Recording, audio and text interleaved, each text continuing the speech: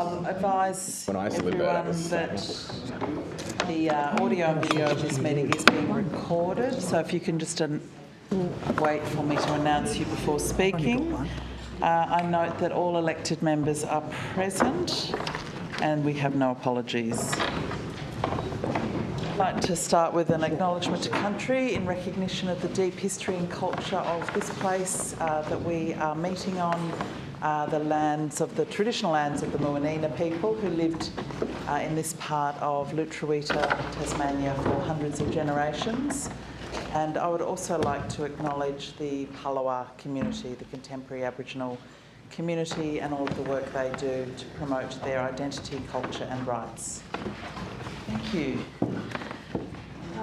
If someone would like to move the minutes of our last meeting, which was November the 11th, moved by Deputy Lord Mayor, seconded by Councillor Posselt. Any discussion on the minutes?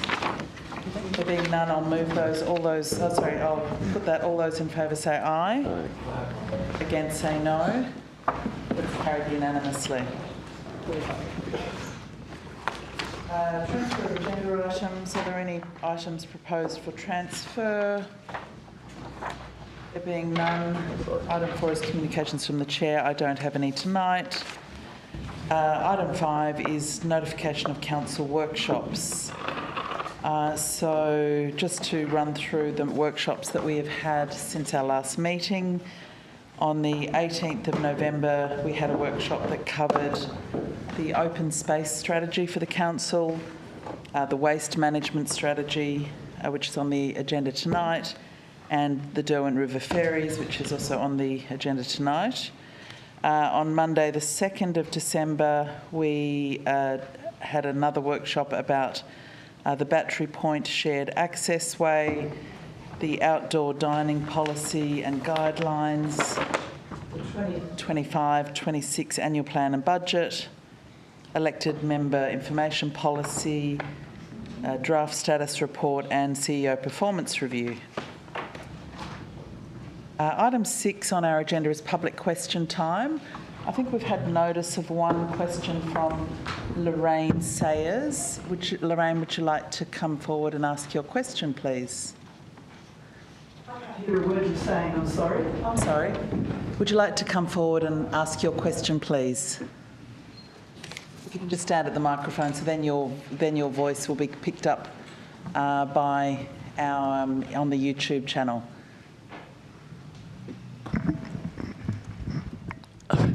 I don't know. It doesn't seem to be.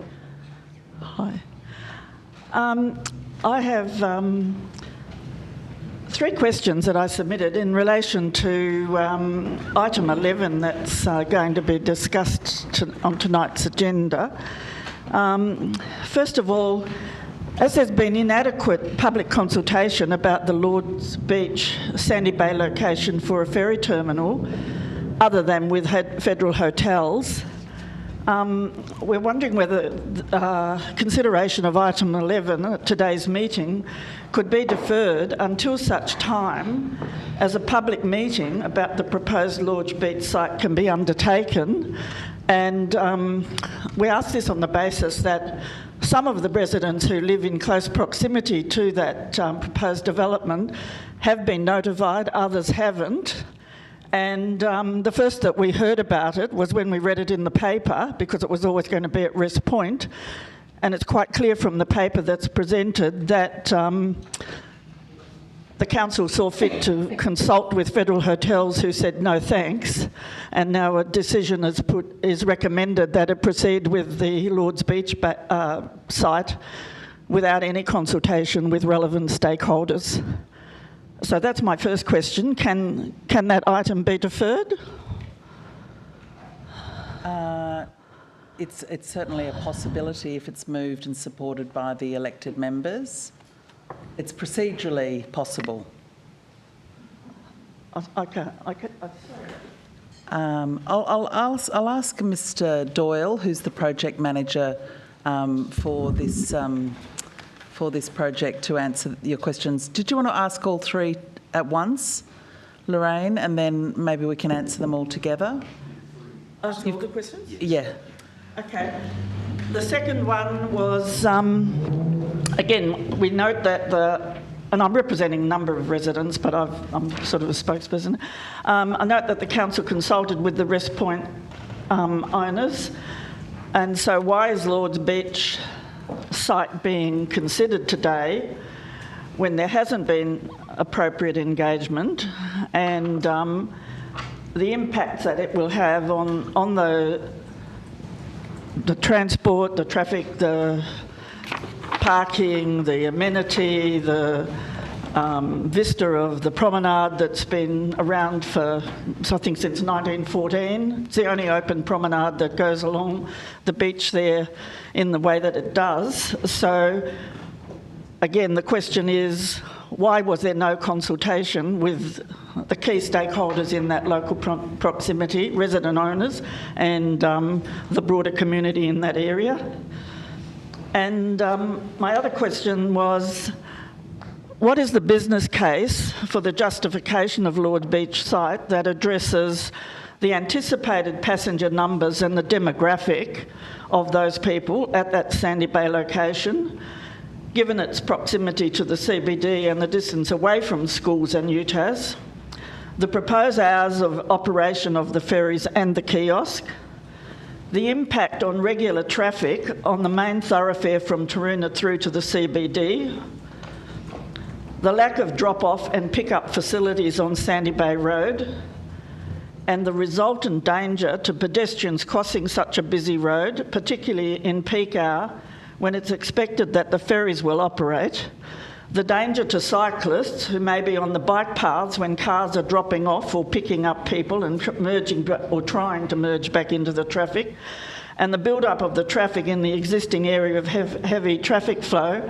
where if there's 3 or 4 cars trying to pull in there, they won't be able to get in all at the same time, so where are the traffic going to go? The absence of parking and the impact on residential parking for homes in the immediate vicinity. And we note that the reason that that's been publicly put into the press is that Rest Point declined to have the ferry there, or Federal Hotels did, on the basis that the traffic ferry commuters would utilise Rest Point's car parking to the detriment of their business. So why does the same premise not apply with residents who own properties right on that foreshore? They've owned them sometimes for years, sometimes they're new owners. There's parking at the moment that's very limited. And why are these residents not being offered the same courtesy that Rest Point is?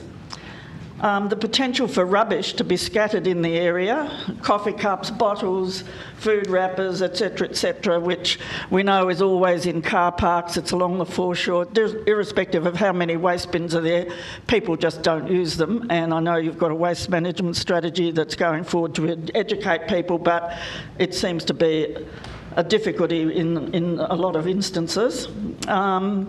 The existing traffic black spot problems that currently occur with vehicles turning in and out of Waymere Avenue and Ethelmont Road, that's going to be an even worse situation, particularly in the peak hour times and school times when parents are taking their kids up to Waymere School, people are going to work, and the ferry will be unloading or loading. And the interruption of the line of sight for pedestrians on the beachside promenade, and also for I've touched on a bit of that, for the residents. And it is an open, it's probably one of the few places where you see the road, the foreshore, and the whole view. It's going to go out further than the current jetties. It's going to be a bit of an eyesore. There'll be public toilets. We don't know the hours of operation, the noise level, frequency, and all those things. And I think that the public deserves consultation before the council pushes through a ramrod type of decision to approve it willy-nilly. Lorraine, I've got I think there was a few more than 3 questions, but I think Mr Doyle, we've got some written responses as well, and Mr Doyle will try and cover most of the content in his responses. Thank you, Lord Mayor, and hopefully you can hear me okay, Lorraine. Firstly, in regard to your question for the possibility of a deferment of the item, that is a matter for Council. It's a procedural item, and should Council wish to defer the matter, they certainly can. In regard to your substantive questions, in question 1, so over recent months, the councils and the state government have been focusing on the technical investigations on the river to identify options that might be most viable for a ferry service. The process did necessitate conversations occur with the federal group, as clearly their Sandy Bay site, as was determined by Council back in June of this year, was determined to be an appropriate site.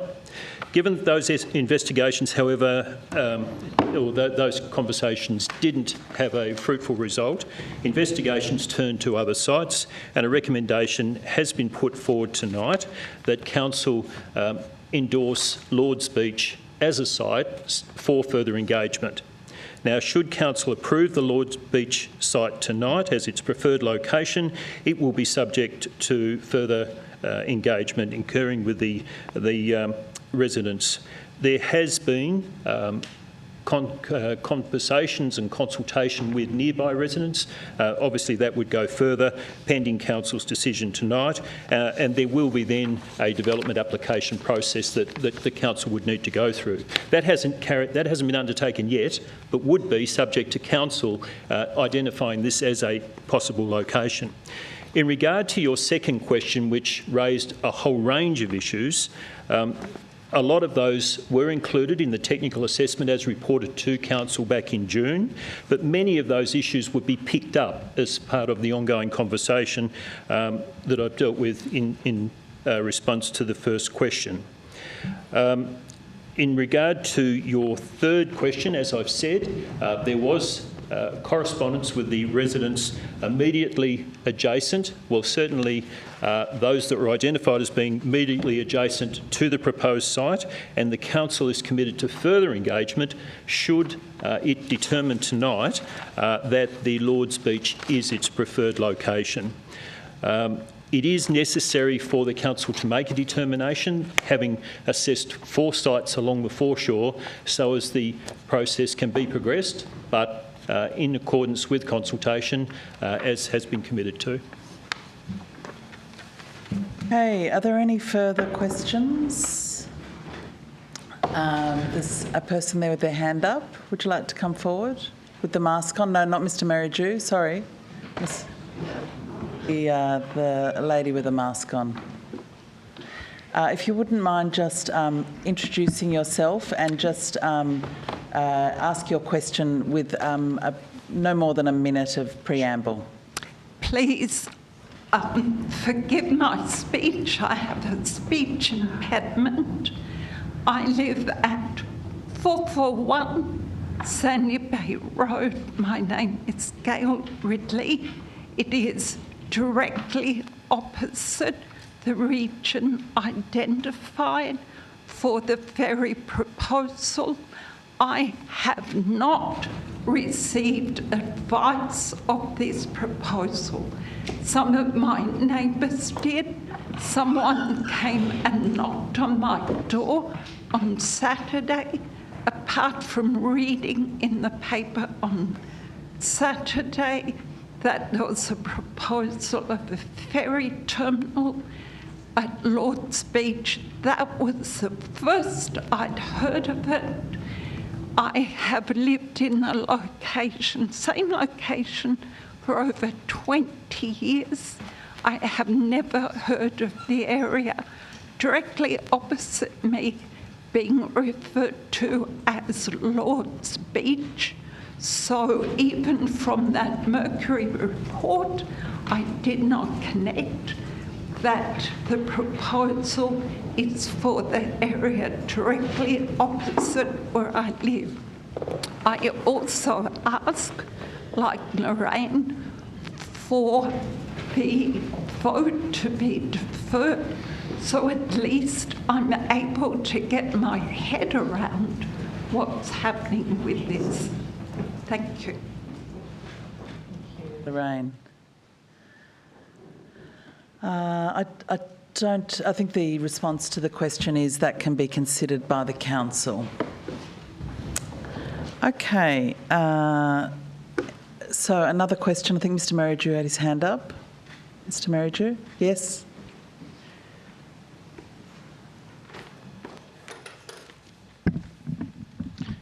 Thank you, Lord Mayor. I have got 3 questions. 2 relate to the matter you've just been speaking about.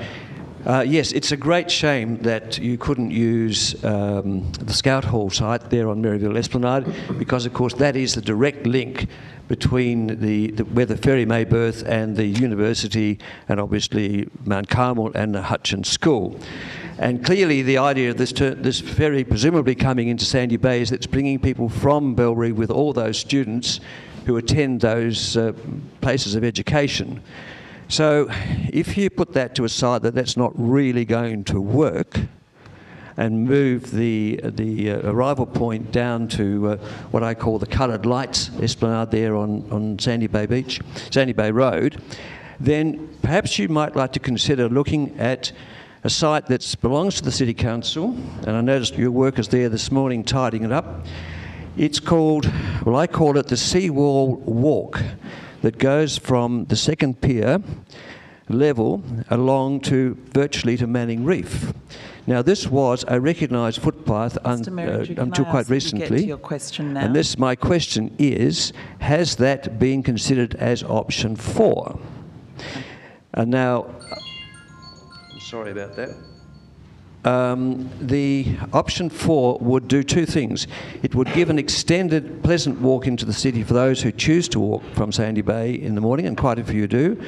It would also enable the ferry wharf design that you've got to be situated down, but basically it's out of eyesight. There was a proposal, some people would remember some years ago, to build a whole lot of apartments along that frontage. Is this leading to a second question? Yes, and the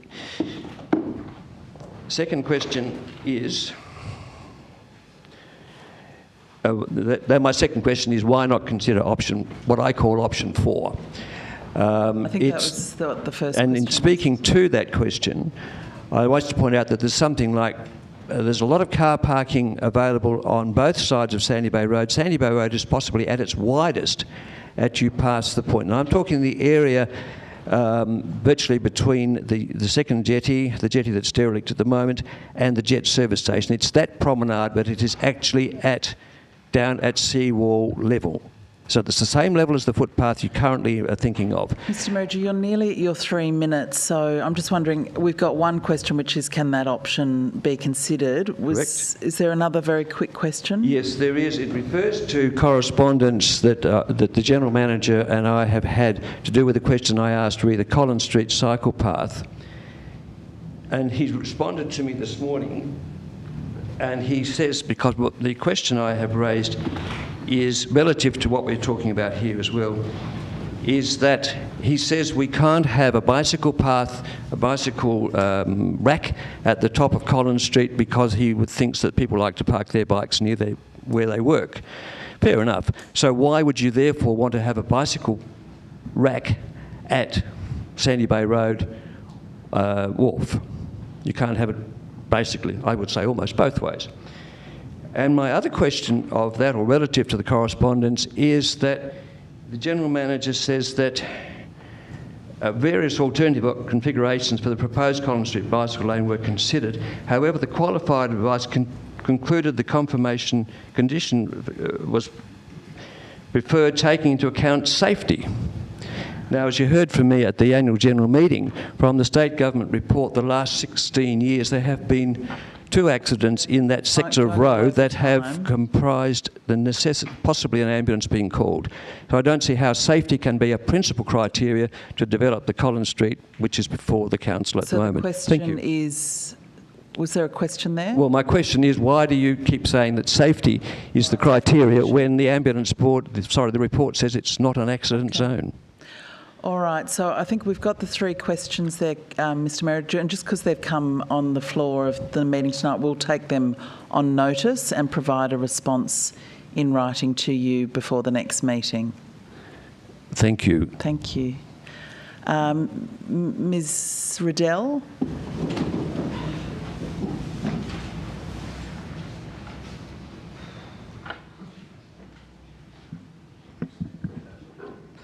Is this on? Yes. My name's Maria Riedel, and I'm a resident at Battery Point and a ratepayer. I only received the council's response this morning regarding something I asked for a month ago, and they said, read the report. They actually didn't answer my question. There's a lack of community support on the proposed Collins Street bike lanes, both sides. Clear message sent by local business owners and workers and shop owners. 56% are opposed, sending a clear message.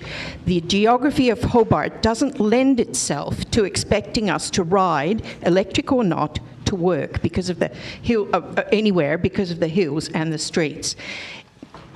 Irrespective of traffic, not an easy city, even with bike lanes, because we've got slow traffic anyway, that helps. Hobart is not like Amsterdam, it is not like Oslo, it is not like Copenhagen, which are flat. The funny pedestrian crossings, just as an aside... Ms Riddell, that's a minute of preamble. Could you now ask got your it. question? Yep. Okay, we do have a choice. Now, I just wonder how many of you actually ride to work every day. That includes councillors. Bikers are not adhering to the rules and don't use bike lanes. I've got photos to prove that, down Campbell Street. So, Ms Riddell, this has I'm to be getting to a fairly question. formal. No, I think I've got one question you're there. The one Sorry. question is how many people in the council ride? Yes. Yep. Okay. Is there another question? So, sorry, my mouth is dry. I'm a bit nervous.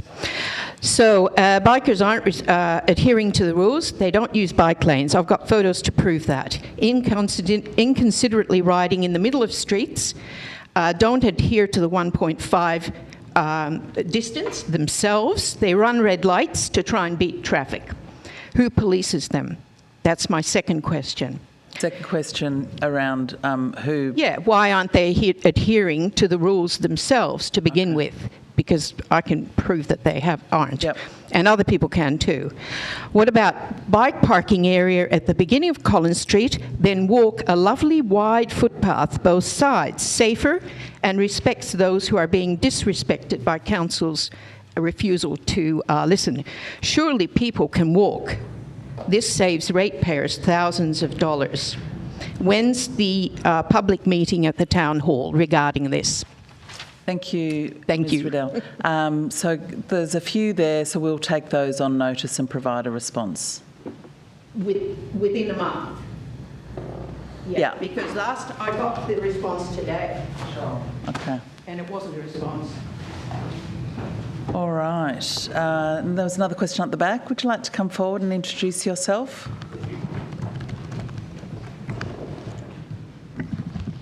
Thank you for that. My name is Scott Donoghue, and I'm a resident in Sandy Bay.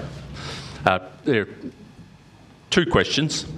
They both relate to the jetty.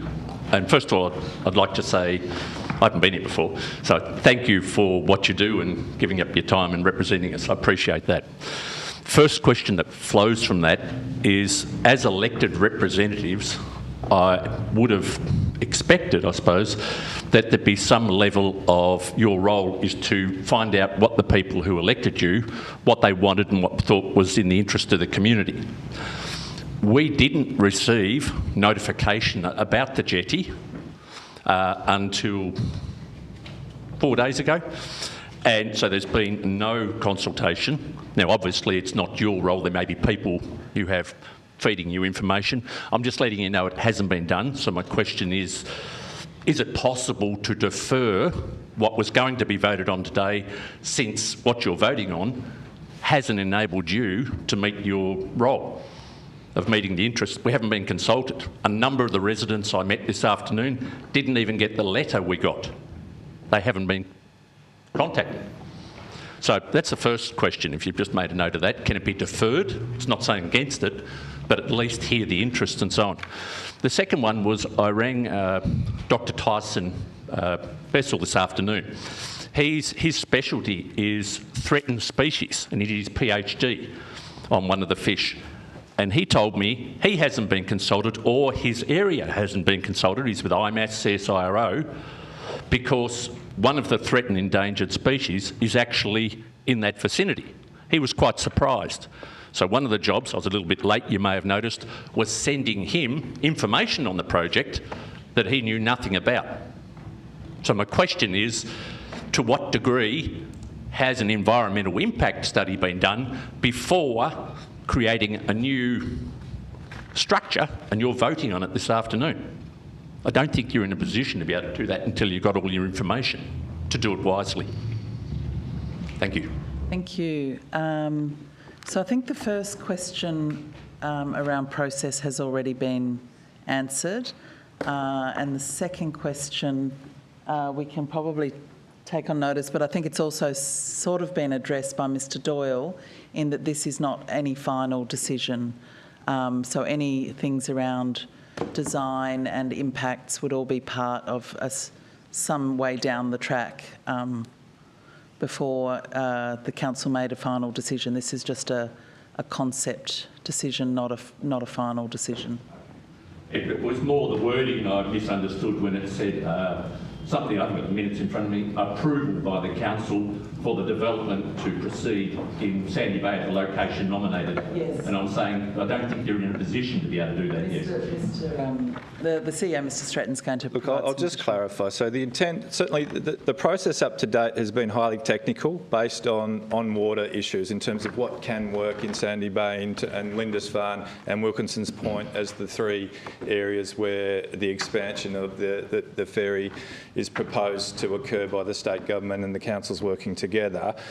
So that on-water solution has determined that Lord's Beach is the preferred site as it stands now. So we acknowledge that there hasn't been engagement yet. We needed to understand that this is the preferred location and then undertake the engagement with the community.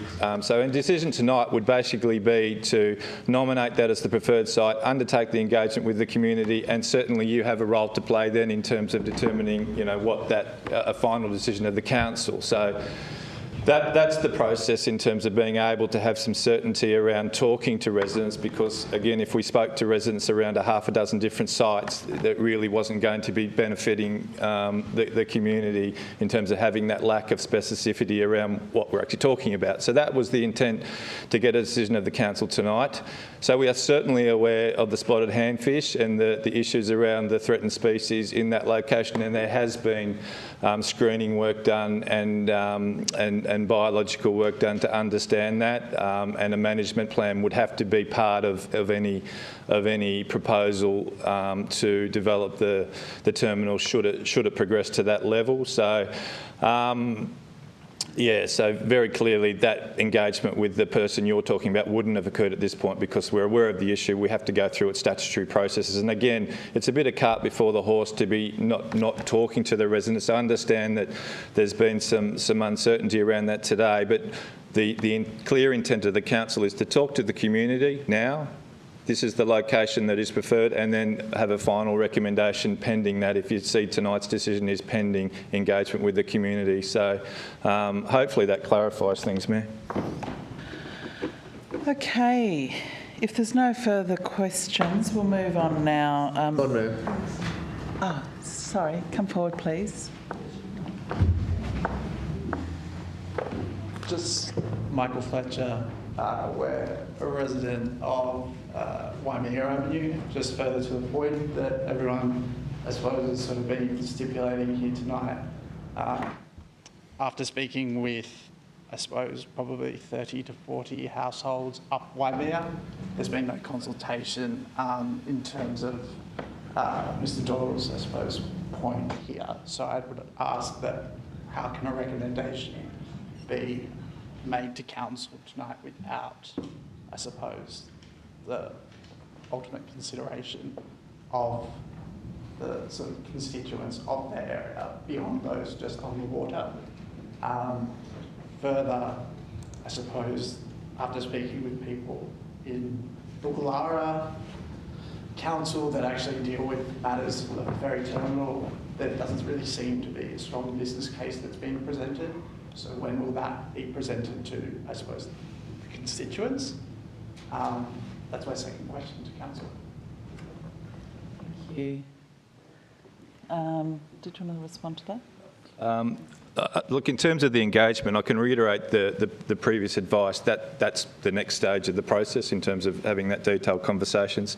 The business case and the rationale, if you refer to the state government master plan for the ferry expansion service, that provides the overarching direction that this project is following. So if you have had a chance to have a look at that, then that's the basis for the funding and for the work that's happening. So,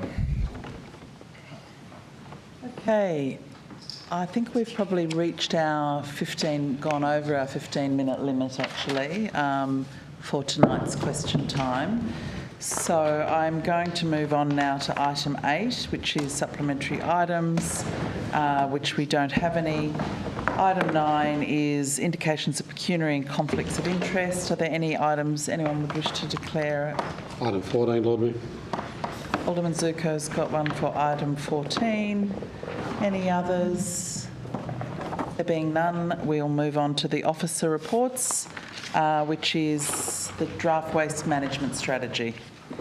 Would someone like to introduce, Deputy Lord Mayor, move the item, seconded by Councillor Kitsos. Would anyone like to speak to the draft waste management strategy, which is a document that is to go out for further consultation and community engagement before we make a final decision on it? Any discussion on the... Councillor Posselt. Lord Mayor, I just had a couple of questions, if that's in order. Firstly, we've had some correspondence from the neighbours of McRobies over this tenure of council relating to salmon rain or fish rain. One of the suggestions that was made by us, I understand someone with some expertise, was that the council purchase a compost turner for the ongoing composting operations at McRobies. I was wondering if officers could provide any information on that specific issue. Mr. Doyle, did you want to respond to that question?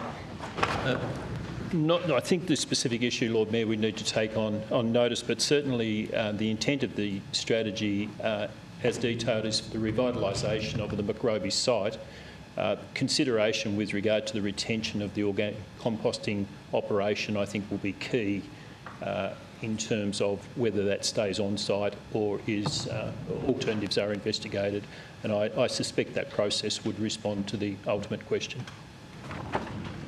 Further discussion?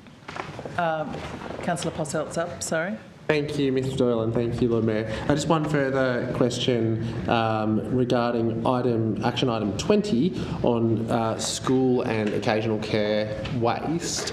I was wondering if there's the possibility to bring forward that action item, as it does seem that schools are a great place to educate children as to their waste behaviours, and by implementing better waste management through our school system for their waste, we can change behaviour of children as they age into adulthood and independent living. Is there any possibility that that can be moved from the 6 to 8 year time frame into an earlier time frame? CEO? Thanks, Lord Mayor.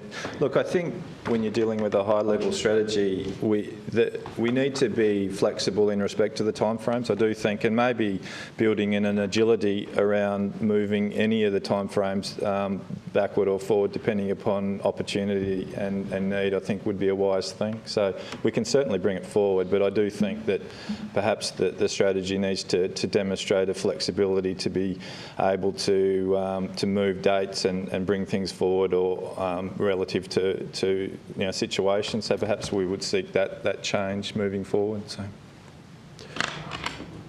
Any other discussion on this item? Councillor Dutta. Thank you, Lord Mayor. I have a question. Will this draft management strategy become final if we vote on this today? No. Through you, Lord Mayor, the answer is no. We're asking tonight that it be endorsed to enable it to be sent for engagement with a range of stakeholders with the intention of a report coming back to you perhaps in March or April of next year for the final decision. Thank you very much. Now, I quite like the recommendations, and it clearly states recommendation 1, it is only for noting, Number two, it's again very clear, it is endorsed for release for the community engagement. And I understand this is very similar to item number 11. It is a matter of process that we need to go through. And so what we're doing as a council is to release this draft report that will go to the community, I understand, for consultation and engagement with them.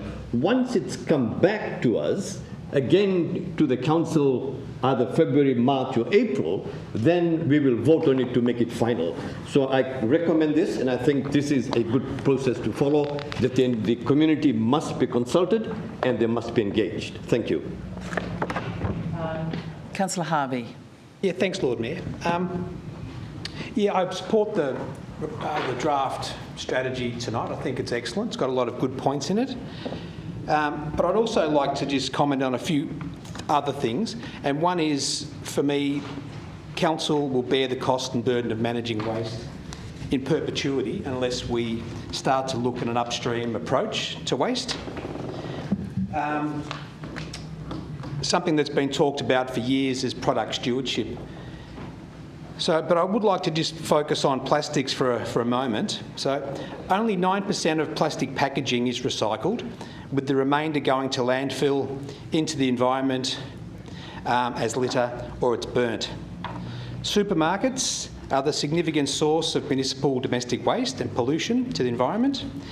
The cost of collection, disposal and pollution in the environment has been shifted to councils, society and the environment.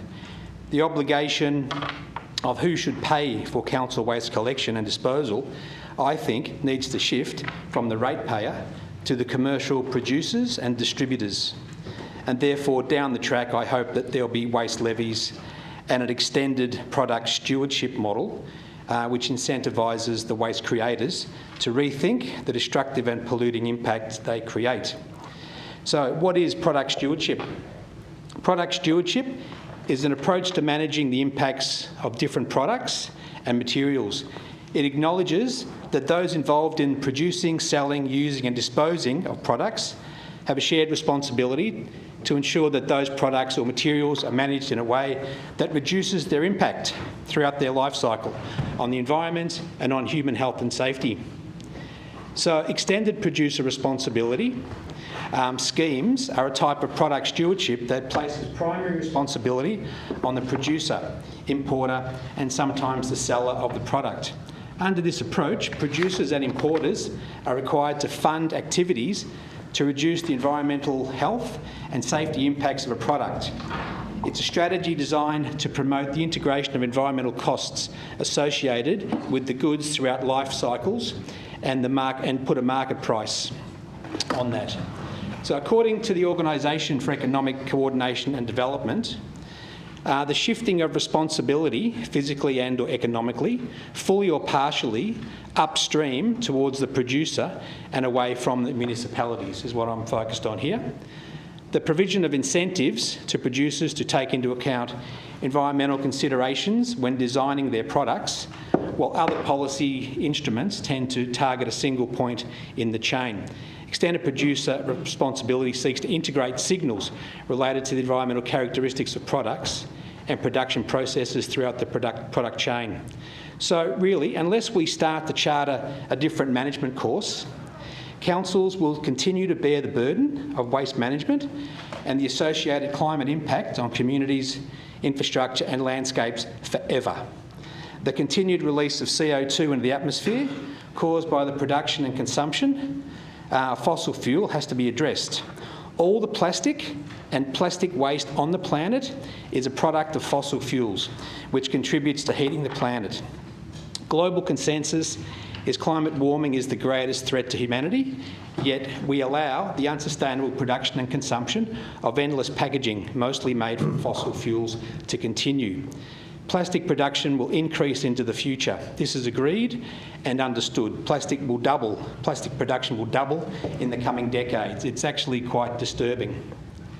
Attempts to limit plastic production was recently undermined by petrochemical states, which blocked the Global Plastics Treaty. A point of order, Lord Mayor. What's your point of order? Look, I appreciate that plastic production might double globally, but I'm not sure that's relevant. Irrelevant. Whether the councillor speaking is raising an issue that's relevant to the item being discussed. We're deciding tonight whether we release the draft waste management report for the City of Hobart for public consultation. I appreciate the argument about the global rise of plastic production, but it's not particularly relevant to the decision in front of us. Councillor Coates, I don't agree with you. I think it is about waste management and the things that are going into waste management, so I think it's perfectly fine for Councillor Harvey to talk about it. Thank you, Lord Mayor. So the Global Plastics Treaty was blocked by the petrochemical states. So it's really clear to me that you can't rely on global consensus, which will never happen, nor federal governments. Leadership needs to come from local government, like we did with the single-use food packaging bylaw, which laid the foundation for states and territories to introduce their own bans. Hobart's proven itself to be a national leader, and I think we can lead again. I'm hopeful that the following suggestions... Could I have an extension, please, of 2 minutes? Moved by Councillor Posselt, seconded by Councillor Coates. All those in favour say aye. Aye. Against say no. Thanks, Lord Mayor. So I'm hoping that the following suggestions, and I will make these during the consultation process, can be influential in this strategy.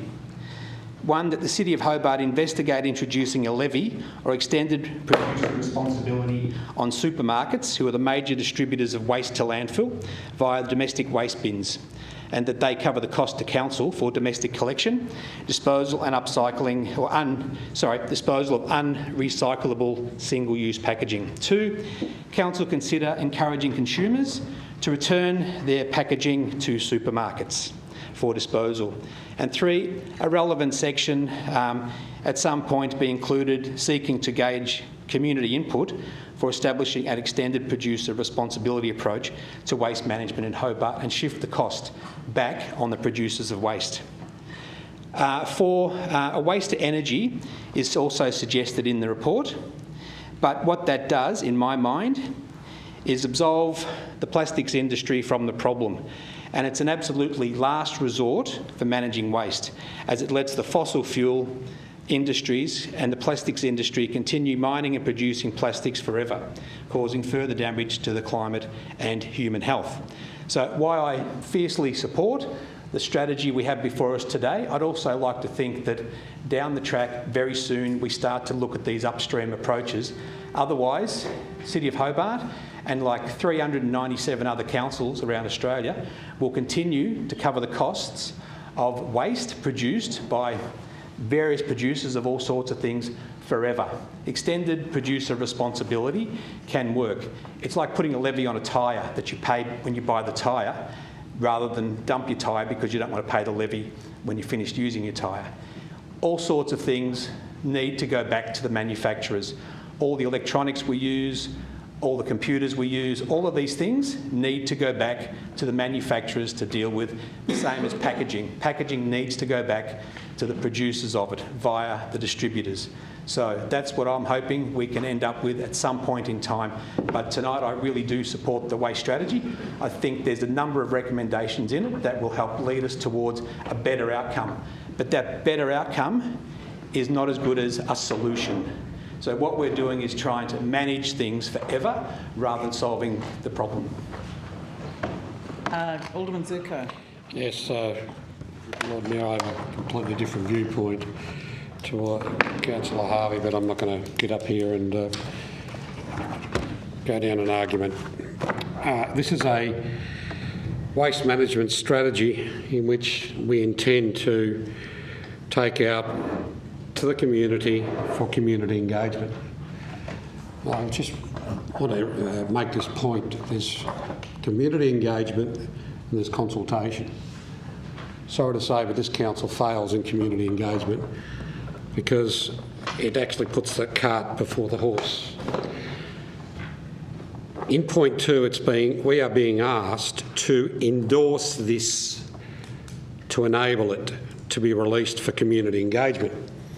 Endorsing it means that I support it. You see, I don't support this strategy in its current format.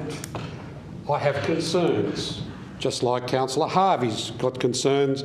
I don't want to bore everybody tonight. about it because I think let's see what the community have got to say as part of the community engagement. So I'd like to move an amendment that point 2 be at the point of where it goes to and this report be, I want the words deleted, endorsed to enable, be released for community engagement. That means that this council's not endorsing it because we don't know what the community wants to say to us.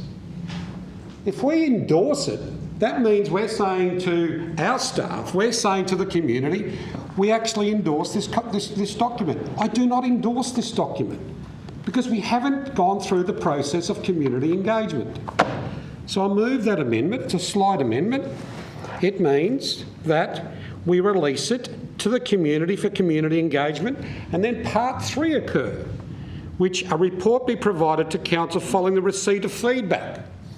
Then we can decide whether or not we endorse what the community have got to say. So if we are all tonight serious about what community engagement is and community consultation is, let's give it to the community and let them tell us what they want, not us endorse something and then say, we want to do this, what do you think? I move that amendment. Point of order, Lord Mayor. Just on the point of order is meeting procedure contrary to the Act or regulations. It's clarity, point of order. Did Councillor Harvey move an amendment? No. He didn't. He didn't move an amendment. No. Sorry, I thought that the points he'd listed were an amendment, so I just wanted to clarify which amendment we were speaking to.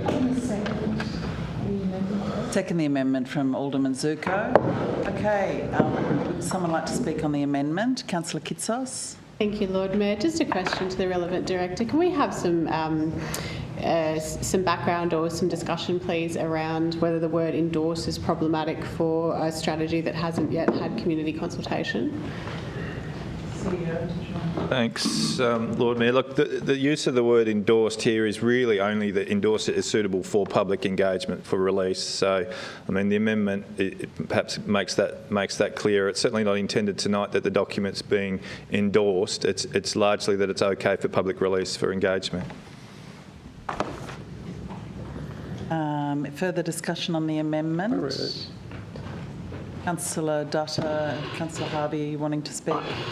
Quick now? Or? Yeah, look, I think it's just a bit pedantic using whether it's endorsed or agreed to or whatever. But I personally do endorse the document. I've read it twice and I thought it was a good document and I appreciated the work that went into it, and I especially appreciated that the work was done in-house. And that, for me, made a difference, rather than having consultants tell us what to do. So the people who wrote this... Point of order, Lord Mayor. Alderman Harvey is raising new information about how the report was conducted not through council, not consultants. Not a point of order. And that's why I endorse the report strongly. So I do endorse the report for release into the wild so that people can have their say. Any further discussion? Councillor Dutta, were you planning to stand up? Thank you, Lord Mayor. Now, I find point number 2 as clear as crystal. It is clear as crystal because it simply says this, that attachment A to this report be endorsed. So we're simply releasing this report. Why? For community consultation. That's what we are doing. And once the community has been consulted, engaged, their comments are brought back to us, then we debate that either to accept that or not. So I find this quite, this has been done many a time. This wording is not something new. In the last few years that I've been here, that has been the format that we have followed. Thank you. Deputy Lord Mayor. Yeah, thank you very much, Lord Mayor. Thank you to Alderman Zuko for putting up the amendment. I do take his point and I understand what he's saying, but that said, I'd just like to read point 2 in totality. The Draft Waste Management Strategy 2025 to 2030, marked as attachment A to this report, be endorsed to enable its release for community engagement. So we're enabling it to be released. And I think, like Councillor Dutta said, We've done this before. This is the wording that's generally used. We're not actually endorsing the strategy, we're actually enabling it to be released. So while I take on board Alderman Zuko's comments, if you read it in totality, we're actually enabling it to be released for community engagement. Any further discussion on the amendment? Councillor Kitsos, you asked a question I before. did, Yeah. thank you, Lord Mayor. Look, I just wanted to agree with the last few comments that were made in the room and also point out that it's a draft waste management strategy that we're endorsing. So to me, it's very clear that if a draft is indeed what we're endorsing, that we will have capacity to make amendments, make change and debate this further should the community feedback and feedback from stakeholders request us to do so. Okay, Councillor Coates. Thank you. Just speaking quickly on the amendment. Look, when I was reading through the agenda tonight, I didn't particularly have any issues with the wording that the officers put up. But, you know, I am, I guess, reminded that the community is quite diverse. We do have a lot of people for whom English isn't necessarily their first language. And I think as well, whether we like it or not, there are members in the community that genuinely feel that sometimes decisions are made and then consultation seems to occur, and they've got little opportunity to provide feedback and have amendments or changes to that. I don't believe that's the case in this instance. I think that officers are actually honestly seeking to do a good process in this instance. And so, look, when it comes to removing those words, as I said, I didn't have any issue with it as it was drafted.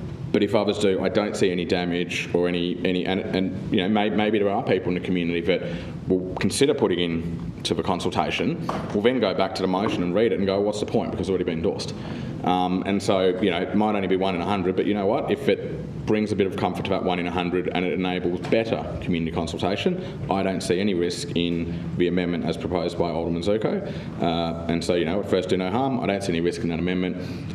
You know, maybe in hindsight we could have worded it differently, but I think overall the amendment is harmless and potentially might lead to some good. Further discussion? Councillor Kelly. I support this amendment.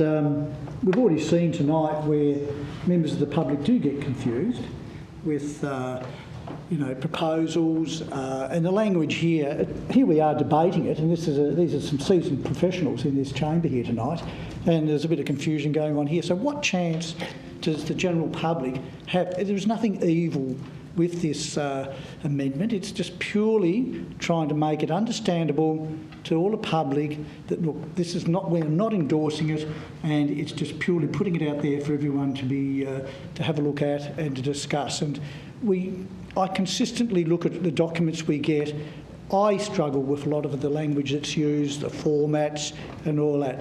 And if I struggle, what chance have a lot of the general public got to know? And once we start ostracising those people from reading reports and understanding them, you know, we're not doing our job very well. So there's absolutely no harm that we support the good intent of Alderman Zuko's amendment tonight. So I thoroughly encourage everyone to have a think about that and get on board instead of putting this cart before the horse thing.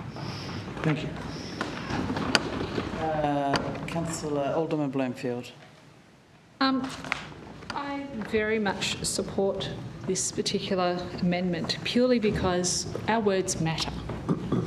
They matter because we are communicating to the general public, and frankly our public have a level of distrust of our council, of state government, of all leadership at the moment is at a very low ebb.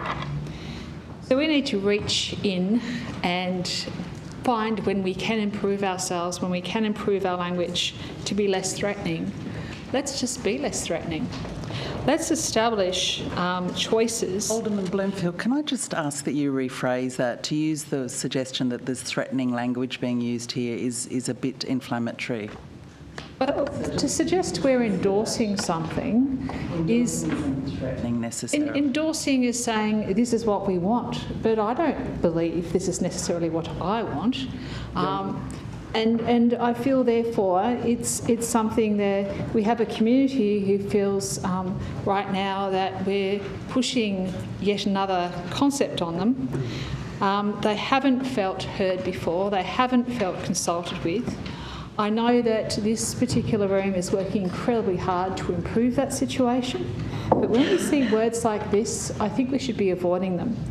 It's already been ascertained in this room that if the word makes no difference to include or not include, for goodness sake, let's not include it. Because what we need to do is actually bring the community with us. And I genuinely believe that removing that word will actually allow the community to more come with us. Because the one thing I want to see is I want to see this community start to enjoy working with our staff, to start enjoying working with these visions and strategies. Because the one thing that this entire room wants is a strategy that works. And if it simply means by removing that word that we have a better chance at doing that, for goodness sake, I encourage you all to consider that, please. Councillor Harvey. I've got a question, Lord Mayor. I'm out of curiosity. Does the recommendation, this is an internal document, that we don't put the recommendation on the front page of the report and say, this is what happened. We just release the report for engagement, and there you go. This is irrelevant to what the good folk of Hobart see. Look, it wouldn't form part of the documents. It certainly form part of the minutes of the meeting, but it wouldn't necessarily be part of what we released. No, it wouldn't be what we released to the community. Yeah, so they're not going to see this. Okay, interesting. Any further discussion on the amendment? Councillor Posselt. Thank you, Lord Mayor. I'm loath to speak to this amendment, but I feel like I have to because a point hasn't been made, which is that we need to take ownership of this document in order to release it to the public. So we're endorsing the draft as a draft to go out. If we release the document, the council itself has no ownership of the document. The city does and the officers that prepared it. But the use of the word endorse is about us taking ownership as a council that we have read this document, we understand this document, and that it's suitable to go out for further consultation. The amendment, therefore, does not act in the same way. Although it's semantics that we're really in, the semantics do kind of matter, and it's written in this way for a reason, and the amendment does fundamentally change a very nuanced part of the definition of what's being put before us. And I think it's really important to point out we need to take ownership of what comes out of this room, and the way that we do that is through endorsement. Councillor Kelly, question? Can I agree with releasing a document but not agree with what the content of this document is? Release, not the document. I'll ask for CEOs. Yeah, I think you can. Well, that's every elected member's prerogative. It's the council as a collective that makes the decision, but like you say, that for each of you, your own motives are your own. So. Okay, I'll put the amendment. All those in favour say aye. Against say no. Show of hands, all those in favour. Favour, I'm showing Alderman Zuko. Councillor Elliott, your arm is up. Councillor Coates hiding there. Alderman Bloomfield, Councillor Kelly. And against? I am showing Councillor Dutta, Councillor Posselt, Councillor Kitsos, Lohberger, Councillor Harvey, the Deputy and the Lord Mayor. Any further discussion on the substantive motion? Councillor Sherlock. Thank you very much, Lord Mayor. Sorry, Deputy Lord Mayor. Yeah, thank you. I think I might just start by reading the vision for this draft strategy. And it says, for the Hobart community to work together to embrace a low-waste circular economy, minimising or even eliminating waste to landfill, ensuring resources are valued rather than wasted. That's the vision for this draft strategy, and it identifies the need for Council to carefully manage the financial impacts of the changing waste management environment over the next 5 years. It also identifies other targets over the next 5 years, which is the aim of reducing waste from the current 730 kilograms per person down to 600 kilograms per person, and increasing diversion from the current rate of 50 to a level of 85%.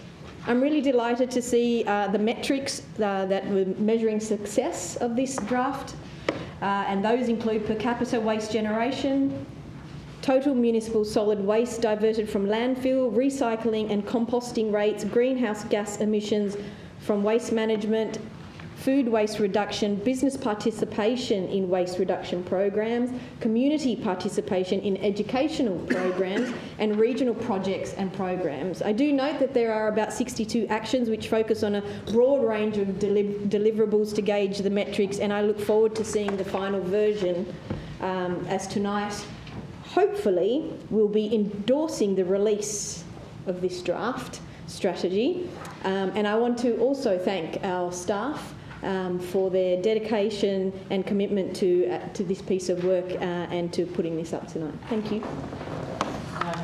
Yeah, I have a question through you to the appropriate officer who can answer the question. Has there been any engagement with industry sectors, tourism, hospitality or any other sector in regards to this draft strategy? Well, did you want to take that one? Through you, Lord Mayor, the answer is no. We were waiting on council consideration of the draft before we start talking about it publicly. Further discussion, Councillor Kitsos. Thank you, Lord Mayor. Look, I'd like to commend the comments that came from our Deputy Lord Mayor tonight. I was going to talk about the metrics as well because they are just so important. And I guess I wanted to just take a few minutes to remind people that a waste management strategy is core council business. It doesn't get any more applicable to local government than what we do with our waste. And waste is everybody's problem. It's everybody's problem. We need to find solutions to this. This document is very important, very well written, very considered. One statistic which I did want to point out, which I find quite interesting, is that 39% of the red bin, so the rubbish bin that we put out weekly in Hobart, contains food and organics that should actually be going in our FOGO bins or our green bins. And I think right there is a really good example of how we can use data to support our strategy moving forward, and clearly we need to do some community education around this particular piece. It's a low-hanging fruit, it's an easy one that we can solve to reduce the emissions that come from our food organics in our waste facilities. And look, I hear the discussion around the room about community engagement, and it concerns me too. We need to do community engagement, we need to do community consultation, but I also am not blind to the fact that a waste management strategy is not a new thing. This is not a new concept. This is something we've been doing for a long time. It's something that all governments do at all levels right across the nation. There are exemplar examples of waste management strategies. We're not going to go out talking to businesses in Hobart and find anything that is going to upset an overarching waste management strategy. They might be the nuanced ways of how to deal with those food and organics that I've just been mentioning, but I don't think they're going to be affecting the overall metrics that we're talking about in this waste management strategy. So I'm quite confident and happy, in fact pleased, to be endorsing this strategy tonight without the community engagement piece, but I look forward to finding out what our community wants added to this strategy so that we can make it even more targeted and even more appropriate for the ratepayers that we serve. I think Alderman Zuko. Yes, Lord Mayor, I haven't spoken to the motion. Lord Mayor, my concerns are Alderman Zuko, I think you did speak to the motion. I spoke to the... You spoke to the initial and then you moved to the amendment. That's right, yes. Yeah, so. Well, Lord Mayor, I'll ask another question. I'll ask a question through you to the appropriate officer. It's in regards to 4.8.1, and it states that the draft strategy includes action to review curbside bins and servicing frequency of those bins. Will that form a key part of the community engagement when it goes to the community on the potential that ratepayers and residents may be subject to changes to their collection of waste bins and sizes of those waste bins? Mr Doyle. Lord Mayor, the 4.11 talks to an action that's included in the strategy. At this stage, it's a high-level action. I think if Council had an appetite to start to amend either bin sizes or servicing frequency of the bins, that would be separate. That would be subject to a separate report and a separate engagement process. This is asking if you want that high-level action included in the strategy at this stage, rather than talking specifics. Well, Supplementary question, Lord Mayor. 4.8.1 actually says a draft strategy include an action to review. Yes. We've just stated that that's going to come back and council consider it separately. So I'm concerned. I'm confused here. Can someone please enlighten me what it actually means or doesn't mean, please? I'm happy to have a go at answering that, which is that in the strategy that's going out for consultation, it will say that we will do this work in the future. We will, at some stage in the future, look at these issues. And then that will come back to us. The community will provide comment, you'll provide comment, and that'll come back to us in April as to whether that is an action going forward or that isn't an action going forward. But at the moment, it's proposed that it would be an action in our future strategy. Is that all right, Mr Doyle? Yes, Lord Mayor, there are two processes. One is the strategy that Alderman Zuko is absolutely right, includes that action, but the action itself is a review. So the review, if it was to be undertaken and remains in the strategy when formally approved, the review itself would be subject to a separate process. Yep. Okay, and I guess the strategy, sorry, I'll just jump in here. So the strategy would either put it at a short-term time frame or a longer time frame, or not at all. Yep. Alderman Zuko. If anyone can, any officer can answer this question, please.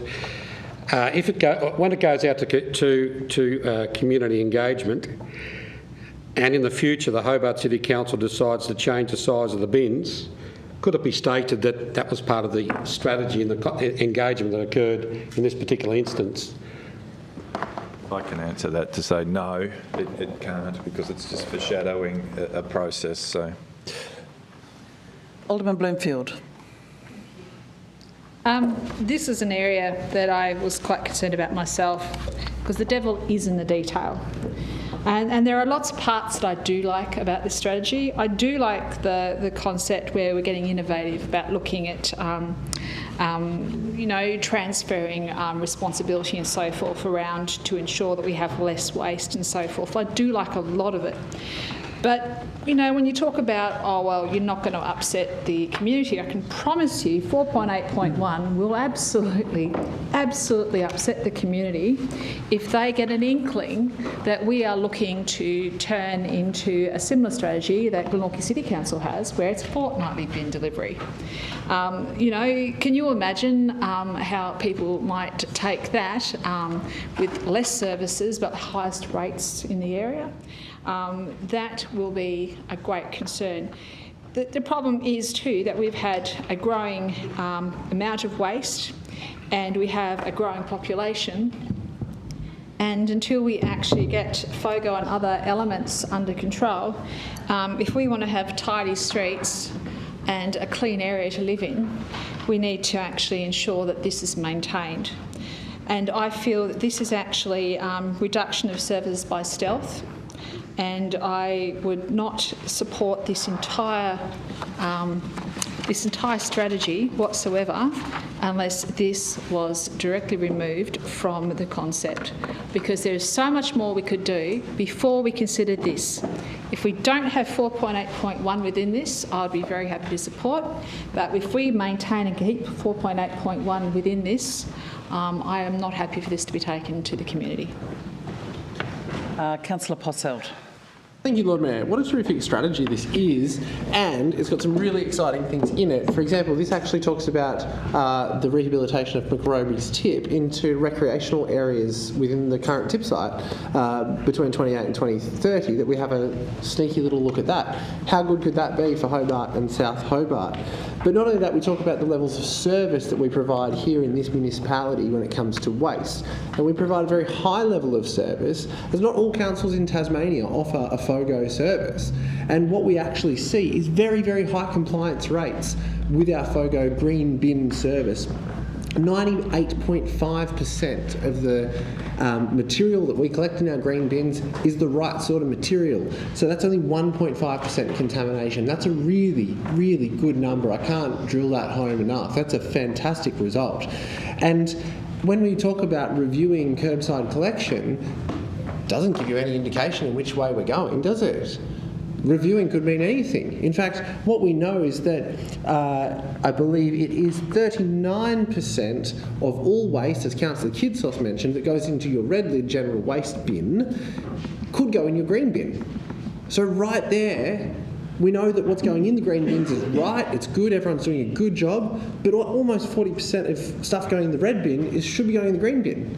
Now, could that possibly be a result of not having frequent enough services to get the green bins because people are filling it up, especially during spring and autumn, you know, lots of leaves with our deciduous trees in Hobart, lots of lawn clippings in summer. We're filling up our green bins too fast. So when we talk about reviewing curbside services, we're not necessarily talking about cutting services, we might be talking about increasing the service level. So it's a bit perplexing to hear people say they're not going to vote for this item based on reviewing a curbside service. But as I mentioned in my earlier questions, there's also a section around working with occasional daycare and with schools on their waste profiles, which, as I said, has an educational component for the next generation and will really matter. So it's a great strategy, and we've got some really exciting things on the way. Container deposit scheme coming through the state government shortly, which will change our waste profile again. So, and I endorse some of the comments that Councillor Harvey made about the people who are producing this waste. It's a harder issue to tackle, but I do support his comments holistically. But it's a great strategy. Thanks to the officers, thanks to my colleagues for making their commentary tonight, but I look forward to endorsing this to go out to the community to hear more about what they would like. Further discussion? Thank you, Lord Mayor. Just very quickly, a question. I understand that Hobart City Council, in a more recent past, sent an exploratory trip to, I think it was Albury, to look at sort of best practice because they're doing a really, really good job. I just wanted to know if it's possible, or it may not be known, if in a public consultation this document could be sent to them, because it'd be fascinating to hear their reflections on what we're proposing, if they are best practice. Question through you to the appropriate. Theo agrees. Cool. Need to get their feedback. Deputy Lord Mayor, were you about to stand up? Yeah, thank you very much. I just had a few quick questions just with regards to 4.8.1. Just yes or no will be fine to the relevant director. The first question is, are we actually changing the size of curbside bins and servicing? No. Thank you. Do we know what the community has said about changing the size of curbside bins and servicing? Thank you.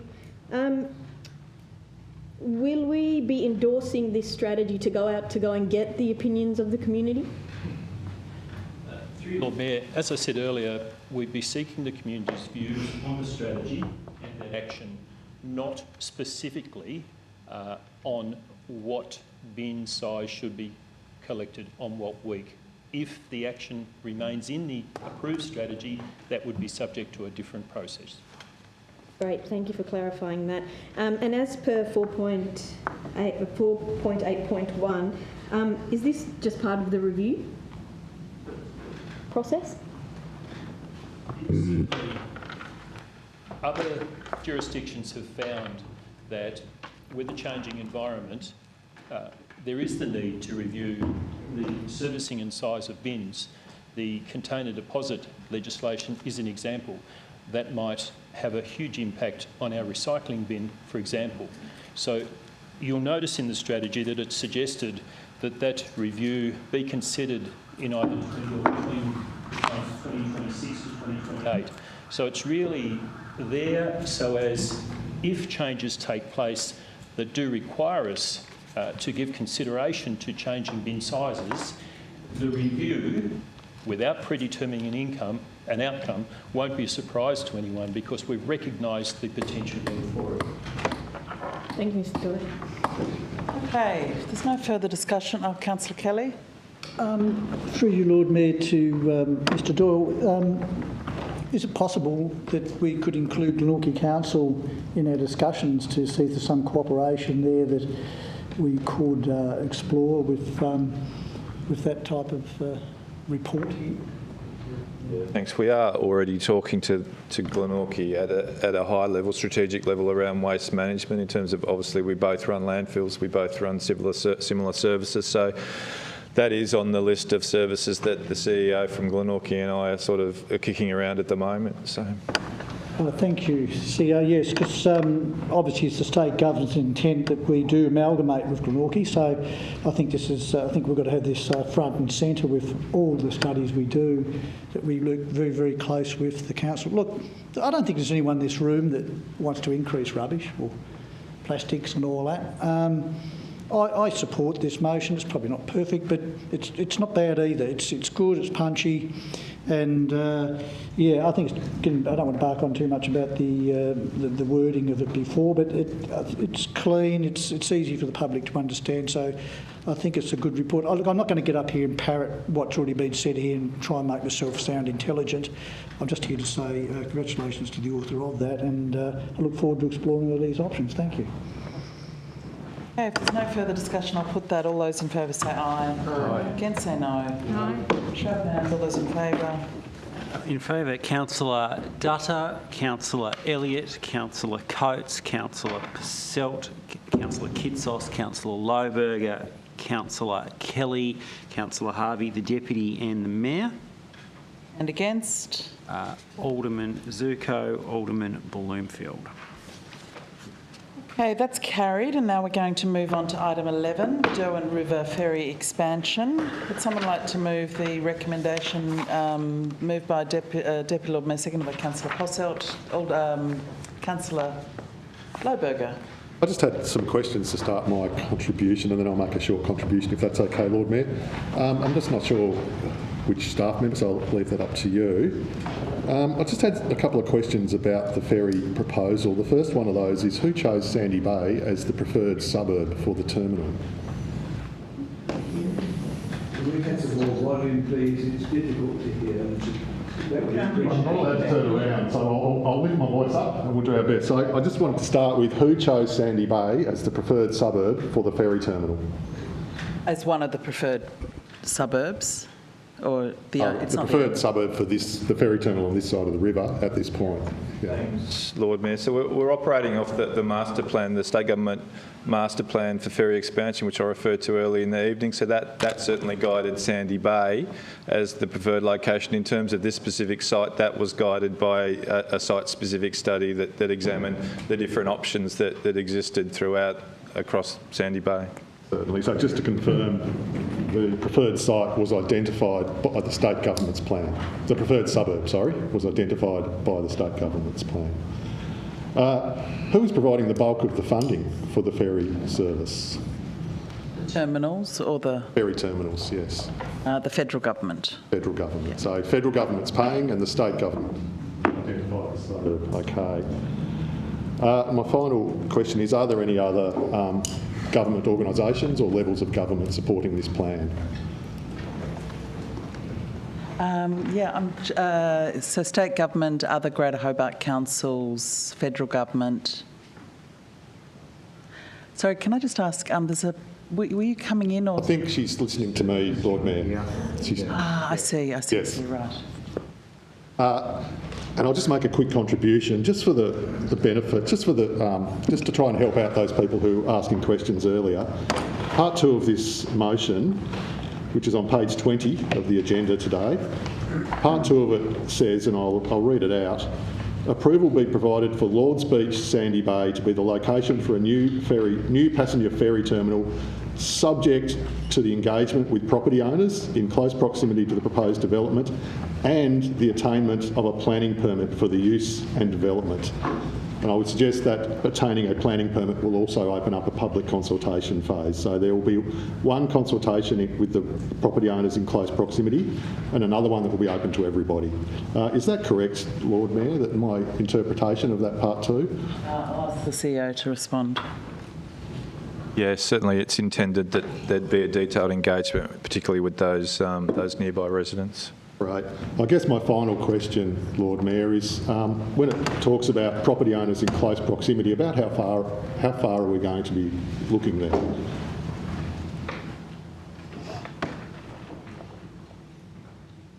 To be honest, Lord Mayor, we haven't identified a location, but certainly we'd be looking at the properties in that general area. As was reported earlier, we have written already to the properties directly across the road, although I accept some people didn't receive the correspondence and I'm not sure why. We will follow that up. But this process would be a much wider one. And then the development application process that Councillor Lohberger refers to is obviously wider again. Thank you, Lord Mayor. Thanks, Councillor Lohberger. Alderman Zuko. Yes, Lord Mayor, I have a couple of questions and I thank Councillor Lohberger for these. It's been identified that the state government is targeted Sandy Bay for a ferry service, is that correct? It's free, yep. And the federal government is providing the funding. And who came up with Lords Beach as a potential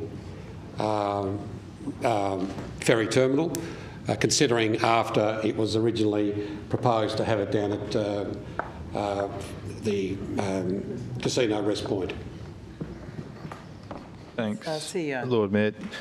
So the Council has previously been briefed in terms of the process that we needed to undertake to examine quite a range of sites that were identified across Sandy Bay. Certainly the site at the Rest Point Casino was identified as a preferred site.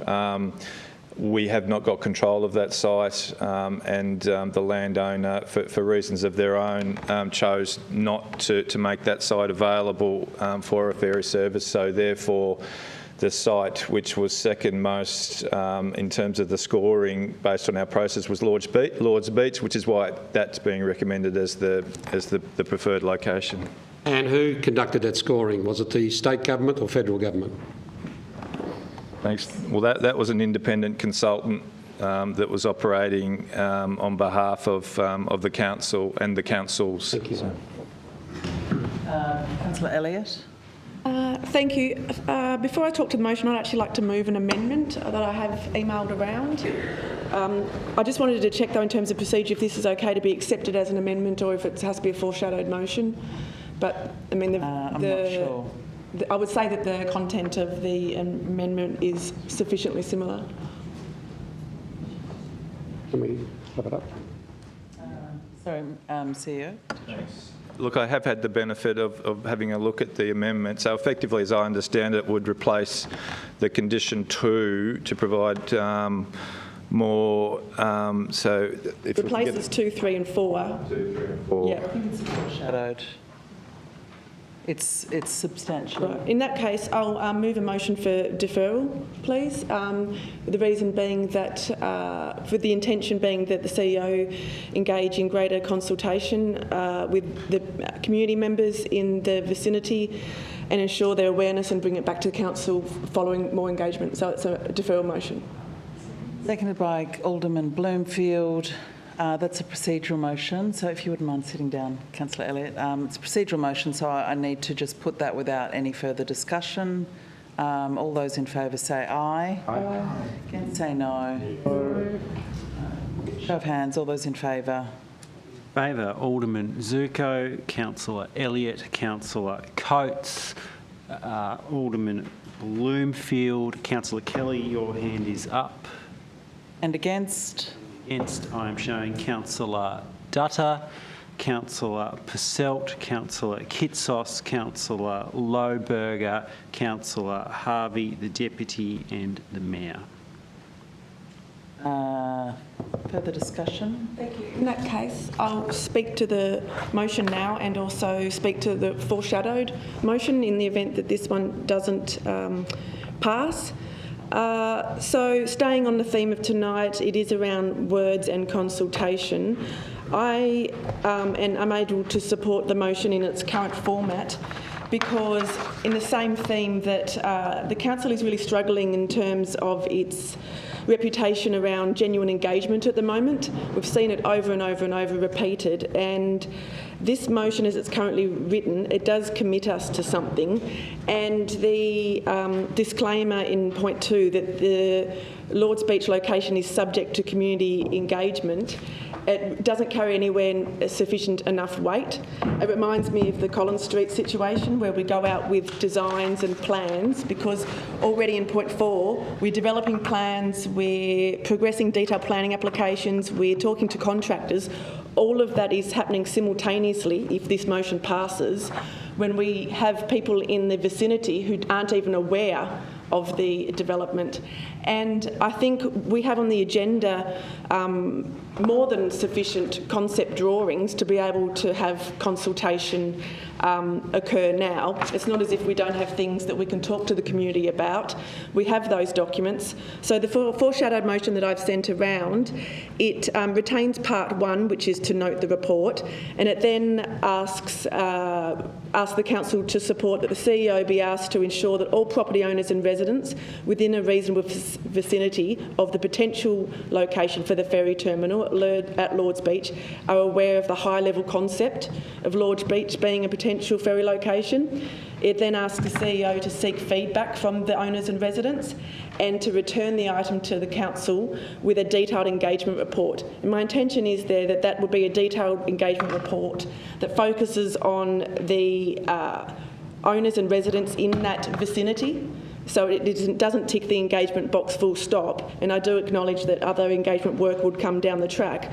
But this is really a part of trust building, because at a different time and place and with a different track record, the community would be able to trust us that if we are doing something subject to community engagement, that we have good faith and that is actually what will occur. But over and over, time and time again, we have engagement, it is tokenism. We've seen it with Collins Street. We went out with detailed plans and then we decided to talk to people, and it was about tweaking loading zones. Here, it can very well be the same thing, that the train has left the station. We're already developing the planning applications and doing the work and getting the contractors. Now we have to tick an engagement box. And people are sick to death of engagement boxes being ticked and engagement not being genuine. So if this was the case that we didn't have information to talk to people about, then we would need to develop that information. But the format that the motion's currently in, I don't think that we're at that time and place. I think that's next. So I think we've already heard from the community already that people aren't aware of this concept and haven't been consulted. Let's have the high-level chats with people and bring it back to the council. And I just wanted to ask a question through you, Chair, to the CEO, who I have circulated this motion to, his opinion on the feasibility of my amendment, or my foreshadowed motion, sorry. CEO. Thanks, Lord Mayor. Certainly the intent behind it is exactly what we want to do. So, I mean, in terms of the engagement and working with those residents, coming back to council with the feedback, there is still, we haven't progressed the work in terms of the pull-off bays, where the buses will be, what we will do around controlling parking, hours of use, those sorts of things. That's still work that needs to be done. So that's where we certainly will work with the residents to get that engagement. So I think the tenor of your amendment is that's what it's proposing that we do.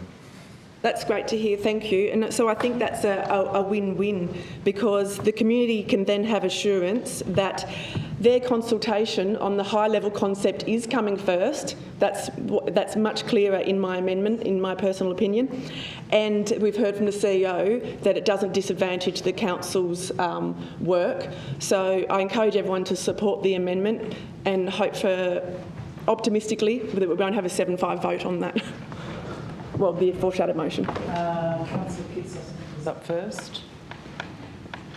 Can I ask a question through you, Chair, to Councillor Elliott about her amendment? Foreshadowed amendment. I'm just wondering, with the 2.1, 2.2, 2.3 that you've circulated to us this evening, whether you would consider that as additional points to the motion as it currently stands? My intention in listing them that way is that's the sequence of events. So I prefer to keep them that way. I don't think it really changes it, because I think it's important that awareness, consultation, information back to council. Look, I would really like to see those additional points added somewhere as well. I'm not sure that taking out the other points in the substantive motion is the way I want to go, though, because I do think that it needs to move forward, and I do understand that community consultation and engagement needs to happen at a particular point in the process, because, as the CEO pointed out, that it's a very difficult conversation to have apart from just saying we're thinking about a ferry terminal when there's no actual details in terms of those things that were a concern to the residents that are here with us tonight. So I'll ask a few questions. What consultation would be usual and appropriate at this stage of a development? CEO? This one is slightly unusual because, again, it was looking at a range of sites, and again, there wasn't a lot of value in going to the community on a range of sites. We needed to have a specific proposal and then go to the community and seek their view and refinement and their opinion to it. So I guess you can't really consider it against normal projects because it's not quite a normal project. So. Thank you. And in terms of some of the more developed design concepts for the area, we had questions in the chamber tonight about drop-off areas, pick-up areas, traffic management, noise, regs and things like that. Where did they come in terms of the motion tonight and what we can expect with community engagement? So that will inform that, to be frank. So we'll be developing that in association with the feedback from the residents, particularly in respect to that parking and where the bus stops are. There's also, another proposed business on the next pier along where a planning permit exists for that, which we need to engage with them quite thoroughly in terms of services and how that would operate. So, again, that sort of work hasn't been done yet because we do realise that needs to involve the residents as part of that.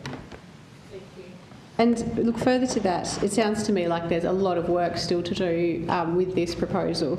Am I right in my understanding that by voting for the motion as it stands tonight, that this is not a final decision on where the ferry terminal will be located and what it will look like?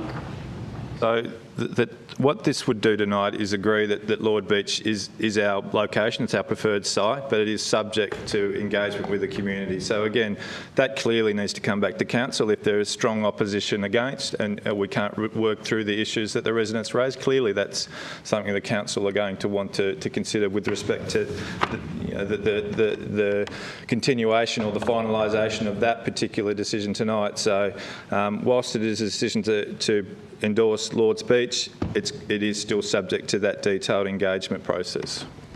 Thank you. Well, look, I think that's allayed all my concerns. I'm quite happy to move forward with the motion as it stands tonight, and I look forward to hearing about the community consultation and engagement and what we can do to allay any fears that residents might have. But I think the overall benefits to the community for this project are very clear. Thank you. Alderman Zuko. Yeah, on there, I respect everyone's opinion in regards to what this motion actually says and how we engage with the community. To me, we have a potential proposal to have a ferry terminal somewhere in Sandy Bay. It doesn't necessarily have to be in Sandy Bay, it could be Lower Sandy Bay, it could end up being Taroona, could end up being in Battery Point, could end up being anywhere. What we're doing here, though, is we're advising the people in this particular vicinity of Lord's Beach that we are going down the track of working on this particular site. And in particular, when it's already been raised to us that a number of people have not received correspondence, and it was actually acknowledged by Mr Doyle. Standard that people aren't contacted. It's happened many, many times in many other projects. Maybe it's my Italian that I don't understand English that well. Could be. Because the way I read this is approval be provided for Lord's Beach, Sandy Bay to be the location for the new ferry terminal. And we can read on. Then we go on to community engagement. To me, community engagement is the Hobart City Council is considering a ferry terminal somewhere in Sandy Bay. We have X, Y, Z, B, D as potential sites. We would like the community of Sandy Bay or Taroona and Battery Point to engage with us on finding the best site for the community and for everybody in question. I'm sorry, General Manager or CEO, I totally disagree with your analysis that we need to provide the community with a defined space, because that's what we're doing here. But what also annoys me is that in close proximity to the proposed development and attained of a planning permit for the use of and development, and it keeps on going on to the Chief of Executive Officer be authorised to progress the development of plans identified and progress detailed planning. Now, if we want to go for engagement of these people in Lord Beach, why are we spending money on detailed plans and progressing and be authorised and progress procurement of contractors? Wait a minute. Have I missed it? Look, it must be my Italian. It must be my Italian not understanding the English language. Maybe all these years of being in business and dealing with lawyers, I totally got it wrong. All right, I'm not broke yet. Look, Lord Mayor, I'm sorry. Again, we're putting the cart before the horse. Actually, not even putting the cart before the horse, we're putting the cart way in front. Horses, it hasn't even been invented yet. Oh, sorry, it's the other way around. The horse was before the cart, wasn't it? Or the chicken laid the egg. The terminal. Yeah, I know.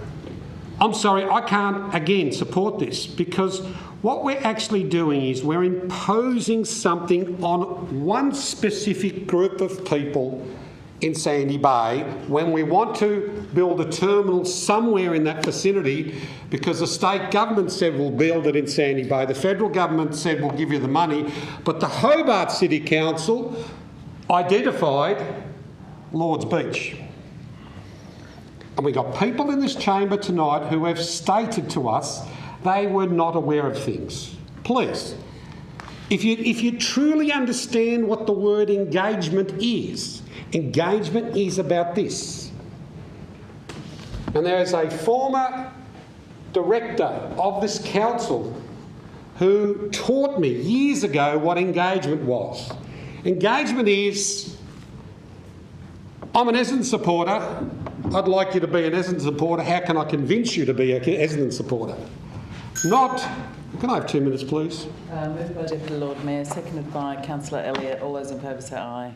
Against say no. Not, you're going to be an Essendon supporter, because this is the way I take it here, that the people of Lords Beach are being told this council tonight is going to approve the Lords Beach. We're going to go community engagement, but we might come back and we might change our minds. But we're going to go down the track of progressing planning applications and spending money on progressing it. Sorry. Must be my Italian. Maybe I should go back and live in Italy and speak Italian more fluently. That way there I can understand Italian. And if this was written in Italian, maybe I would have understood it. I'm sorry. This is not community engagement. This is making a decision and then telling the people, well, this is what we've decided, but let us know what you think. Councillor Blatter. Lord Mayor, question through you to the Chief Executive Officer.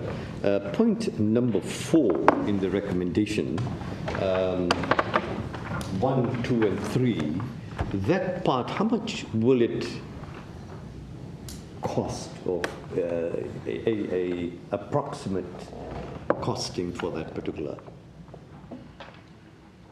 Mr. Doyle or Mr. CEO? Lord Mayor, I guess two responses to that question. Firstly, one of timing. We're not suggesting that that work be carried out immediately.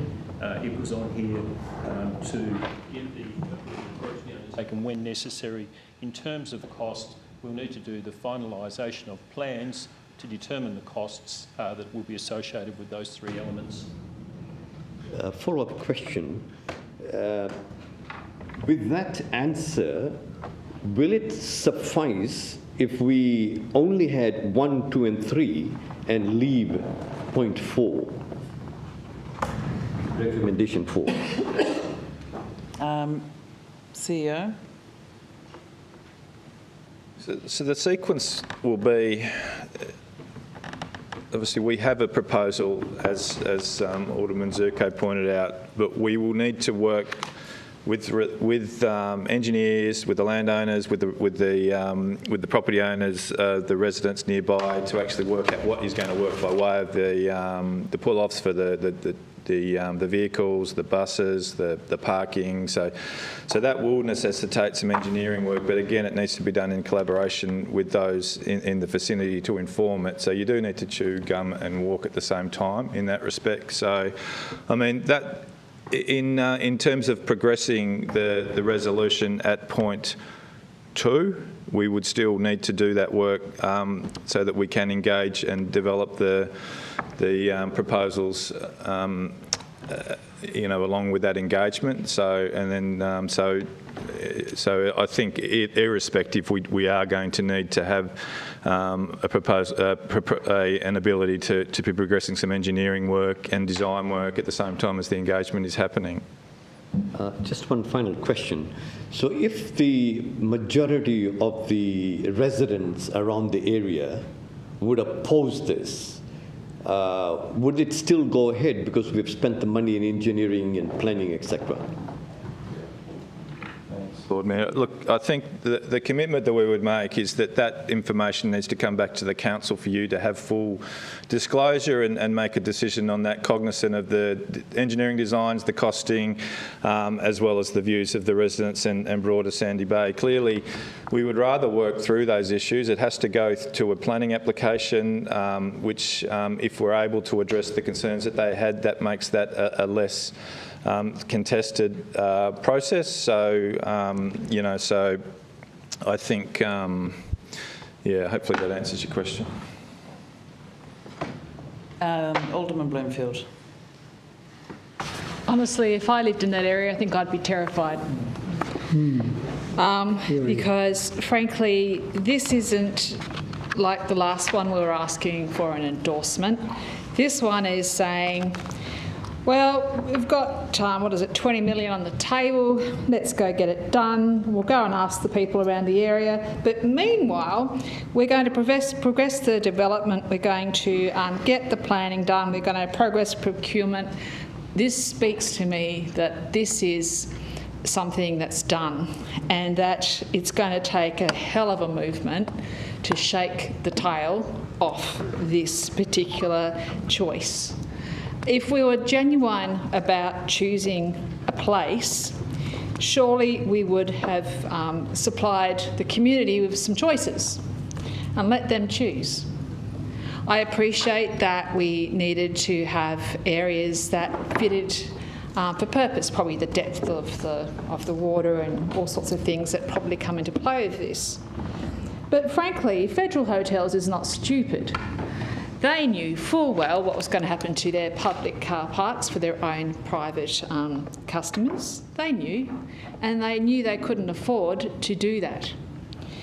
Yet, apparently, people living in the vicinity of Lord's Beach can afford this. More to the point, I believe sincerely that if you want to install a ferry terminal, don't have it near where people live, because it hurts them. It hurts the way they are going to live, the way they have lived. How would you like to have something like this installed next door to you? I don't think I particularly appreciate it, and I would have liked to have had a decision, a choice. I would have liked to have known about it before it turned up with the development plans, progressive detailed planning and so on and so forth on the table. I also note that when we questioned just now exactly how this is all going to come to play, that the consultation goes out, everyone says what they think, we get a report, and guess who wears the responsibility? This room. We get to, at the end of the day, decide whether or not we want to install something and impact an awful lot of people. And I'm not comfortable with that. I really am not. I came here to represent the community, and I don't feel that this is doing that job at all.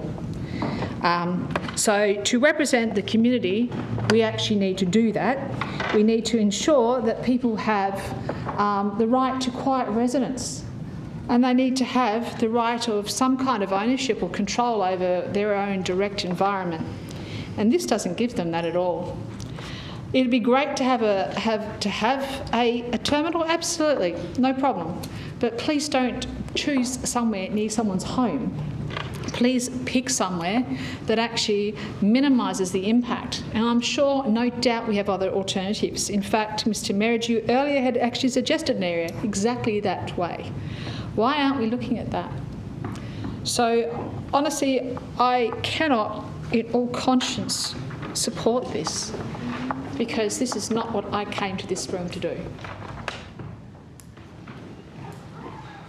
Councillor Harvey. Thanks, Lord Mayor. I'm just reading the headlines in an article recently. Ferry excited.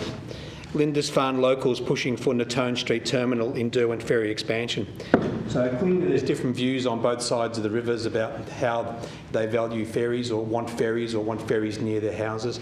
So the Natone one will probably go ahead, I imagine. It seems to be a popular option over on the eastern shore. Other ferry terminals, Wilkinson's Point, what's the other one?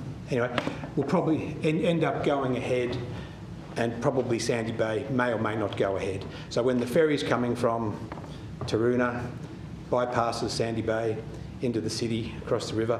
But it's a choice that people make, whether they like something or don't like something, or whether it impacts them personally.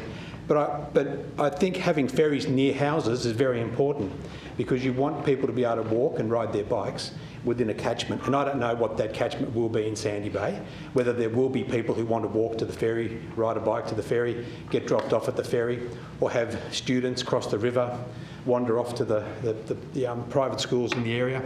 Don't know, but engagement means engaging with the broader community as well as engaging with the local community. And having a process like we're talking about here is really important. I think that the broader area of Sandy Bay needs to be engaged as well to see what that walking catchment might be, and whether people are prepared to walk to a ferries, whether they find it terrible to have a ferry near their home, whether they might use a ferry.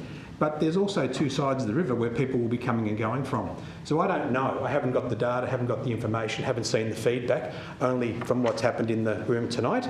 So I'm happy to proceed with an engagement process and see what it throws up and see how many people are keen to go forward with a ferry or dismiss the ferry and don't have any interest in it.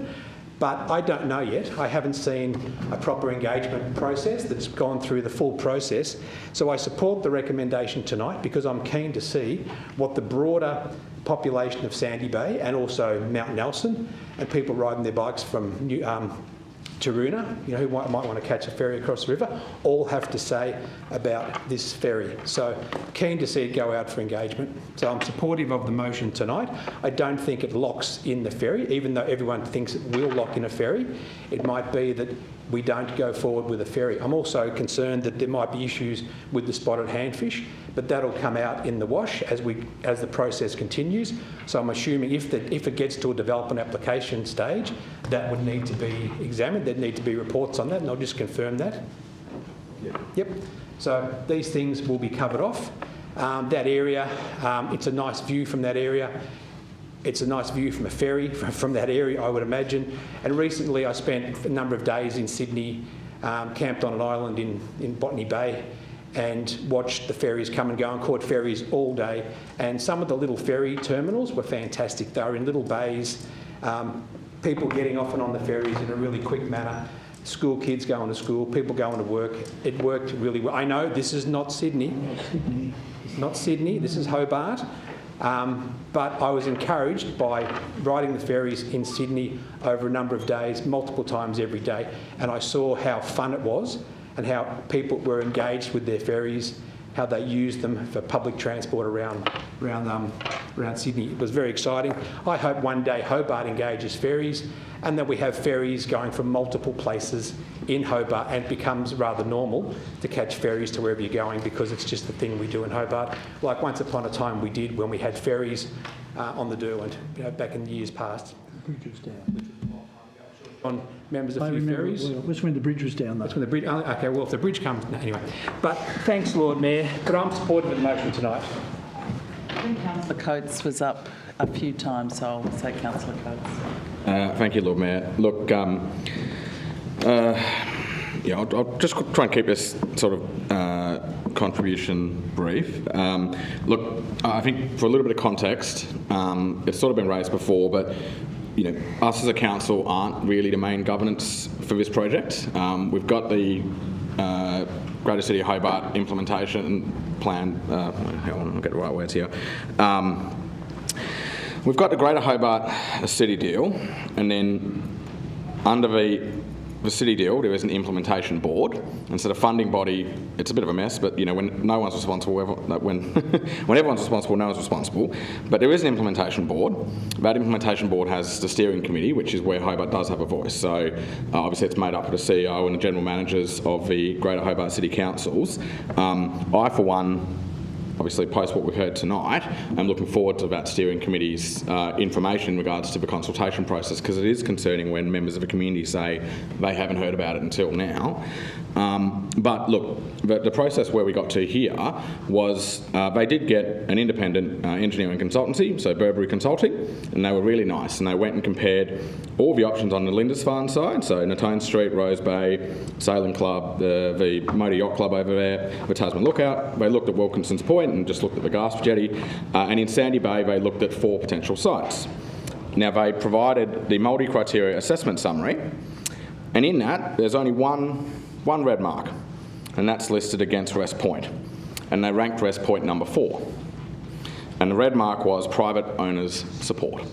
So it is unfortunate, I think, that West Point was shortlisted, because West Point, even in the Burberry Consulting report, had clearly indicated, and it's noted in their report, that they weren't supportive, the owner of that land. And so it's all well and good to propose something, but if you're proposing to build property on someone else's land and not supportive, you're not going to get very far. There are, however, 3 other sites. So we've got the Between Lords to Red Chapel Beach, the Scout Hall, which I think was mentioned earlier, and the Seagrass Cafe. And look, I would just make the observation that the scores between those 3 sites were actually not that great. So yes, the number 1 was Between Lords to Red Chapel Beach, but that was a weighted score of 6.9, the other 2 were 6.5 and 6.5. And of course, the West Point ones were shortlisted, only came in at 5.8. So in the grand scheme of things, when the consultant actually went through and he used 14 different criteria, then also the private owner support, and gave a total score and a weighted score, they're actually not that vast difference. Now, I do think that when we do consultation, we need to provide the community with, and I agree you can't just go and say every single site, but ideally you do want to go, look, here's 2, because it is a bit of a compare and contrast exercise. You do create winners and losers. Some people would love to have a ferry terminal next to them. Great, easier access. You know, I work on the Eastern Shore, I can jump on the ferry. Some people have legitimate concerns and worries. You know, well, what's this going to do to my street? What's this going to do in terms of, you know, volumes of people, volumes of cars, volumes of commuters, and also just noise. So, look, I can accept that the recommendation had for 2 shortlists. One was West Point, one was a proposed one now. But when I go back and look at the original work done by the independent consultant, they'd actually identified 3 sites that were viable, and I think when we do go forward with consultation, there needs to be still remaining that option. I think an outcome of a consultation might be, look, you're not getting much support from that part of Sandy Bay, but one of the identified options, which was Seagrass Cafe, they might love it. Great, I'm a cafe, I've got a ferry out the front. And so, you know, I just think we need to be, as best possible, still open to those possibilities. And look, at what point do you write to people? How much detail do you need before you write to them? All those sort of things. You're never going to get it 100% right. But in this case, when I go back to the independent Burberry Consulting report, there are multiple sites that were identified which are viable. And I think we do need to, in consulting on potentially putting one down the ferry where it's proposed now, I think we still have to be open to that possibility, because if the feedback from the local community there says we just don't want it here, we should be able to go around to Seagrass and say, hey, what about you? And look, as I said, the scoring between them all wasn't actually that great, a difference, and so I think all 4 of those could potentially be viable sites. So, look, in any consultation, I think we still need to leave that door open. Thanks. Councillor Lohberger. Thank you, Lord Mayor. I just had a couple of questions about car parking, because I do feel like that's probably a major issue for the residents living near Lord's Beach, especially up Waimea Avenue. I just wanted to confirm the information in 3.21.1, which I believe is on page 80, which states that the councils will be considering the implementation of time-limited parking restrictions in the proximity of the terminals. Is this something that we will be implementing if we were to place a terminal here? And will that time-limited parking exclude residents? CEO. Thanks, Lord Mayor. Certainly that would be a discussion that we have with the residents. You know, contrary to things I've heard today, the decision that the federal group made in terms of ruling their side out wasn't because of car parking. We'd actually work with them around different ways of controlling the car parking within their site. So that wasn't one of the reasons. But having said that, we would work through the same process with residents in and around that location if there were concerns around the parking, and certainly we're aware that it's an issue, and we've seen that already at Lindisfarne, and we've seen that already at Bellerive in terms of the way that site operates. So I can confirm that would be our intent. Thank you, Lord Mayor. Councillor Dotter. Thank you, Lord Mayor. I have 2 questions. Question number 1, the seagrass option, does the property there, does it belong to the council? Seagrass. Seagrass. Down at Long Beach. Yeah, yep. That's right. The restaurant. Well, refer that to Oh, property. It is a council-owned property leased to a private operator. Thank you. And question number 2, I'm just getting a clarification again from the CEO. With regards to recommendation number 4, if a suggestion was made that this number 4 should be conducted after 1, 2, 3 are fulfilled. 1.4, 1, 2, 3. So what I'm saying, once we got the consultation and then the majority of the people are saying yes and the minority are opposing, then the CEO continues instead of spending all the money beforehand. That I'm saying, will that in any way disconnect and dislodge this, or will this satisfy the concerns of the community members? Mr. Doyle, did you want to, or CEO? No, so as I said earlier, look, there will need to be work undertaken as part of the engagement process, so you've got something to engage about in terms of being able to work out how the onshore traffic arrangements work, you know, again with buses, cars, drop-offs, and again the point around car parking, certainly that is something which is not a cost to us, but would certainly be a process in terms of being able to address those concerns. So it is important that there is an ability to do some work, but certainly in terms of we would want to make sure that the community are comfortable with what's proposed before we progress to the development application, for instance, because we don't really want to have a contested process or an adversarial process if it need not be that way. So there does need to be some work undertaken, but certainly we're happy to commit to coming back to council prior to progressing to any application or process like that. So is it possible to then make that amendment that prior to, you know, I'm just again seeking that clarification. If we say prior to, then it's at least gives us that ammunition that this is what the community has said, and then after that we are progressing. Doyle, did you want to respond? I think you're concerned about timeframes, aren't you? Well, obviously, Lord Mayor, we're in Council's hands in that regard. The reason that 4 is included was to enable some of the work to be progressed, as the CEO has suggested, but also to take advantage of timeframes. Now, we would not be proceeding to lodge a DA until the consultation process is concluded, as the CEO has just suggested. So we could look at an amendment if Council wished with regard to number 4, but we do need to provide authorisation for the existing very high-level concept plans to be advanced further, and that will certainly require some expenditure of funds. Now, I can't give you a quantum, but there is additional planning and design development required to enable us to have the information we need to have proper engagement with the community. Thank you. Councillor Kelly. Some questions through you, Chair, to Mr Doyle.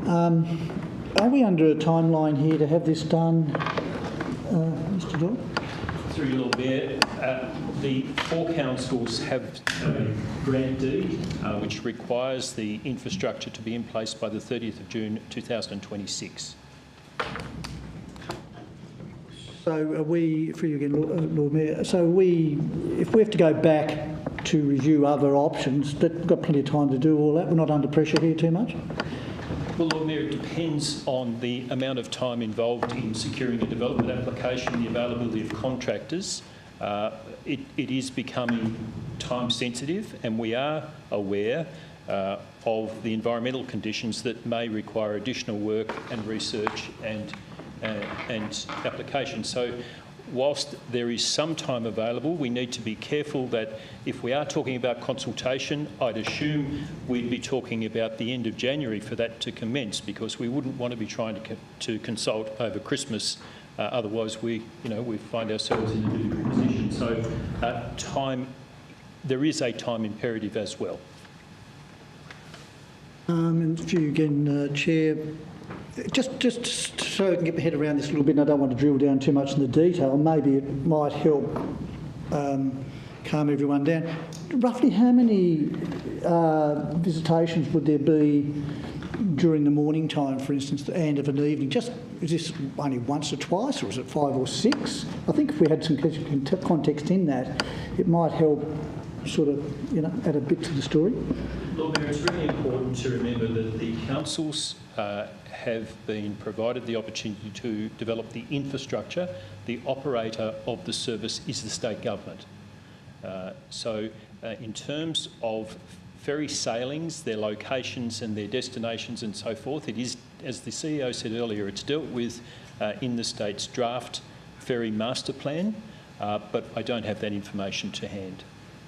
Because I just believe if it's only going to be once a morning, maybe we could be a bit more calm about it. But I fully get it. If I was living down there and there's going to be this ferry buzzing in, there's going to be a lot of cars, the public transport will forget that. We all know that there's virtually non-existence now and unreliable, and there's no confidence in that. So, and would this study include involving the private schools who may have a lot of people coming over, students from the Eastern Shore to there as part of that study?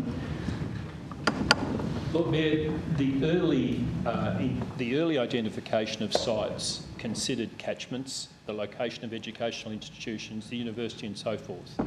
So there was some investigation and some high-level engagement right back when the various 4 sites that Councillor Coates referred to were being assessed. The consultation that we're talking about now is with the property owners and those more immediate in terms of what this might look like in terms of design and effect on property owners, rather than necessarily the educational institutions. Certainly some transportation studies have been undertaken that have identified a lot of traffic leaves the Eastern Shore each morning, travels across the bridge and drops students and others at Sandy Bay, then goes back to the Eastern Shore, and then in the afternoon they do exactly the same thing. So there's been that body of evidence in terms of a catchment of folk in Sandy Bay to utilise the service. Whether there was additional consultation in terms of the design with those elements we hadn't necessarily thought through. Any further discussion? One final question. on recommendation point 2, approval be provided for Lord's Beach.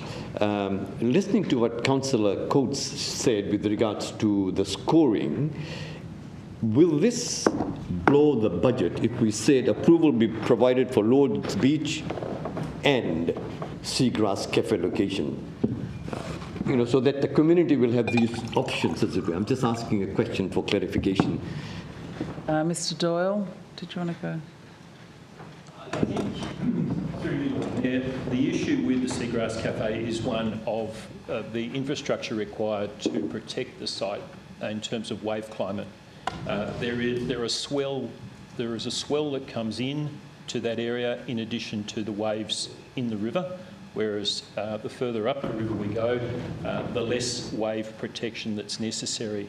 Now, certainly those that Councillor Coates referred to did a very high-level assessment.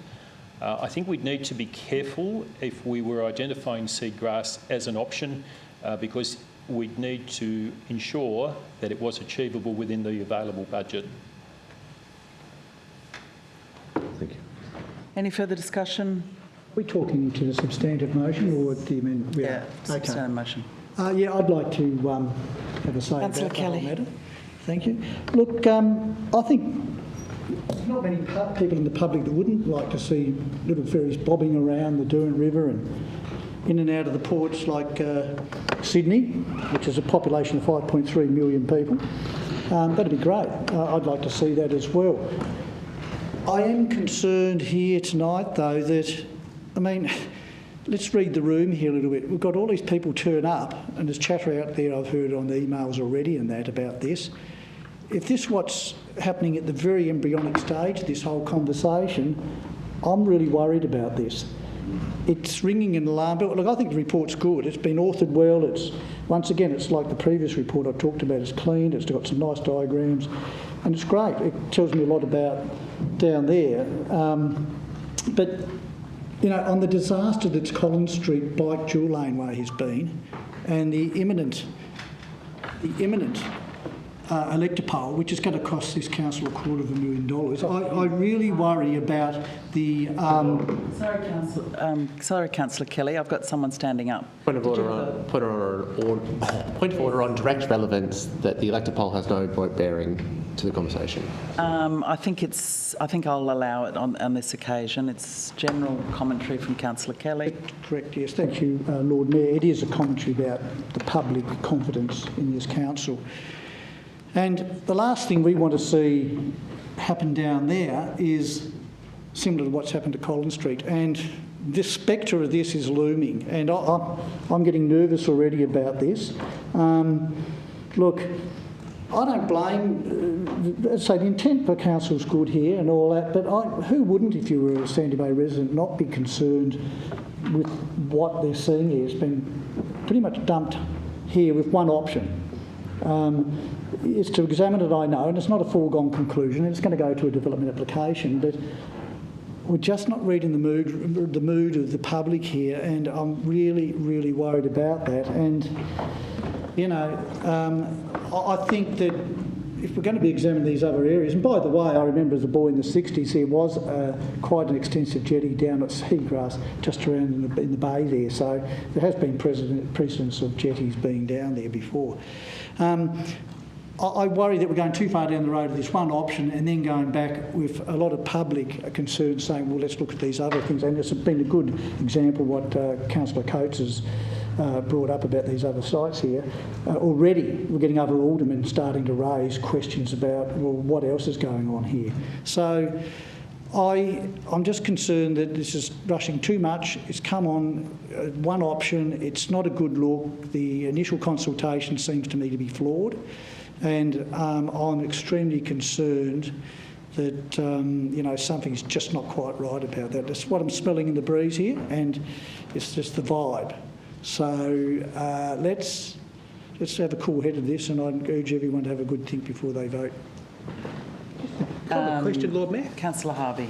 So, are we obliged to put in a ferry terminal because of the $20 million grant we received? No. And the Natone ferry terminal and the Wilkinson's Point ferry terminal look like they're not contested. Would the extra cash from Sandy Bay make those much more attractive, propositions? If we decided to invest in those ones instead? You'd have to renegotiate. Yeah, we would need to renegotiate. Like, there's sufficient budget for the 3 sites as proposed. I wouldn't say that the site over on the Eastern Shore is uncontested. It still needs to go through a rezoning and a planning application process of its own. So I wouldn't say that. And if you have to recall, it's the second site that they looked at over there as well. So obviously. So it wouldn't necessarily create any additional funding for those. We would have to renegotiate the whole thing. Okay. Yeah. Further discussion? Any further discussion? Councillor Dutta. Thank you, Lord Mayor. Now, I have reservations about this in the sense that I'm listening to what the community members are saying. But like with any other issue, there is a binary or a division of 2 strong opposing parties, those who will support it and those who won't. Now, as leaders, we've got to make the decision. And we know very well that there are some decisions we make, we will be chastised, condemned, and other decisions people will say, praise the Lord, hallelujah, you've done a fantastic job. Now, maybe it's because of my Indianness that my understanding of my language is limited. But let me simply say this. My understanding of this in point 4 is this. Approval be provided for the Lord's Beach Sandy Bay with the engagement subject to the engagement with the property, subject to. It is my understanding, a very layman's understanding, that when we have a contract, and if there is a clause that says subject to, that contract cannot be performed until that particular condition is fulfilled. So it is my understanding, and I'm interpreting in the same manner, that this is not going to go ahead until we have the consultation and the results from the community subject to that, then this will happen. So I'm satisfied with that. My reservation, however, is with number 4, and I have, through my questions, have demonstrated that. Again, I am not an expert in this. I understand we had a workshop on this. And because I don't have the knowledge or the expertise, I'm dependent, as I do most of the time, on the expertise of the staff and the CEO to direct us in this. Hence, my questions and the answers given to me, I am now inclined to support it, because I think if something goes wrong, I will have enough evidence to say, I did ask the questions, you gave me these answers, and therefore we have spent $200,000 for nothing. So with that reservation, I will support it, because I am being assured that the other options have been looked at, and this was the best option to go ahead with as to what was mentioned to us with high tide, low tide, etc. So with that reservation, I will support it. Thank you. Councillor Posselt. Thank you, Lord Mayor. I'll kick off with a couple of questions, if I may, through you. What radius of residents within a walking distance to the terminal do we consider when we're looking at potential patronage of the ferry? I need to take that on notice to check the consultant. Thank you. The follow-up question was going to be how many people live within that residence. So if I could have that on notice as well. Yeah, that's what I thought. Thank you. Councillor Coates has just drawn my attention to it. So the radius is 1 kilometre, which we've looked at for a reasonable walking distance to the ferry terminal. I don't think, but I'm happy to ask, that you'll be able to provide the number of people that live within 1 kilometre of the terminal? Not at this stage. Not on notice? Yeah, that's fine. Thank you. Can I also add to that how many educational, sporting and entertainment facilities are within that 1 kilometre radius. So change is really hard. It's a constant thing we hear. Change is really difficult. But I tell you what, if I lived in Sandy Bay, drive that ferry up to my, I don't have a driveway, but drive that ferry up to my front door, please. Amazing. Can you imagine just being able to walk out your door, jump straight on a boat in town like that?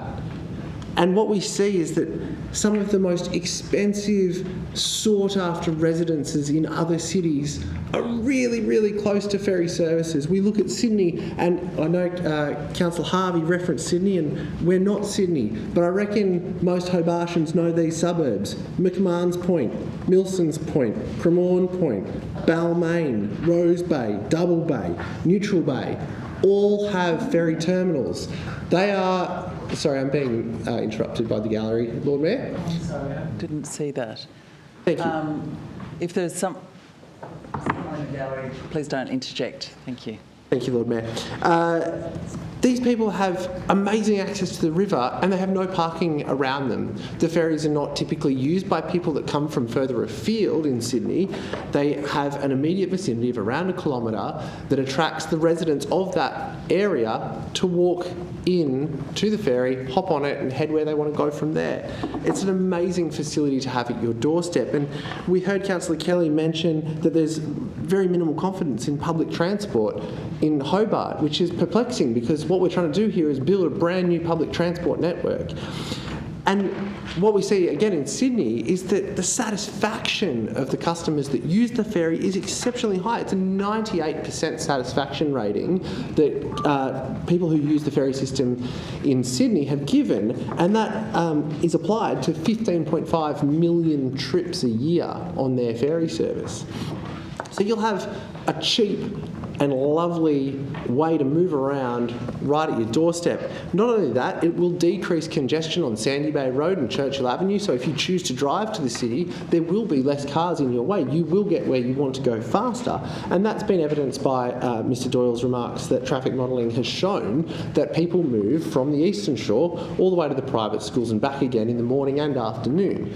If we can take half of those cars off the road, give students a great start to the day on a boat, they can take a short walk to any of the schools in that vicinity or university, that's a great thing and it's good for residents of Sandy Bay. But not only that, there's a budget allocation, as I understand, of $500,000 for next financial year and the year after for council to provide improved active transport infrastructure in the immediate vicinity. So you will get better footpaths, you will get better bike lanes. Sandy Bay is the big winner here.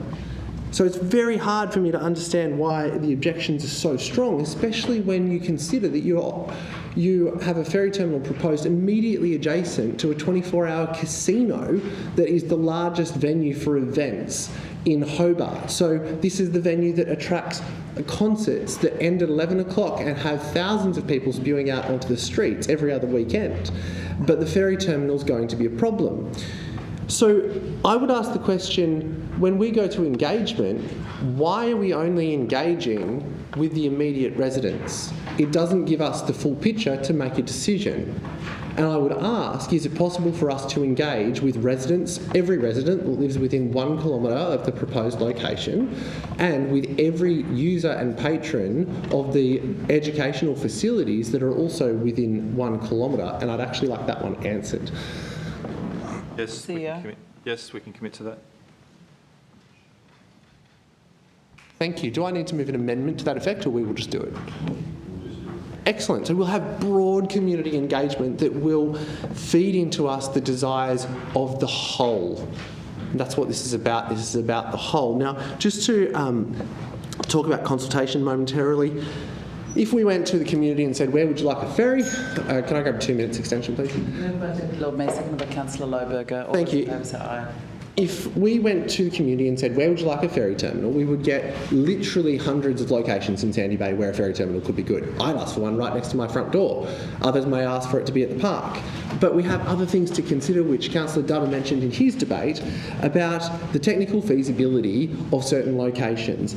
And Councillor Coates drew our attention to the Burberry report and identified that only Rest Point had a red box next to it. But what Councillor Coates didn't mention was the assessment scores that reveal that aside from the existing ferry terminal, Lords Beach has the highest rating of any of the proposed sites on the Derwent for the ferry. And that's around a whole range of factors, but we must be responsible. We are tasked with being responsible with public money, and we can't in good faith go and put a ferry terminal at Long Beach if it's not going to have good patronage, if it's going to be extremely expensive because of the open water nature of the terminal. So we need to consider the technical feasibility, and it is our role as council to make these decisions, as again Councillor Dutta put up in his excellent debate. Sometimes decisions are difficult. We are here to serve the whole community. We must listen and adjust where we can. We must consult, and we do. But at the end of the day, we sometimes are tasked with tricky decisions, and some people will be upset with the decisions we make. It's the nature of what we do. As long as we have the interests of the community in our heart and we're acting on qualified advice, then we're doing the right thing. So I'm very happy to support this. I think it will be an absolute boon for Sandy Bay, and I think that many of the residents in the near vicinity will see just how good it is, like the residents of McMahon's Point, Milson's Point and Neutral Bay, and use that service more than anybody else. Thank you, Lord Mayor. Further discussion, Deputy Lord Mayor. Yeah, thank you very much, Lord Mayor. I'll be really brief, I hope, because I think some of the points have already been noted around the table. But I'd like to start by saying thank you to Councillor Elliott for her the amendment or the foreshadowed motion that she tried to put up, and the questions that were asked by Councillor Kitsos and subsequently answered by the CEO, because it reiterated to me why we didn't need that. So thank you for that. I also understand the community's concern and some of the issues that they have discussed in the chamber tonight during public question time. I also want to thank Councillor Coates for his contribution just with regards to seagrass, and I just had a discussion with him before, did you want to put it as an amendment? But I'm glad that Councillor Dutta raised those aspects and was those issues were actually discussed by Mr Doyle, and I'm happy for the current recommendation that we have. I do think one thing is really important, and that is context. The context of this is that back in June, we'd actually, this council actually received a Derwent River Ferry expansion report. And I think that's really, really important to set the tone and the context of why we are here. It's not the first time we are discussing this. It came to us in June for a report, and I think that's really important to remember. Within the report, if you go to 3.14, the Tasmanian Government developed the draft River Derwent Ferry Service Master Plan, and they considered over 30 potential locations for new passenger ferry infrastructure. Again, this is not something that's just happened, it was discussed before. It was also noted in the initial investigations, and the local engineering firm Burberry Consulting engaged with us as well, and it's already been pointed out, the different technical feasibility reports, so I won't reiterate that again. It was also noted at 3.19 in the report in June that 4 sites were assessed at Sandy Bay, with 2 sites, Rest Point and Lords Beach, being shortlisted for more detailed consideration. And as already been pointed out by Councillor Posselt, Lords Beach has the highest rating scoring under technical feasibility. I won't go on to reiterate some of the points that have been so eloquently established there in our report from June. Suffice to say that everything I think has been answered tonight for me, and I can rationally and logically say I think this is the best version of the recommendation that has come forward as a result of the report. Partnering with different federal and state government, as well as that broader council area as well. So I'm really excited about this. I think it's a really wonderful stage perhaps for Hobart, and something that will be unique in terms of actually opening up the river for different access in terms of transport. So thank you so much for not only this particular report but the June report, and for the work that the staff have put into this, and I'd like to thank my fellow colleagues as well for their contributions. Thank you. All right, if there's no further discussion, I'll put the recommendation. All those in favour say aye. Against say no. No. Show of hands, all those in favour. Councillor Zuko, Councillor... excuse me. Sorry, Councillor Dutta, sorry. Councillor Dutta, Councillor Passelt, Councillor Kitsos, Councillor Lohberger, Alderman Harvey, the Deputy and the Mayor. That'd be Councillor Harvey. And against? Alderman Zuko, Councillor Elliott, Councillor Coates, Alderman Bloomfield, Councillor Kelly. That's carried. So I'm going to move on to the next item, but can I just let everyone in the gallery know if you do want to stay for the rest of the meeting, that's great, but that item is now complete and you'll be hearing from our staff soon. I'm not sure if anyone wants a quick stop, keep going till 7 when we've got dinner. Okay, we'll move on to item 12, which is the Kunyani Mount Wellington and Wellington Park Strategic Review Council submission. Councillor Harvey, seconded by Councillor Lohberger. Any discussion? Councillor Lohberger.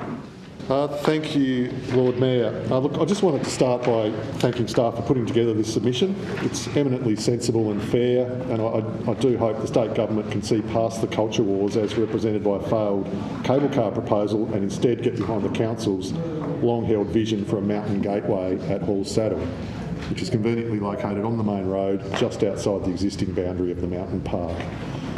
It's very clear that the current usage of the mountain far exceeds Tasmania's most famous tourism hotspots at Cradle Mountain and Freycinet, yet the government has starved the mountain of funding for visitor infrastructure while pouring tens of millions into infrastructure for Cradle and Freycinet, which is mainly for the benefit of tourists, unlike our mountain, which is used heavily by locals from Hobart and the rest of the state. This is inequitable and completely unfair of the government, which continues to use the mountain for tourism advertising while refusing to maintain or upgrade the infrastructure. And I would make a special mention about the toilets at the springs. The government is literally driving the tourists' desire to travel to the top of the mountain and then abandoning them when they need to use the loo. Given that the mountain is an important cultural icon for most Hobartians, a sacred place for our Indigenous community and also a major source of drinking water for Hobart, the failure by government to deal with even the most basic infrastructure with respect to working toilets is breathtaking in its negligence. And of course, it is the local residents who are left to pick up the tab, with the Hobart City Council ratepayers funding $5 million per year while making up only 10% of the total visitors to the mountain. Look, it is time for change, and I believe Hall Saddle needs to be part of that change. So I strongly commend this motion to my colleagues. Thank you, Lord Mayor. Further discussion? That.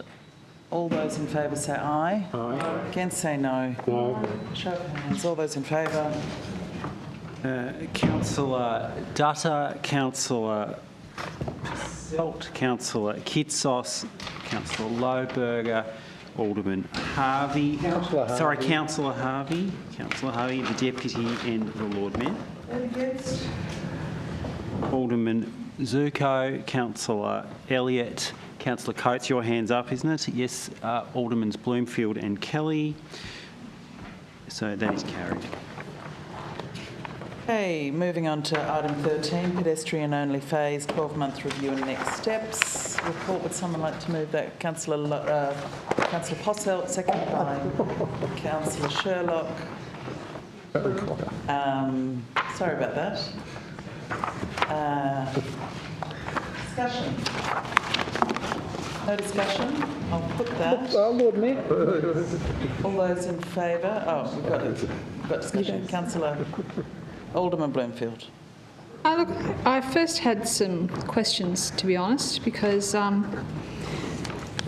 it just seems a little bit strange that you want to push through a peer review halfway through 3 other reports. That peer review was completed in April, and we have waited since April for this peer review to come through to this room. That's the first problem I have. Second thing is that peer review occurred because the report was of a quality that was questionable, which thankfully the peer review allowed an appropriate report, which I will commend the staff for actually having followed the recommendations and delivering a quality report. It is possible this room can do that, so I'm grateful to see that. But, you know, don't push this through. We are here to debate, and this is something that is incredibly serious because this actually affects people. Just like the other one affected the residents, this affects people too. And I traced through a lot of things here as far as this goes, and that is that, for instance, the actual scope of the initial question on the scrambles. Can the Hobart CBD road traffic network cope with additional pedestrian green time given to pedestrians when exclusive pedestrian phases are provided at key locations? i.e., will the scrambles work? Would have been a better question, wouldn't it? Except that we never included consideration of the impact on small business, and given it's the CBD, I would have thought that was rather material. And in fact, if we go a little bit further, I was really quite concerned to see that when we actually looked at what elements were to be considered, we have Pillar 1, Pillar 2, Pillar 5, Pillar 8. Where's Pillar 4? It is the commercial centre of our city, and we didn't include Pillar 4. Pillar 4 meaning that we actually look at supplying a good environment for small business to trade. But we didn't do that, and we didn't do that because there's actually a fundamental error in additional works done earlier by state government, not the council. And it's the Hobart Transport Network Operations Plan, TNOP we call it. And TNOP was designed to look at a hierarchy of transport. But, and the hierarchy of transport, for those who don't know, it was basically saying we're going to have number 1 is walking, number 2 is micro-mobility, number 3 is freight, and number 4 is buses and cars. That's pretty much in a nutshell. And we actually placed values on them in that order. Except that what you can do in a residential area is very different to what we should do in a commercial area. And when I read and reread this report, there is actually no mention of impact on trade. No mention of what happens when we miss a fundamental concept. And that is that we have what I call discretionary and non-discretionary travel. Because in a area that is where you live, it's not discretionary. You have to go home to go to bed, and then you have to get up and go to work or go to school. Okay, you don't kind of go, oh, geez, I don't feel like going home tonight, I'll go somewhere else. No, you go home because you've got a cat and a dog at home, you've got your kids. You actually have a stable place where you reside. So that's non-discretionary travel, which means that if you make changes, like TNOP does, then people are still going to have to go home. So either they move or they go home, and then they go back to work the next day. Whereas in a shopping precinct where we do trade and we do business, it's discretionary. And the choices are more easily altered when we make differences in environment. And this entire TNOP actually completely failed to do that, because we treat everything the same. We don't care whether or not someone can get to work or not, because, you know, we're going to apply the same thing for residents. I need 2 more minutes, please. Moved by Deputy Lord Mayor, second by Councillor Lohberger. All those in favour say aye. Thank you. Say no, carried unanimously. So I find that really concerning. And in addition to that, we can kind of go, oh, you know, some of those reports, and there were quite a number of reports that were done in that initial peer review that had to be struck. But I will read the commentary as well by the person who wrote this, and that was that he actually didn't have the ability to make comment because it wasn't directly related to his work, so therefore he's unable to provide a detailed commentary. So we actually gave this peer review to someone who actually wasn't able to do half of it.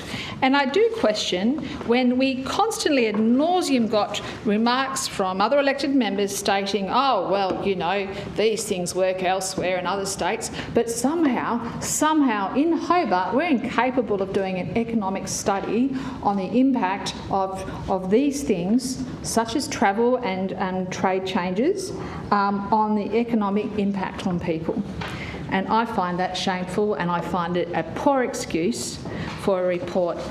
And as a result of that, I feel that as great as it is that we finally got a peer review that actually met the criteria, and I'm grateful for that, it still missed the mark because ultimately it simply highlighted that our scope was inappropriate and the research was only half done.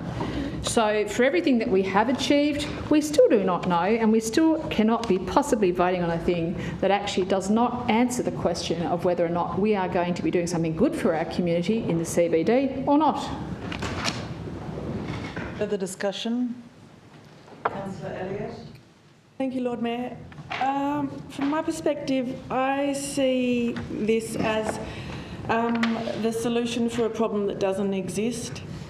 What's come out of this for me at this point in time is that the council knowingly knew that the scramble crossings would slow traffic on the routes, and we now have that quantified. It's not in our imagination that only 2 or 3 cars can get through a phase of lights.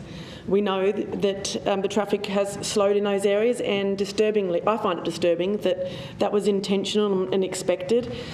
We also know that there's more traffic on the Bathurst, Brisbane, Barrack streets, which to me shows that we haven't solved any problems. We've just pushed the problem out a bit, a couple of streets across, and in order to do that, in order to change behaviour when it comes to traffic, you have to frustrate people.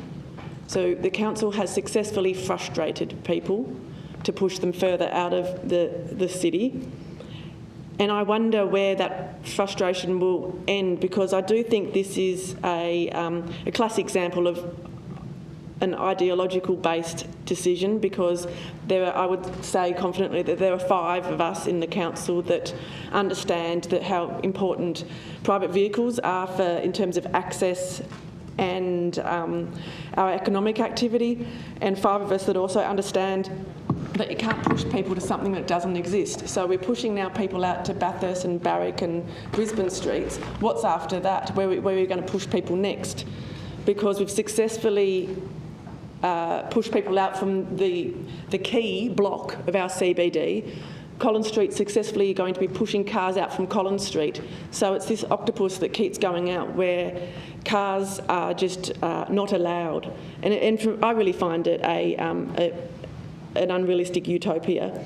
I do, of course, support pedestrian safety, but if that is the case, and that's the logic for doing this, then why aren't we fixing all the trip hazards? I was emailed last week by a man that is going into the Royal for his chemo treatment, and he's saying he can't get the trip hazards fixed outside the hospital on Argyle Street. He said he's been talking and asking for work to be done for months. Why can't we get decent footpaths out in the community and the ramps that people need for wheelchairs and prams and things like that? Why aren't we doing a campaign about people with earphones on, about eyes looking up? They're real pedestrian safety issues that need that could warrant attention. And my hypothesis for why we're not doing those is because it's not fun. It's not novel. It's fun to change things. And you can't have a media opportunity around fixing a trip. You can't have a photo and media release go out about, oh, we're going to put out decent footpaths. So, yeah, I come back to this solution is fixing no problem. We even had a scramble crossing at the end of a mall. It's completely illogical. And yeah, if the KPI is to push cars out of the city and to slow down into slow traffic routes and to frustrate people, you're really kicking goals. You're doing a great job of it. But I know that that's not what I believe in. I don't think that's what's in the interest of our community. And there are real things that we can do, and I've listed a handful of them. It'd be great if we started work on that. Further discussion? further discussion? Councillor Kelly. Thank you, Lord Mayor. Could we bring up a map, please, of the CBD on the screen? So I just had some questions to ask to the relevant council officer, if I may. Thank you. So the Triple B, the Barrack, Bathurst and Brisbane Street. So to Mr. Vidal, would it? To questions, Lord Mayor, through you to... Yeah, so the idea of that, just to ensure I've got this right, is to shift the traffic away to use... So traffic coming from the north, for instance, coming down into the city, the only way into the city is if we stay on the top side of Elizabeth Street. You've got Elizabeth Street, you've got a one-way street, which is Harrington going up. So it'd be Elizabeth and Murray Street going into the city. That's correct? Right, thank you. Street, yeah. Harrington's coming out of the city as a one-way street. Correct? Excuse me, Mr. Councillor, you're distracting me with your commentary. Mr. Vidal, have you got a... Could you answer the question? Is there a question? That's correct. That's correct. And on the bottom, on the other side, we've got coming into the city. You've got the Brooker Highway, and you'd have Campbell Street coming in, and Argyle's obviously going up the other way. So they're the two there. So cars coming in on that Brooker Highway one, to address that first, and Argyle, they wouldn't be encouraged to come and use the Triple B system, the 3 Bs, would they? Through you, Lord Mayor, so the Triple B, or the priority of those streets, are primarily for the PM peak, and they're primarily for those cars exiting in the PM peak. So that's where we're looking to prioritise. But it's not for cars coming in to... No, it's mainly for the egress route out of the city. So not a bypass route, but rather an exit route for those needing to get out of the city that are already in the city. Out of the city and not going in? No. Okay. So with the mall one, as Councillor Elliott mentioned before, is that, I can't quite understand why you want to scramble when you've got a mall with the entrance point to there. I can understand that there may be some logic and argument in the four other way. What was the rationale behind using the ones with the 2 mall entrances? Is there any real need, seeing you've only got to walk that 5 metres or 10 metres across to get to those?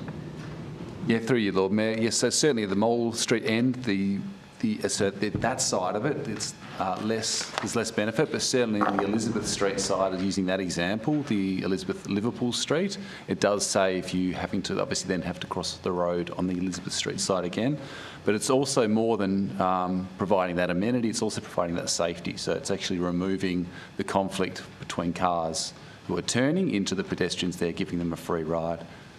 Through you, Lord Mayor, again.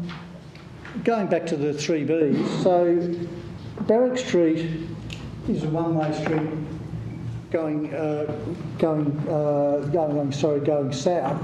How could that be used as an exit point if it's a one-way street going that way? Yeah, through you, Lord Mayor. So primarily it's a catchment. What we're seeing, what we're finding, the data supporting this is cars, particularly around, as an example of something we own, the Hobart Central Car Park. They're exiting out onto Murray Street, turning right onto Bathurst Street, and then left onto Barrack Street to head towards Macquarie and Davey. The lights are also synchronised in partnership, as referenced before, through the TNOP. We've been able to work with the state to synchronise the lights to give people solid green time. So if they are travelling along that route, they'll get a freer and more smoother ride. And that's supported by the data that we've done through this report, which is showing we've probably got about a 20% increase in cars on those routes. We're actually seeing the same travel time on those routes as well. So even with the increase in traffic, we're seeing the same travel time. I do have concerns with the shifting this problem, as Councillor Elliott mentioned before. If there's a problem, and it's not really a problem. I mean, a lot of shopkeepers love having traffic come past. It's for the convenience of it, it's for window displays, advertising and all that. So you know, really, perhaps we are shifting a situation away that's not totally undesirable, and if it is a problem, are we just not shifting it into a residential area in some cases? And to me, you know, we're creating this rat run, and I've heard councillors on this, elected members on this very thing, council totally object the rat run situation, and that to me is exactly what we're doing. We're not really solving any problems here. It's just shifting a problem we've got. And the complexities too of these streets, for instance, Bathurst Street, with the coming down Barrack Street, you come down, if you go up Brisbane, turn left into Barrack, you come down, you have to hook around again to the left, and you're coming straight, landing straight back into where the problem area is. So I don't think it's a perfect science the way that this has all been worked out. And yeah, to echo some of the comments that Councillor Elliott Bloomfield said too as well, I have some deep concerns about the actual rationale and logic in this. Thank you, Lord Mayor. Alderman Zuko. I'm going to keep this very, very brief, Lord Mayor. I just want to read what was in today's Mercury, but who knows, do we believe everything in the Mercury? Engineering consultant firm, the GHD, undertook a peer review of Council's report on the outcomes of the trial and found that while the data had some limitations, the scramble crossing was consistent with the Council and the State Government's strategic objectives to improve pedestrian amenity in the CBD. Forget about data, let's just go to the objectives. Data plays a major role. And we talk about data, I actually been looking online trying to find a bookmaker to take on a bet to see how this vote's going to go on this particular item, and yeah, it's about 100 to 1 on. And I thought, no point in putting 100 down to win $1. So I decided not to have a bet. Alderman Bloomfield, you've got a question? I just have some questions. I can't get a page number up for you, but it's 8.1.2. And if you go along, it's basically the Macquarie Street screen lights. And try to read these. They're quite small, again, but it's better than it was. And if you go along Macquarie Street, people turning from Macquarie Street into Murray, it's dropped by about 1,000 a day, I think, if I read this right. And up to 500 fewer going turning into Campbell. Would that be about correct if you looked at the actual numbers? Because I can't work it out from this. I've had to guesstimate. Mr Bedell? Yeah, no problem. Through you, Lord Mayor. Yes, we have seen a reduction on Murray Street, that's right, and turning off Macquarie onto... But is it right to say it's 1,000 a day and 500 a day? Is that roughly the numbers? High, but yeah, I'll have to get the specific sort of point up, but yes, that sounds high. Yeah, because there's also appears to be along Liverpool Street, there's a 500 vehicle movement decrease there as well into Elizabeth Street. And if you keep on going along Liverpool, there's another 1,200 movement decrease in the intersection of Murray. And finally, along Liverpool Street, there's another 500 to 1,000 movement increase through Barrack Street and Liverpool Street. So it's clearly moved. Yeah. So the reason I ask this is because if we're moving all of these cars out of the very area we have all businesses... Alderman Bloomfield, I think you've spoken. I know, I'm asking questions. No, that's not a question. You're now I was about to ask the question. I was simply saying that with those answers, my question... For seeking information, yeah. Well, my question is, if we've got all those people not in town, didn't that impact the traders? I can give an answer around the traffic movement. So the theory being, so yes, we have seen a shift off Murray Street, off Collins Street, onto Bathurst Street, which is in line with the TNOP, as you noted. The theory being that it does create, and noting this is for those exiting the city in the PM peaks, they've already been in the city, in theory. What it does do is it also creates more room on those roads as well, in theory, for those needing to access close proximity to the CBD. Further discussion. Councillor Harvey. Lord Mayor, look, I've really adapted to these crossings. I'm both a pedestrian and a motorist.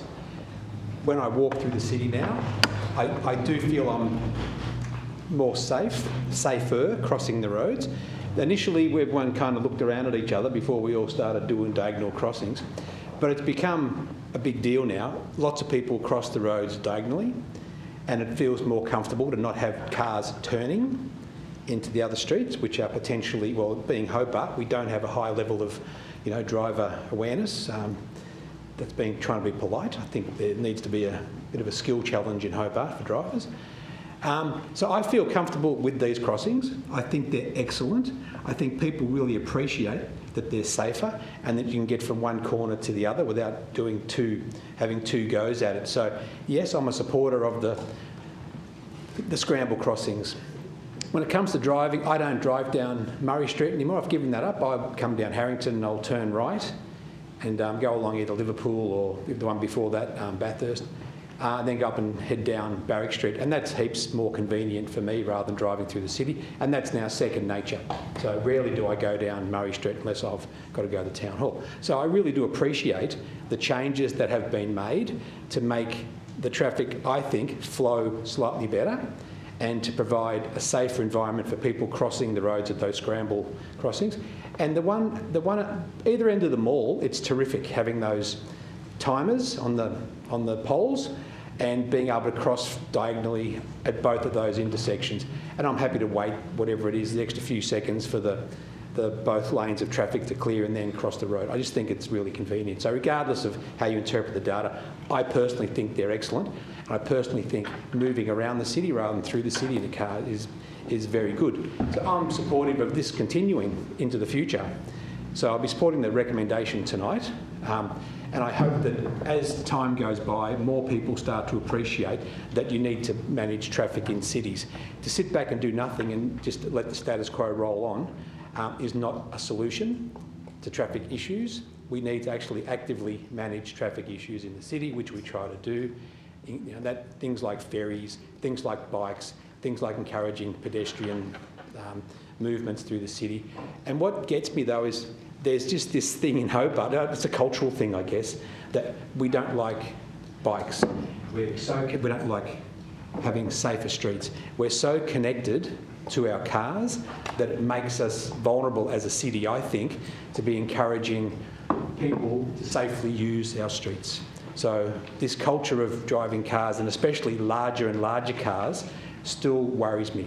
So I'm hoping that we can adjust to these changes in time and people will come to appreciate it. The big changes I'd like to see, and I appreciate Councillor Elliott's mention of the phone zombies in the city, people that walk around looking down the whole time while they're scrolling. So I would like to have something addressing that.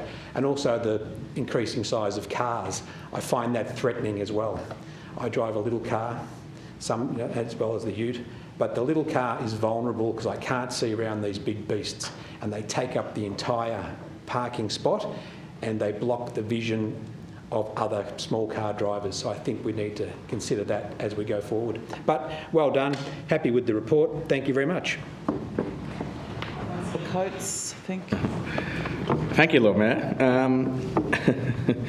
Look, what's being asked of us tonight, it's do we continue the collaboration and continue with this project? I don't really want to talk about the traffic logistics and all that sort of thing. Look, my concern is around the project risk. This report outlines it's going to cost us $40,000. Inevitably, it will cost us a lot of officer time and effort as well, and that does come at an opportunity cost of other projects I could be working on. But also, we're seeking $160,000 from the state government. In recent history, we've seen the state government redirect or pull funding for projects that aren't seen to have wide community support. And we might not consider it to be fair, but there is, I think, a big risk in this project. Section 9, financial viability, says, we need to fund it through our 25-26 budget process. And then the second one is that when it comes to the bulk of the quantum of the work, $160,000, so 80% of the funding, we're going to be seeking through the state government.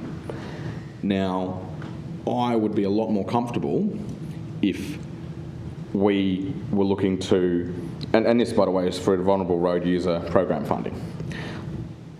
There are lots of opportunities that we have as a council to improve safety for vulnerable road users, and we always have more projects than there are capacity to fund. I I worry about the opportunity cost of this. You know, I think for better or worse, there were many members of the community that weren't convinced. You know, they went in, it was a trial. Some love it, I can accept that, but there is a significant number of community members that don't love these scramble crossings. The scramble crossings, yes, they've induced behavioural changes in traffic, and we've got the modelling here. But I don't think that it's overwhelmingly positive, and so in my mind that just increases the risk around the funding of this project. And should we as a council continue this collaboration and continue doing this work and put it in the 25-26 budget process and put it in for the grant funding program, and then we find that, well, actually it's not funded, we've then got to do it ourselves. And I think we need to consider that working and progressing and spending time and effort and resource on this project inevitably comes at the expense of doing it on another one, which can help vulnerable road users. And so, look, if everyone fell in love with them, if it was amazing, if it was like, yep, you beaut, let's do more scramble, I think we'd be having a different conversation. But in my mind, you know, I've sort of got to put that strategic hat on and just go, this has warning lights and red flags all over it. And I would be far more comfortable if, you know, we would investigate and spend time looking at other projects and other options we could do where they're not seen as controversial, and we can then ultimately, you know, have a good project that increases road safety. So, look, I find that we've implemented them. There's been a lot of commentary about them, some positive, some negative, but I do think there's a lot of risk in this project, and we don't have a secure funding profile. And I think we should take the strategic option now. This is our opportunity. We can put this one on ice and spend our efforts and time on another project where we're going to have a higher likelihood of success. That's my sort of assessment of it. Thanks. Discussion, Councillor Lohberger. I've just got a question, just talking about other projects, as Councillor Coates just alluded to. The countdown timers on the scramble crossings, are we looking to expand those to other crossings? Because I've had a lot of compliments from the community about those, and I find them fantastic. You know exactly how long you've got to get across, instead of the thing just flashing and you just sort of have to guesstimate it. So are we looking to expand the number of intersections with those countdown timers? It is a state government asset. Mr. Verdot, did you want to answer that at all? Through you, Lord Mayor. Yeah, that's right. It is the complexity. Certainly on our strategic walking routes, they provide a great level of amenity and safety, so it's something we can push for. But in the end, yeah, it'll be a partnership. Thus the importance of the TNOP that is done in partnership with the state government, so we can get those more of those in place, because they are great. Yeah. Great, thank you. Thank you, Lord Mayor. Discussion. Councillor Kitsos. Thank you, Lord Mayor. Look, I just wanted to say, for me, there's nothing controversial about this at all. Every city has to manage their traffic. That is what we are doing. We are making sure that our city is accessible to those who need to access it, and that people who are commuting through it go an alternate route. I think the data really shows that that's been a very successful outcome of behavioural change, and I'm very satisfied with this trial. I think that it's massively improved the way that pedestrians can navigate our city. It's making shopping during this busy time, this Christmas period, much easier for people, and I agree that the countdown on the lights also helps people with accessibility issues know how long they have to cross as well. I just wanted to point out that we have been told time and time again in numerous reports and forums that a retail economy is not an appropriate measure for the success of a pedestrian scramble. But I refer to the supplementary reports that we have for the meeting tonight. On page 129, the City of Hobart reports actually do detail the effect on our economy and on the sales.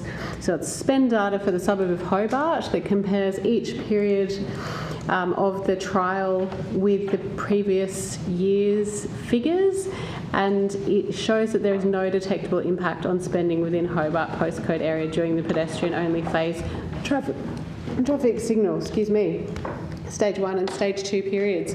So to me, you know, not only is it not what this is all about, it was never the goal of this project. That was to control the flow of traffic through our CBD, to make those commuters move faster in the directions that they need to go, and make this shopping district easier for people to access who need to access it. But it does indeed show, for those who are looking for it, that there is no detectable impact on spending within the Hobart postcode during this trial. So I'm very happy to endorse this motion tonight. Okay, further discussion. Councillor Posselt. Thank you, Lord Mayor. Further to Councillor Kitsos's point, we know that business outcomes do have predictors that are tied to footfall. So the more people walking past your shop, the more people walking past your business, the more likely they are to go in. Unfortunately, when you're driving a car, you can't just duck into the store. You have to find a park, you have to walk from the park. So it's usually a planned trip if you're driving past a shop. You don't stop. So what we know is that this is the busiest, Liverpool Street is the busiest pedestrian area, and Murray Street in the entire CBD.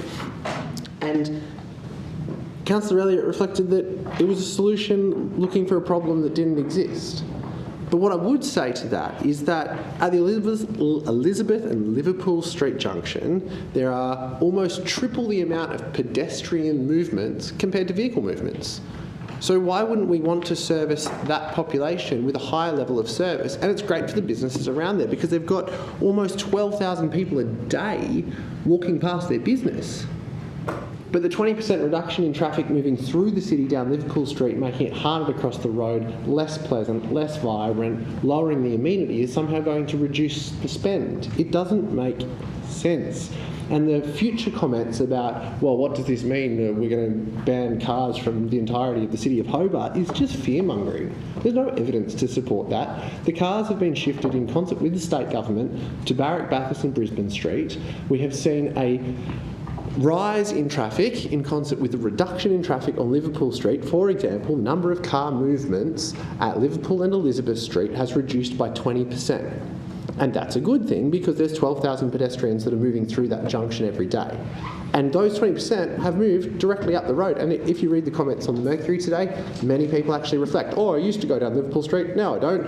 I go up to Barrack and Bathurst. Excellent news. That's great. I really like these scramble crossings as a pedestrian, but as a driver, they're a bit tricky, so I've gone up the road. Good news.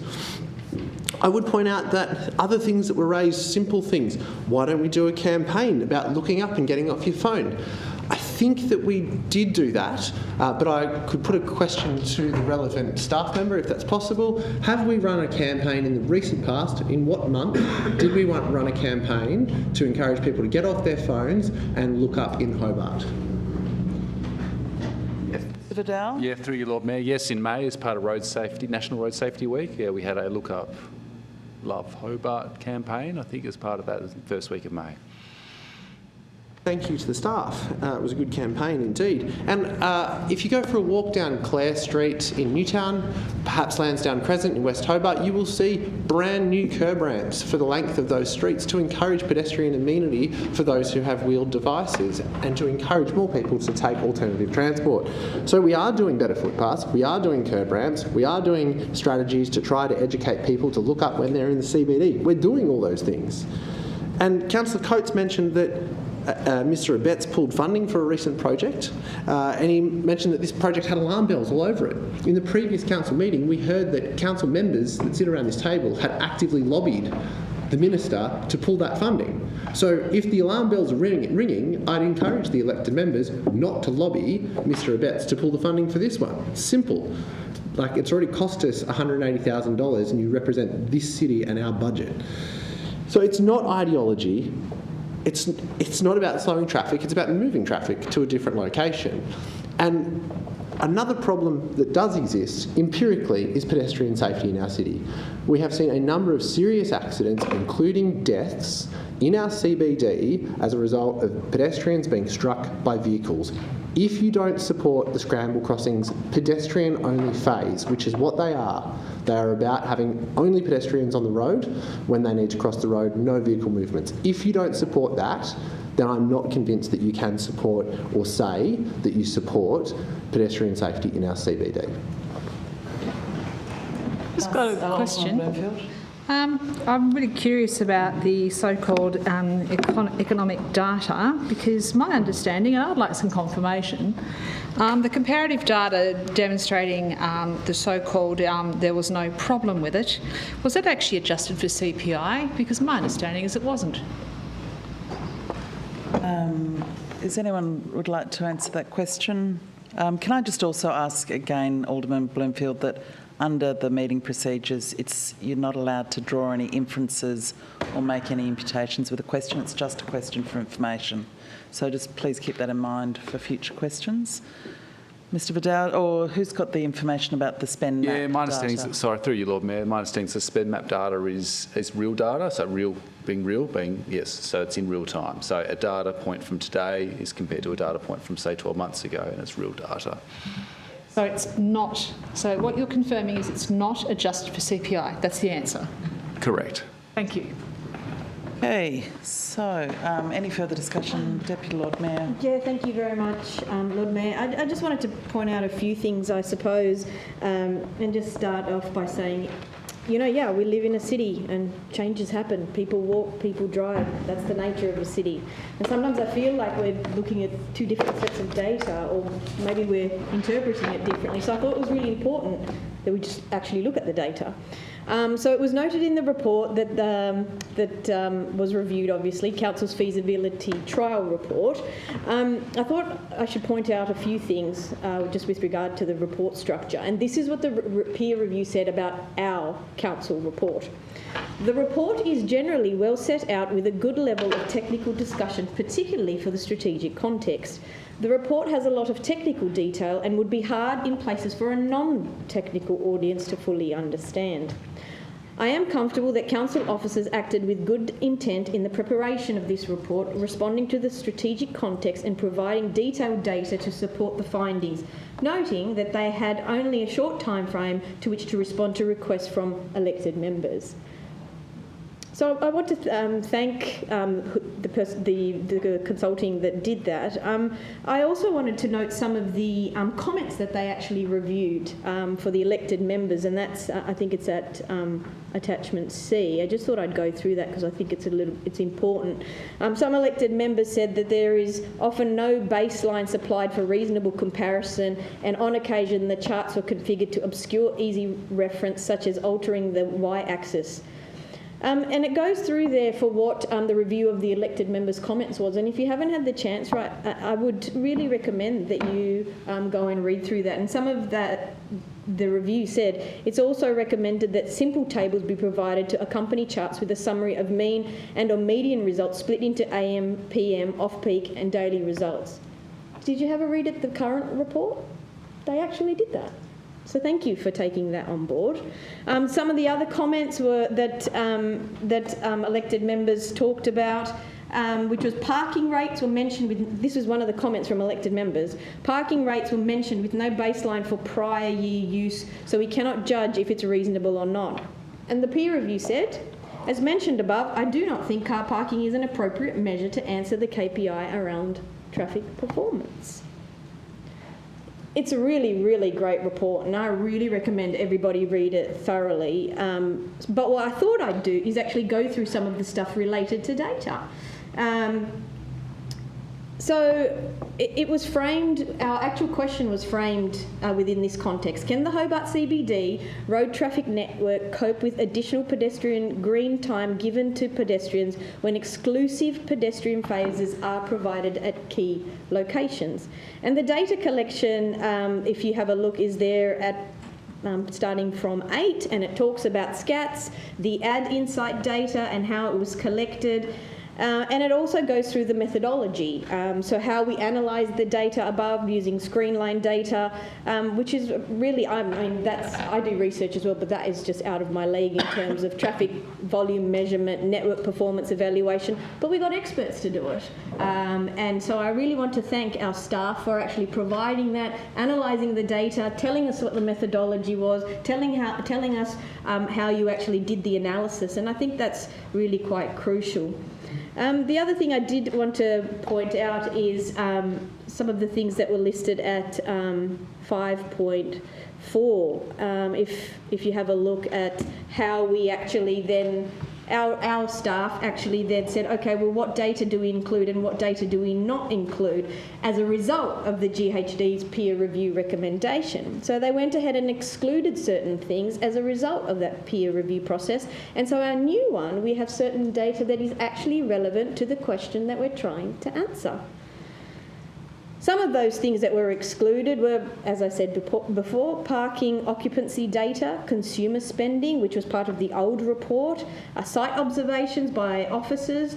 And so these is really wonderful, I think, in terms of it's progressed. The report has progressed to the point... Sorry, can I just have 2 minutes, if that's okay? Moved by Councillor Kitsos, second by Councillor Posselt. All those in favour? Thank you.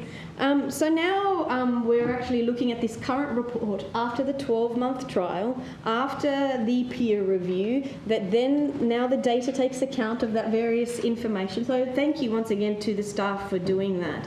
And I'd also like to just add one little bit about the travel time summary, which was this. Overall, the observed changes in travel times are within acceptable limits and consistent with the anticipated impacts of the implemented changes. The maximum increase in travel time across all corridors and time slots is less than 90 seconds. Additionally, the incidental decrease in traffic volume in certain corridors, as outlined in the TNOP, has positively impacted pedestrian safety by improving the pedestrian level of service at these locations. As previously noted, balancing the needs of all road users is a complex task. So how did the question get answered? It was this. The collected data suggests that the road traffic network is capable of accommodating the proposed changes and that minor adjustments to traffic signal operations in specific locations, some of them have already been made by the Department of State Growth, can further align with the goals and objectives of city plans and strategies.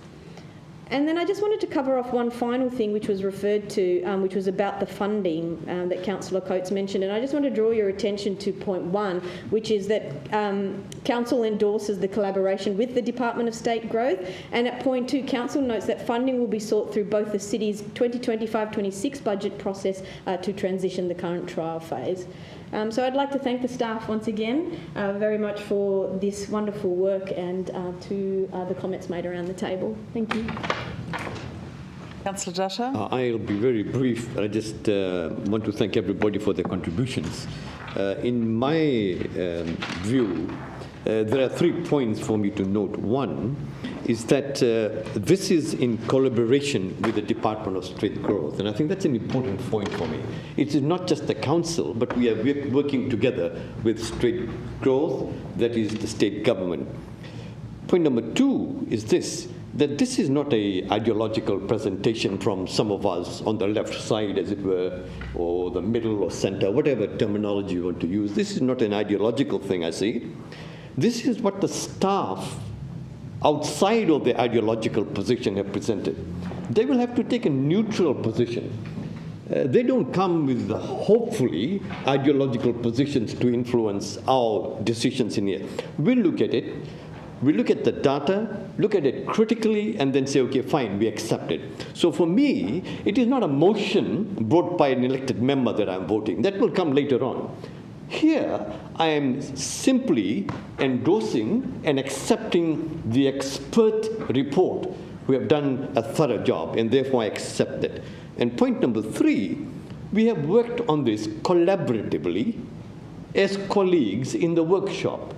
We have gone through it a number of times. We have questioned it, we have challenged it, it's gone this way and that way. They've taken all that on board, they've taken the peer review on board, and hence presented this to us as staff, qualified people. And therefore I accept it and I will endorse it. Thank you. Okay. I'm going to put the motion. All those in favour say aye. Against say no. Show of hands. All those in favour. Councillor Dutta, Councillor Posselt, Councillor Kitsos, Councillor Lohberger, Councillor Harvey, the Deputy Lord Mayor and the Lord Mayor. Against. Alderman Zuko, Councillor Elliott, Councillor Coates, Alderman Bloomfield, Councillor Kelly. That's carried. Now, normally we would be breaking for dinner at 7 o'clock, but I have had a request. There is a staff member from Taswater here to answer questions, I understand. And so I've been asked to take forward the item 14 now, so we can have the benefit of his presence here, and then we can break for dinner. So proposed lease, Cornelian Bay Sports Ground, Taswater. Move the item, Lord Mayor. Declare an interest, Lord Mayor. Just declaring an interest. Moved by Councillor Harvey, seconded by Councillor Lohberger. Is there discussion on this or questions, Deputy Lord Mayor? Yeah, thank you. I'll just be brief, perhaps. Like many of the motions tonight, this is another example of something that we arrived at in principle, which was on the 24th of June, and it was for a lease over a section of Cornelian Bay Sports Ground. And as a result of that in principle approval, this then went out to consultation. It was subject to consultation and feedback, and it was then provided back to council. So I'd like to read you some of the consultation if you haven't done so already. I won't go through it all, but one of the ones that interested me was a suggestion that engagement be undertaken with the boat shed community. And the comment after consultation was this: as the boat sheds are not approved residences, it is not considered the proposal will have a major impact. The owners will be notified should the lease be approved. The other thing I think that was interesting, and I'd like to commend Taswater on the consultation process that they've done. This, like I said before, is something that went out. We approved it in principle, and now it's come back as a result of community engagement. Visual and aesthetic impact. It is a noted concern which will be reduced by site fencing and attractive hoarding signage. Restricted access and the impact on recreation was another concern. And Taswater responded stating the site will be lost for public recreation for the duration of the lease. However, the oval will remain accessible. It is noted there will be times when sport is being played that will be limited public access. I do note, however, that it was noted in our report that the proposed site is of little value to the city in its current format and provides little formal recreation opportunities. It is noted, however, there are groups that do use this space for volleyball. However, there is no hire agreement with council, and officers would be willing to work with this group to find an alternative location. So thank you very much for that. That feedback came back, that community engagement process. Taswater addressed it, and we've also addressed it as well. So I think that should be commended. So well done on that.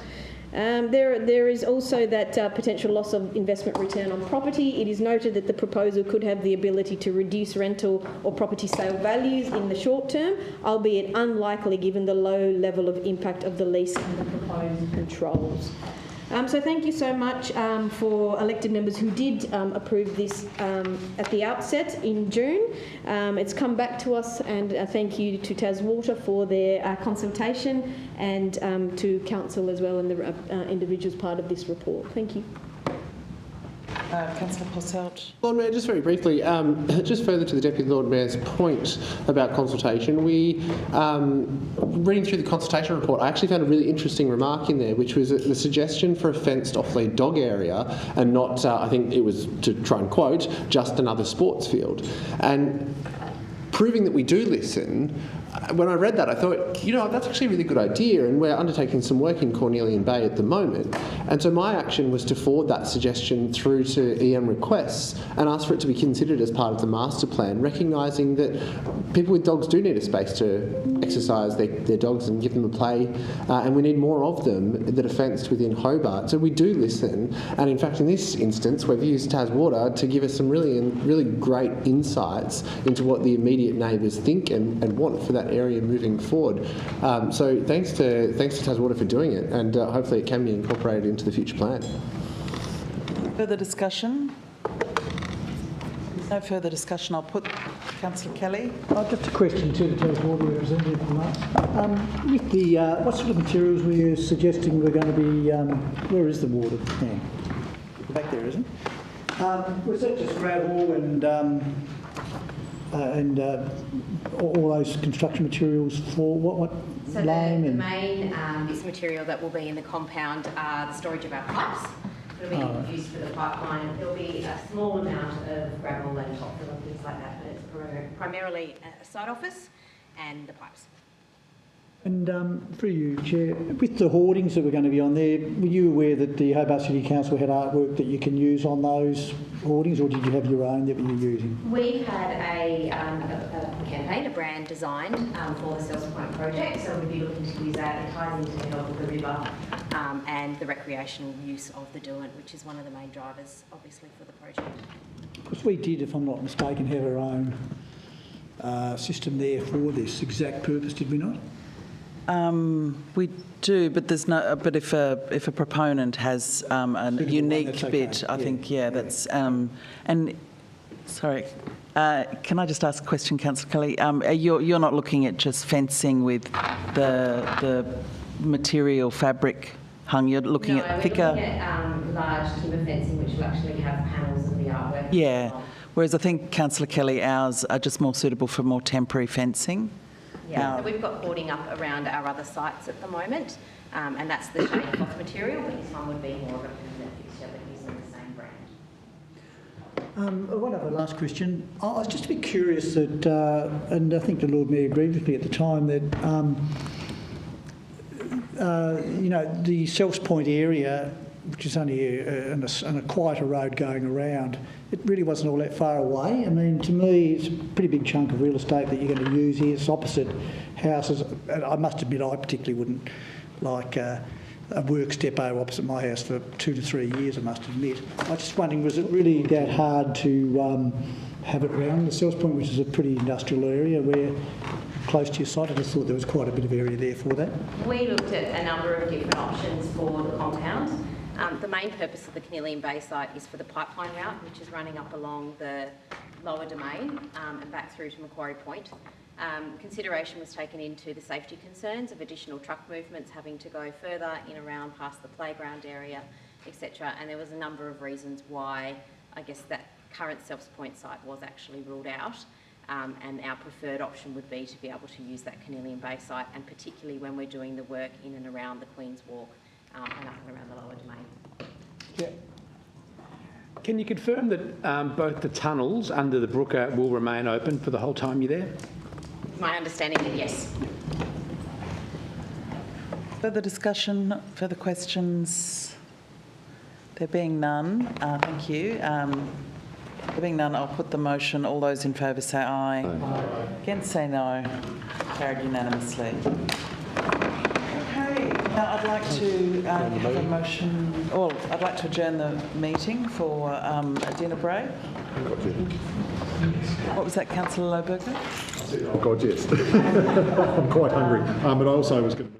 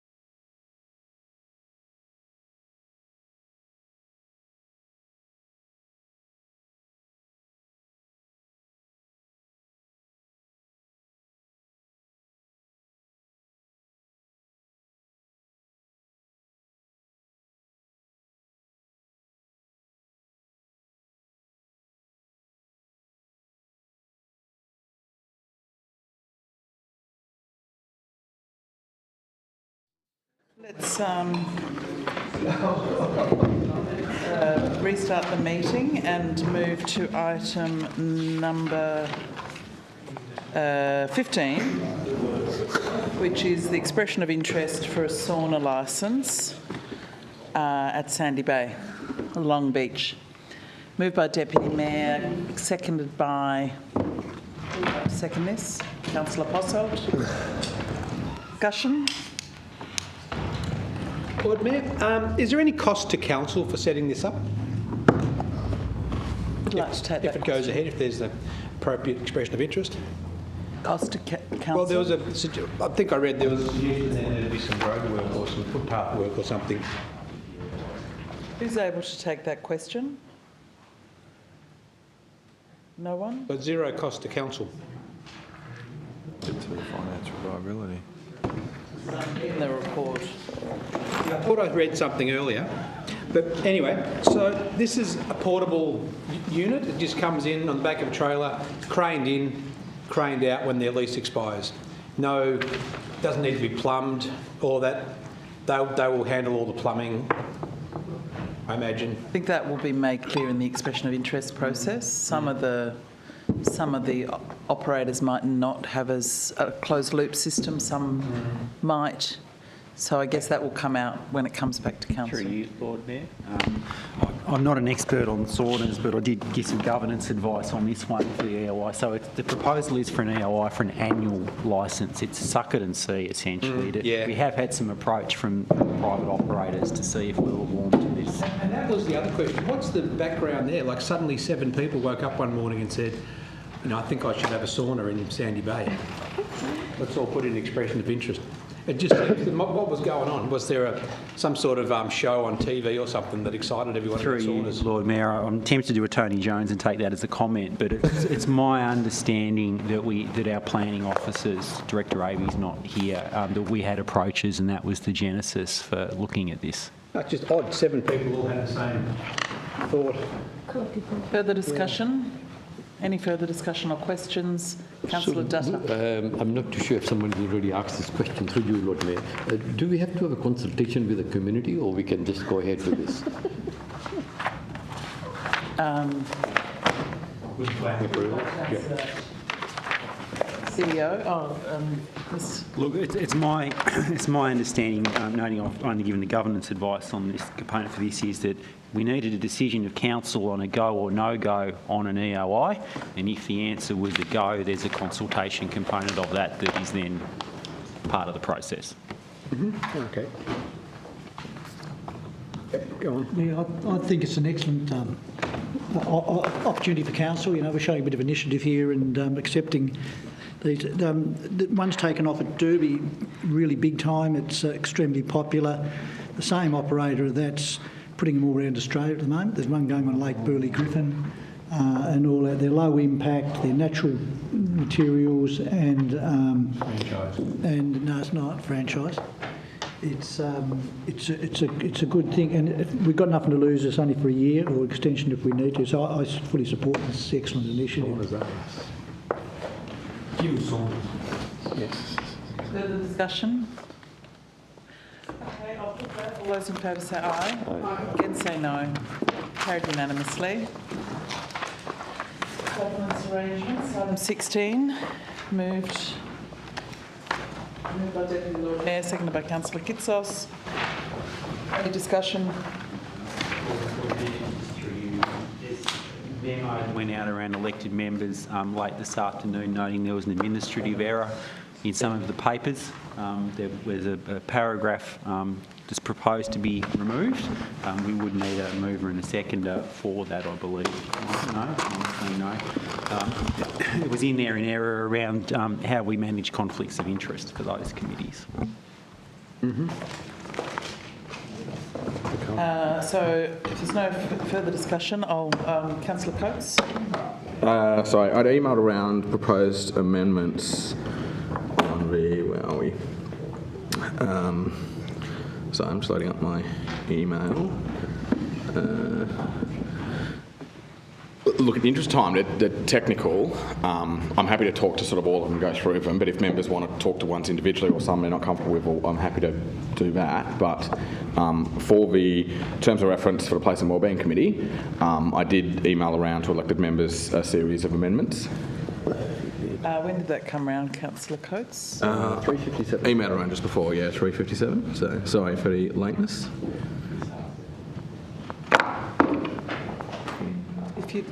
If there are complex amendments, it's always a good idea to... They're not particularly complex. There's just a few, that's all.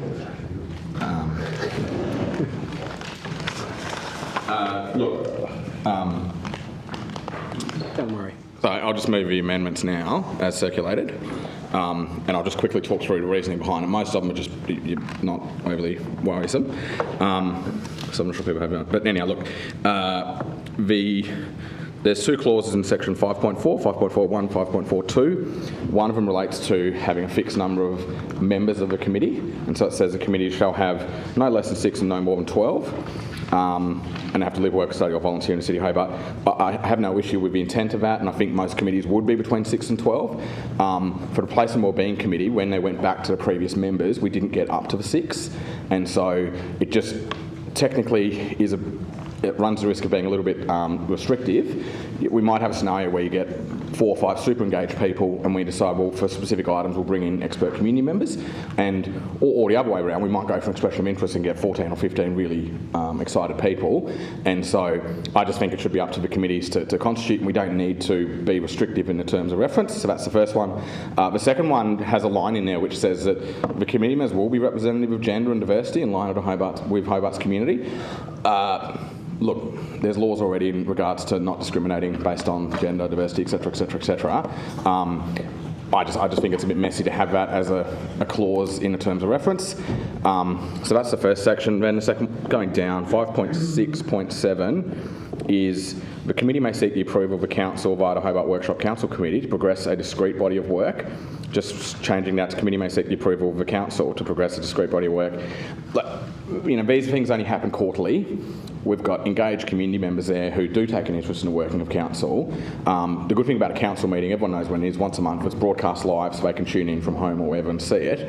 I think if we're going to have the portfolio committee seeking the endorsement of the council to do a special project or discrete body of work, from a governance point of view, I think it should actually be a decision of the council, keeping in mind it's probably going to happen maximum 4 times a year because it's a quarterly meeting. So I just think that's a little bit nicer and easier. They've got a clause in there, 5.8.1, which just says they'll meet every quarter at 5:30 p.m. and for no more than 2 hours. Look, I think the intent is clear. 2-hour meeting at 5:30, but if we put it in terms of reference, and then all the committee members say, actually, can we meet at 4 o'clock, or I prefer to meet at 5, or we have a meeting that goes for more than 2 hours. Again, I just think it's a little bit too restrictive. We don't need it. Then the 5.12, which is reporting requirements, it references City Governance Council Committee. We don't have a City Governance Council Committee anymore, and so just to again switch that back just to say to council, and again, I think they're a quarterly meeting, members of the community. It would not be that weird for the portfolio committees to report back to council, and obviously reporting to the governance committee doesn't exist anymore. And then the last one as well, so access to information to be via the City Governance Council Committee. So switch it just to be that it goes through council rather than the governance committee. So look, they're pretty technical. If anyone's got any issues with any of them, I'm happy to vote separately or whatever, but it's just to have those changes to the terms of reference. I might ask the CEO to comment because we haven't been able to get any advice on this. No, so look, I'll just clarify, where it talks about the City Governance Council Committee, that's referencing the Hobart Workshop Committee or the Council Workshop, that obviously that's going to be a council committee moving forward, so I understand the confusion in respect of the title there, but that was the intent, is that the committees will report back to council via the Hobart Workshop, which obviously is a decision-making body now as well as a workshopping body of the council. I mean, the changes you've made are understandable. Again, we haven't really got the ability to provide advice on each. There's nothing overly I mean, if they were to go through, it doesn't change it dramatically. So it certainly can be considered. So. Can I ask the CEO whether we should be changing all of the council terms of reference on those matters? Because otherwise we'll have one council committee can report up to council and the other council committees have to go to the workshop. And I mean, I think it's either for all of them or it's for, they should all stay the same, I think. Well, I mean, in that instance, I'd rather defer the matter and work through the changes as opposed to making changes on the run, particularly if it were meaning that it would impact all of the committees. So. If we deferred it, though, sorry, I should be standing up. If we deferred it, does it? How about the governance 2025 governance calendar and those things? We need to get those through. Has these terms of reference been through the process, through a workshop and all the rest of it? Remember. So the process was, so they went out and undertook the advertising basically within the existing members to determine, so an expressions of interest process to determine the level of interest in terms of continuing members, then the changes to the charters or the terms of reference were made in collaboration with the chairs, and the intention was to advertise that and bring it back to this meeting and deal with it all as the one job lot. So there's been a process to get to where we are. Yeah, we worked with the chairs. So. Point of clarification. Look, many of these changes I did flag in a working draft document and provide back to council. So these. My proposed changes aren't unknown to council officers. Councillor Posselt. Thank you, Lord Mayor. Look, I'm always kind of loath to defer things, recognising that officers put a great deal of work in, and we've seen, for example, with the pedestrian-only phase, that when we start to play around with timelines, they can blow out. As Alderman Bloomfield raised, it's been 6 months since we perhaps maybe could have seen that report. I think that we're here to make a decision. I think that Councillor Coates has put up some suggestions, and I'll speak to those suggestions. To me, I've got no issue with 5.4.1. The rest of them I don't think make any sense. So we should always be considering diversity values in any committee that's meant to be representing the community. We don't want stale, pale, white men as a whole group of people making decisions because they're not representative of the community. So removing that clause would be ill-advised. Everything that goes, like we've approved the Hobart Workshop as a decision-making body. If we're going to start saying, oh no, well actually that one should go to council, that one should go to council, there was an attempt to move an item from planning despite 11 out of 12 elected members being here to council, what's the point of having the Hobart Workshop as a decision-making body? It makes no sense, and I think that it will encourage councillors to show up to the Hobart Workshop if they wish to have a say, if it is a decision-making body. And so I don't see why we've got very busy agendas, and it's frequent that we blow out over 5 hours. The more work that can be removed appropriately from around this table and this meeting, I think the better for everybody, to be honest. I mean, all of the committees have always met at 5:30 for no more than 2 hours quarterly. That's how they worked since we set up the last governance model, for which transport and economy are continuing. I don't really see, I think we do need to set those things early and say this is when we'll meet and how often. So I don't think, and like the governance committee is, correct me if I'm wrong, CEO, the governance committee is a group of non-elected members. It's operational. Again, they've made an error in the document. Where it refers to that, it's the council committee is what it's supposed to be meaning. So, yeah, the Hobart Workshop.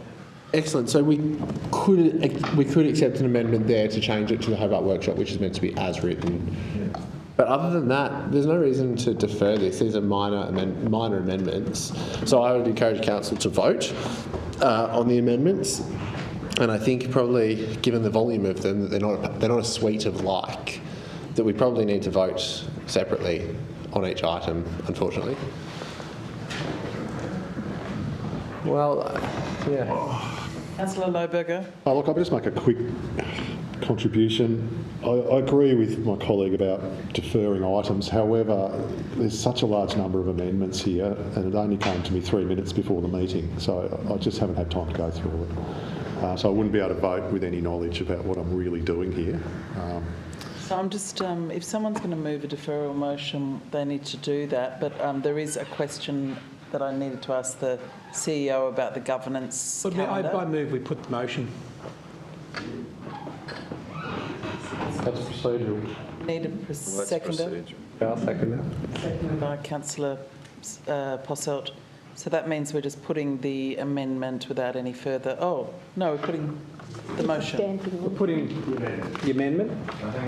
I haven't got a seconder for the amendment. I haven't got a seconder for the amendment. Is there any seconder? Oh, second, okay.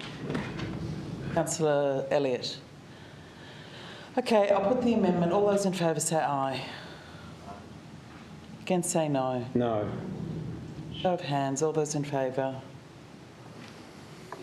Alderman Zuko, Councillor Elliott, Councillor Coates, Alderman Bloomfield, Councillor Kelly. Against. Councillors Dutta, Posselt, Kitsos. I'm abstaining. And Councillor Harvey, the Deputy,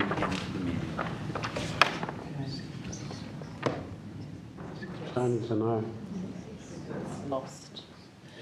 Okay, so we go back to the recommendation and unamended. Any discussion on that? Can't we just move a motion to have this item deferred to workshop, because I have changes too on the terms of reference and important questions. I can go through them now, but otherwise I think it's better we do it properly. So I'm moving a motion for deferral. Procedural. Before we'd need a seconder for that, Alderman Bloomfield. I would do, before we do though, I do think I need advice from the CEO about any consequences of a deferral in terms of the governance calendar, etc. At least on the terms of references item. Yeah, well, I think if you could make it specific to that, to defer that element, that's not terminal. We can deal with that, and we can even progress with the matter in closed in terms of the appointment, because and still determine the terms of reference in the new year. That's not a concern, and we can do that. It's just the terms of references. Can you tell me which items you're talking about? 5, isn't it? It's item 5, yes. Yeah. So we can still vote on the calendar, urgent matters, 3, appoint to workshops. Yeah, so it's just item 5. So deferral motion on item 5. Yes.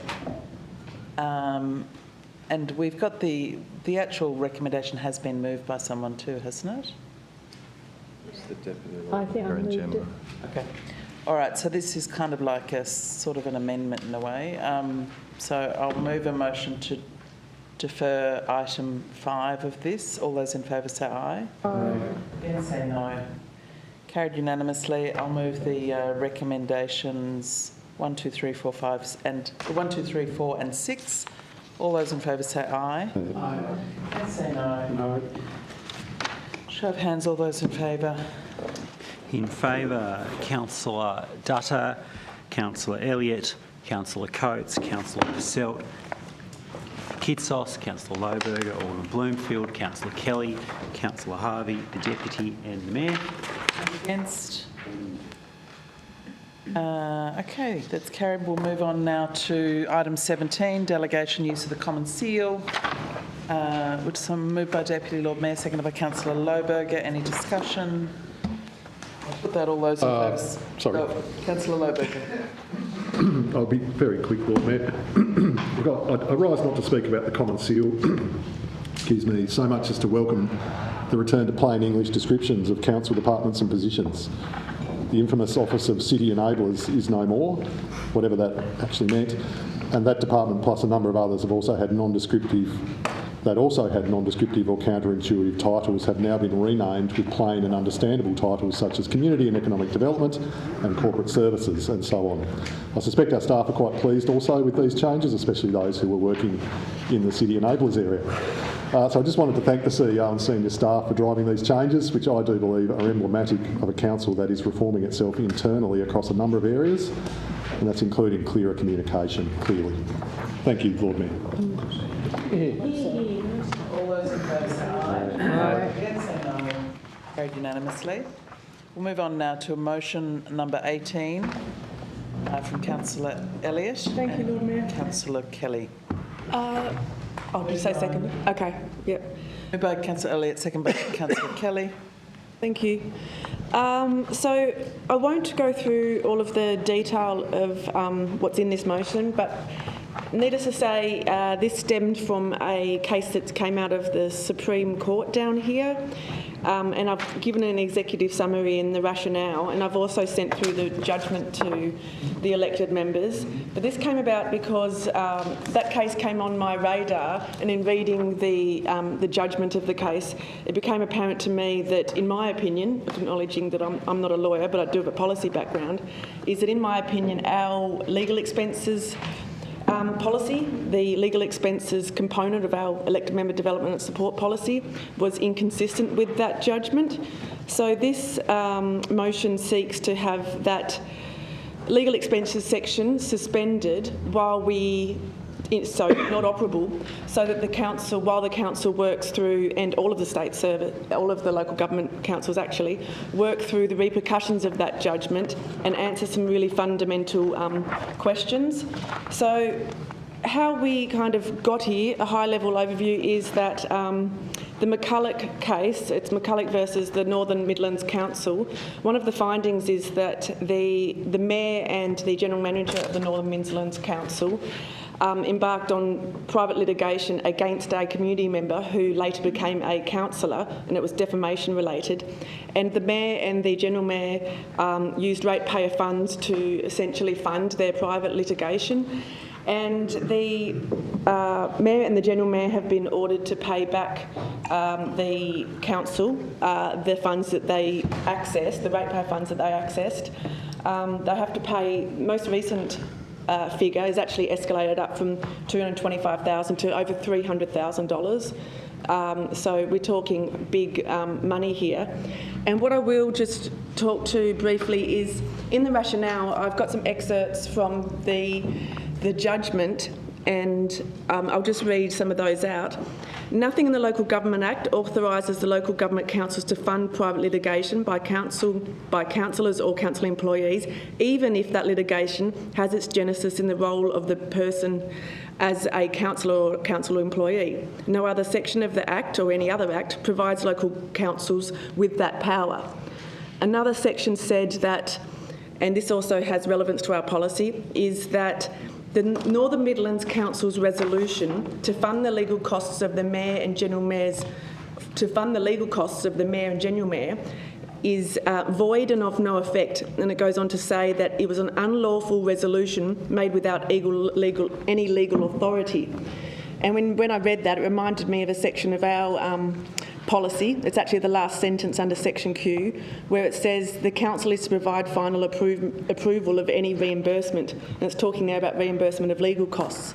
So that struck me as being familiar, that even when there is a council decision to reimburse someone for their legal costs, this Supreme Court magistrate's opinion on that is it is illegal, unlawful resolution without any legal authority.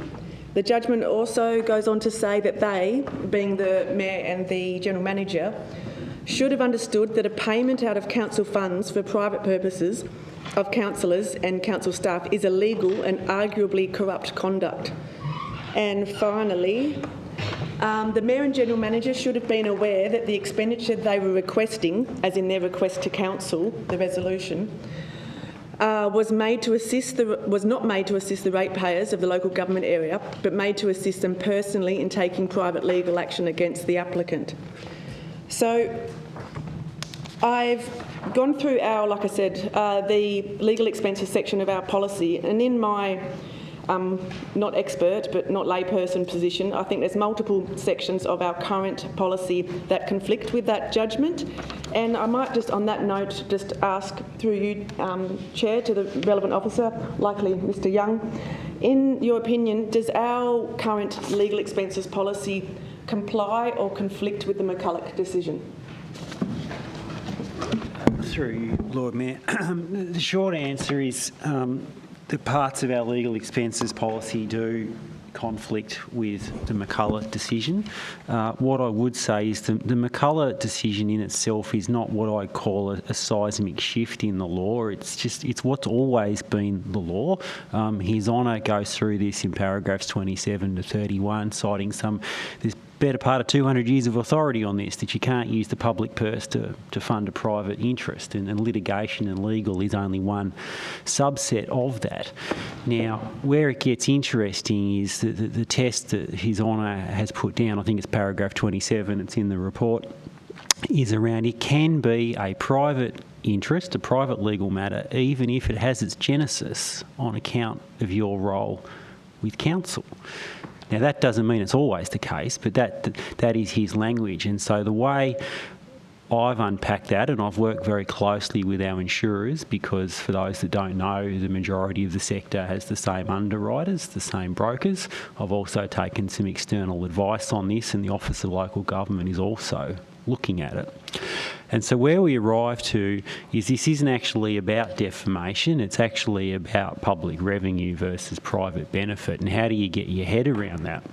And so where my advice has landed is that the test is, does the matter at the heart of the question attach to you as an individual, or does it attach to the council and then somehow you get dragged in? So if, in the example that this case turns on, it is defamation has its origins in tort. Tort is a private civil matter. So it's not even about being litigation funders, which His Honour talks about. Even preparatory type legal advice on personal matters contradicts our policy. So you are correct on that point, Councillor Elliott. There is still some work to be done on this through the sector. Obviously, the insurers are looking at this, and I would say that the majority, in my experience, of these type affairs, when they end up, going to the matter of cost, the insurer quite often accepts them on nil excess. So if they invoke the policy to cover you on nil excess, you are not tapping consolidated revenue, so you're not contradicting the decision.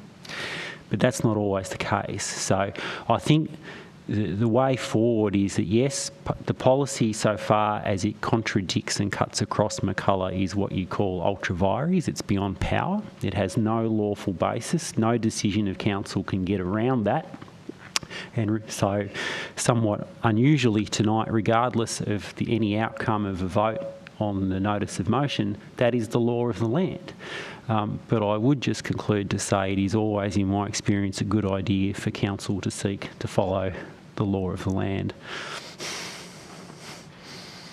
Thank you, Mr Young. So we've heard there that our policy has areas of non-compliance and that we need to follow the law, obviously. It's also obviously good practice to, and the reason I bring this is that so that this room has clarity on the current situation, because it is actually has an impact on all of us, especially from a risk point of view, and the attractiveness of actually being an elected member. Can I please ask for a 3-minute extension? Moved by Deputy Lord Mayor, seconded by Alderman Zuko. All those in favour say aye. Against say no. Carried unanimously. Thank you. So the essence of me bringing this is that our current policy is non-compliant. There are huge questions that need answering, and that's being worked through not just by us, but by all councils. But I really do think it's appropriate and good governance that we formally suspend the policy rather than knowingly have a policy that's active and in place that doesn't comply with the law. That's pretty much governance 101. I mean, some of the questions we still have to work through, and various people might have opinions on them, but I think until we get formal advice in the form of a fresh draft policy back into council, we don't have anything bedded down. The questions around does the decision change if someone is an applicant versus a defendant? Does it, like Mr Young said, does it change if it's an insurance and it's nil excess, but then I would argue, but ratepayers pay the premium? And the questions just stem out from there. So while we work through those fundamental questions, I think we should hit a formal pause on this policy. And I do want to make sure that everyone understands that the implications of that, which are spelled out in to A, B and C. It would mean no reimbursement for legal expenses, full stop, no payment of legal expenses by the council directly, and also no for accessing of insurance for anything from this point forward. I hope for your support, because I understand the law is the law, but it's really important that we formally acknowledge when our policies are not compliant and take action. Thank you very much, Lord Mayor. I'd like to thank Councillor Elliott for bringing this forward, and I do also want to just note some of the discussion that's contained in the administration's response, which is that there's no authority in the Local Government Act 1993 or elsewhere for a local government council to use its fund to support private litigation of councillors or council staff. Nothing in Section 20 authorises local government councils to fund private litigation by councillors or council employees, and it goes on. And then the third point, the funds of local government councils are for the public purpose of the benefit of ratepayers and not for the personal benefit of councillors or employees. I think that's really, really important to highlight. And I think what is also important is what Councillor Elliott has said, just with regards to the huge questions that come out of this.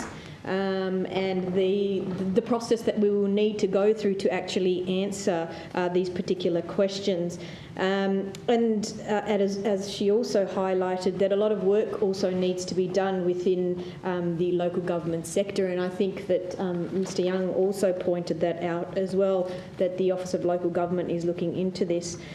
As a result of that, I'd like to, and based on that rationale, as has been reiterated already by Councillor Elliott, that we need to do a lot of work in this space, and it's been said in this chamber many times we shouldn't do policy on the run.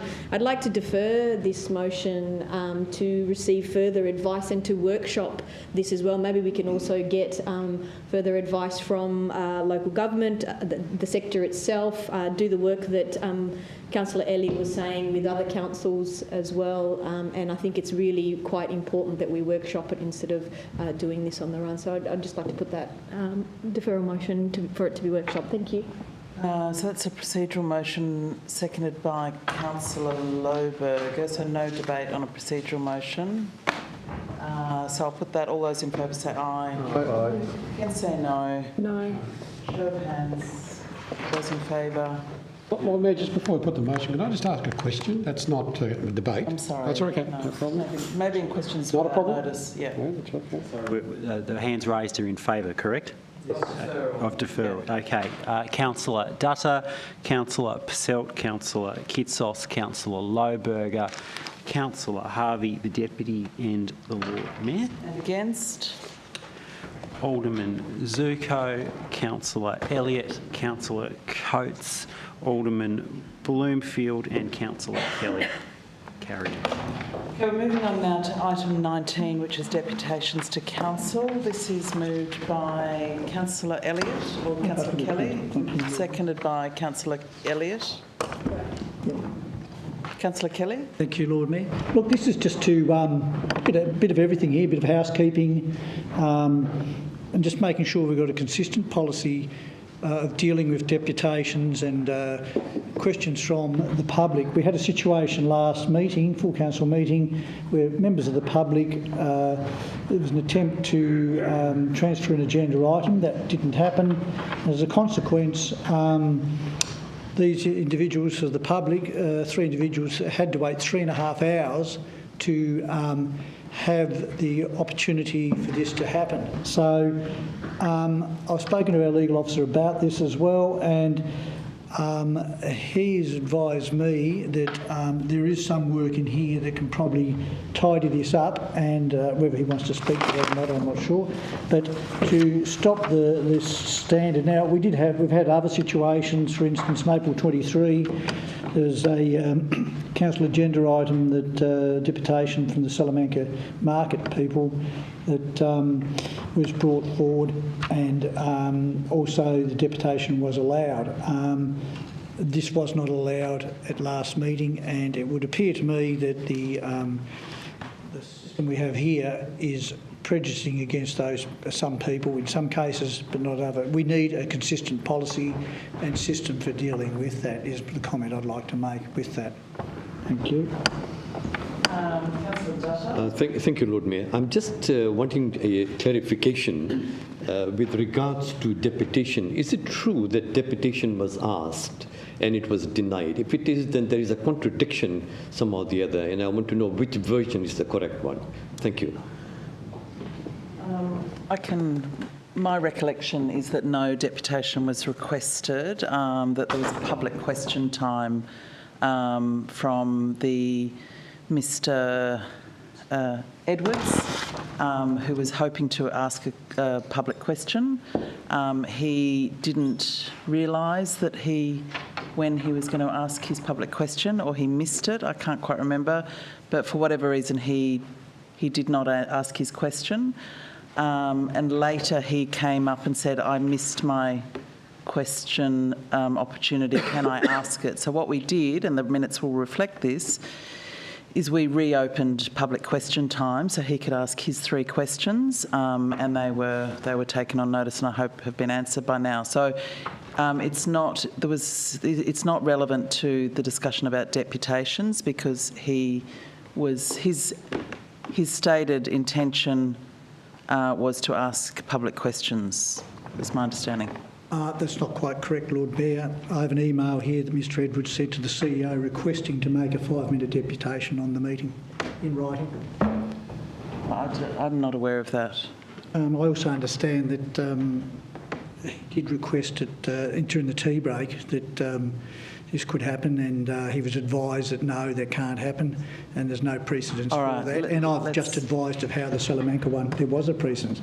I'm just saying it's not a good situation where individuals may wait for 3.5 hours, particularly an 80-year-old person. Kelly, it was Councillor Dutta's question, and I gave my response, but I would like to give a right of reply to the staff who may have access to understanding Mr Edwards' intentions. Thank you. I'm aware of that email, Councillor Kelly. I actually had a phone call with Mr Edwards earlier that morning, and I advised him that deputations were not, the Act is silent on those, but he was free to come and use public question time to ask questions to a slightly different vehicle to get a similar result, which he availed himself of, but as the Mayor has correctly recalled, he missed the boat at the start of the meeting. He then approached us up here during the break, and we reopened public question time, because under the Act you're allowed to run it for 15 minutes and we still had time on the clock. Thanks. So I've lost track. That was Councillor Dutta. You just had a question. Councillor Elliott, you're speaking now. Yes. Thank you. Thank you for that information, Mr Young, as well. That actually reinforces, I think, further why the need to update deputations policy exists. Because the situation that led to this motion coming before you tonight is that, yes, Mr Andrews emailed the CEO at 2:31 on the 11th saying he would like to make a 5-minute deputation on the Collins Street motion to tonight's council meeting. And I understand that the advice was given that he can ask a question instead, whereas that conflicts with our policy, because even under the current deputations policy, which it actually goes to detail into deputations to council committees, and there's only one sentence on deputations to council meetings, which makes sense because we used to have deputations come to a committee format, and a deputation to a council meeting was much less common. We don't have committees anymore, so we're going to need to have an avenue for the public to be heard around this table. Councillor Elliott, can I just correct you? We do have committees. We've got the Planning Committee and we've got the Hobart Workshop. Okay. Yeah. Well, I stand corrected on Planning Committee. I was referring to governance and infrastructure and those other ones. So we've lost multiple committees. Let me stand corrected. We've lost multiple committees. So we need to provide a clear and much more detailed policy on deputations to the council, because the need exists, and we already have a first-hand experience of unbalanced or unfair or disparity in treatment, because as Councillor Kelly said, we've had deputations from the Salamanca market to the council, but when Mr Edwards asked via the officers and also during the dinner break to you, Lord Mayor, yes he did, I was here, and I said... Excuse me, Councillor Elliott, I need to correct you. Mr Edwards asked me if he could ask his public questions. Right, okay. I've made that clear. Mr Young has made that clear, so please stop saying What something also that didn't is happen. clear that Mr Edwards asked to make a deputation to the council, and his request should have been treated in accordance with the policy, and the policy being inadequate in that space highlights the need for it to be improved. We need to provide clarity to the community about how they can talk to this room. We can't have different rules and different answers depending on who you ask and the time and place you ask and the topic you want to talk about. We need clarity and we need fairness, and we need to reduce the risk of bias. I do believe that the current policy needs updating, because like I said, it was built when we had many more committees, and it doesn't go into the detail that's needed around deputations to the council. I really do hope this gets support, because as Councillor Kelly and others have mentioned, on that night we had multiple community members wait 3.5 hours. And we are meant to be across the meeting procedures and things like that. But if we haven't got a clear policy that we can point community members to around how they can make a deputation, the rules they need to follow, the 3 minutes, the notice period, the whatever else, then how are they meant to? It's simply not fair. So all I'm asking for, Councillor Kelly and I, all we're asking for is let's update the policy on deputations so that people have clarity and people can be treated fairly. Councillor Dutta. Just two questions, Lord Mayor, through you to the officer who is able to answer. Question number one, I've heard that there was an email from Mr. Edwards. What time and when was it? I missed that information. What time was it sent and on which date? That's question one. That to hand, I think Councillor Kelly just quoted it earlier, I believe. So it was Monday, the 11th of November at 2:31 p.m. It was on the day of the council meeting. Okay, thank you. And question number two, a reference has been made to the Salamanca deputation. When did they write to the council to have a deputation? And was this formally done from the council staff with the Salamanca representative? Don't know whether we've got that info at hand. Mr Noy was probably here, but it was the previous CEO, but I recall it was organised some weeks beforehand, Councillor Dutta. I think it was negotiated and arranged some weeks beforehand. My recollection. I thought Councillor Dutta would ask the next question. I'll ask it for him. Sorry, Councillor Lohberger. Thank you, Chair. I'll start with a question. Just with respect to Councillor Elliott, just stating shortly, just then during her contribution, that we previously had many more committees, quote. Do we currently have more committees than during the last term of council or less? We will have, once the Hobart workshop starts to operate, obviously we didn't have that committee. That's been an informal committee up until next year. So it doesn't. The planning committee becomes that, doesn't it? So that doesn't change the number of committees, does it? Well, it'll increase the council committees by one, because you've got the planning committee that's always operated. So. Oh, okay. Yes, yeah. Of course. Sorry. All right. That's really much of a muchness. Look, I've got a few problems with this motion. The first is that it appears to be based on an inaccurate version of events, which is not great.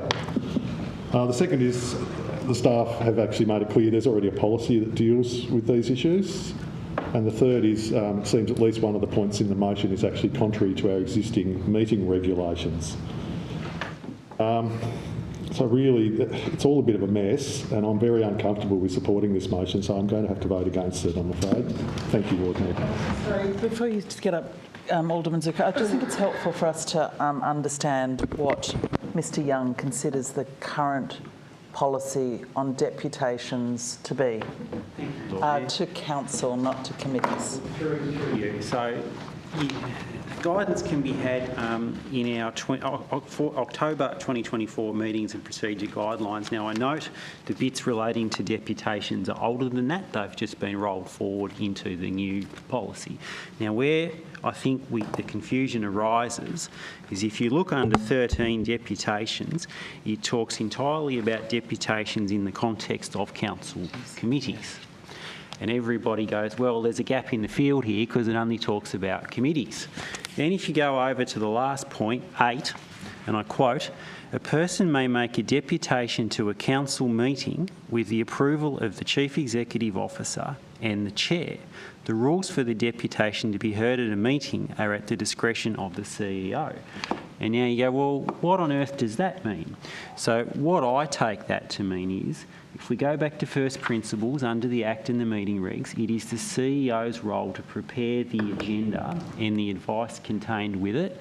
And in my experience, I've never seen a deputation pop up from a cold start at a council meeting. I don't think Mr Stretton has either in his 30 years. So what I take that to mean is a deputation needs to be listed on the agenda by the, then the CEO prepares the advice, it is listed and it is debated. There is then no discretion to exercise on the night about whether or not it is heard because it is on the agenda. So back to the start, I do take the point on back under section 13 that the opening sentence there that says the following procedures in respect of deputations to council committees apply, I think that could be amended and clarified so you have the same procedures for a council meeting as you have for a committee for how a deputation could be brought forward. Namely, it needs to appear on the agenda. Otherwise, if it is not on the agenda, the matter could be dealt with through public question time.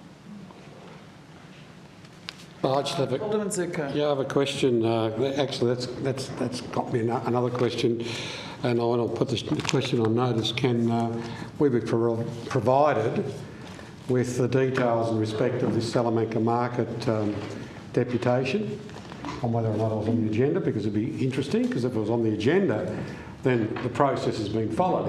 If it's not on the agenda, then we haven't followed process. And we've allowed it to happen. That is what one would call precedent. Any lawyer would understand precedent, wouldn't they? I've got to say, this is not the end of the earth. This is about giving members of the public an opportunity to make representation. We've done it before in this committee.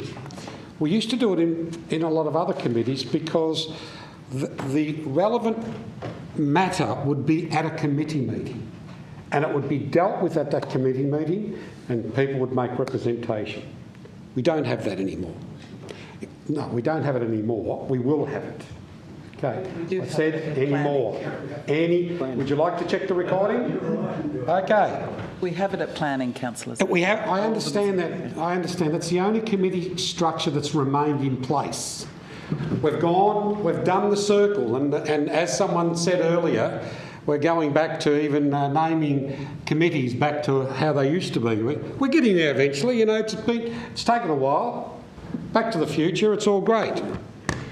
What I'm getting at is when there is no opportunity for a member of the public to make representation because the matter hasn't gone to a committee or is not a committee, I believe that we should give the opportunity to those members of the public to make representation. So, if the matter is on the agenda of one of the new committees that's coming along next year, great, they can make representation. But what if the matter is not on the committee? Through you to the CEO, where does that member of the public go to be able to make representation to council when a matter hasn't formally gone to a committee? I'm asking the question. I think we'll leave it to you. So I would say there are three answers, Alderman Zuko. One is or four. They can write to the Lord Mayor, they can write to the CEO, they can access public question time during a council meeting, or they could write to the CEO. Sorry to interrupt. I'm not talking about question time. I'm talking about representation. Yes, well, you were talking about making their views. No, representation. Deputation. Deputation. Let's get it right. Okay, deputation. Or they could write to the CEO our policy and request a deputation be placed on the agenda. Okay. So in that policy, is there a time frame? There is not in the policy in that section, but the relevant agenda deadline would apply.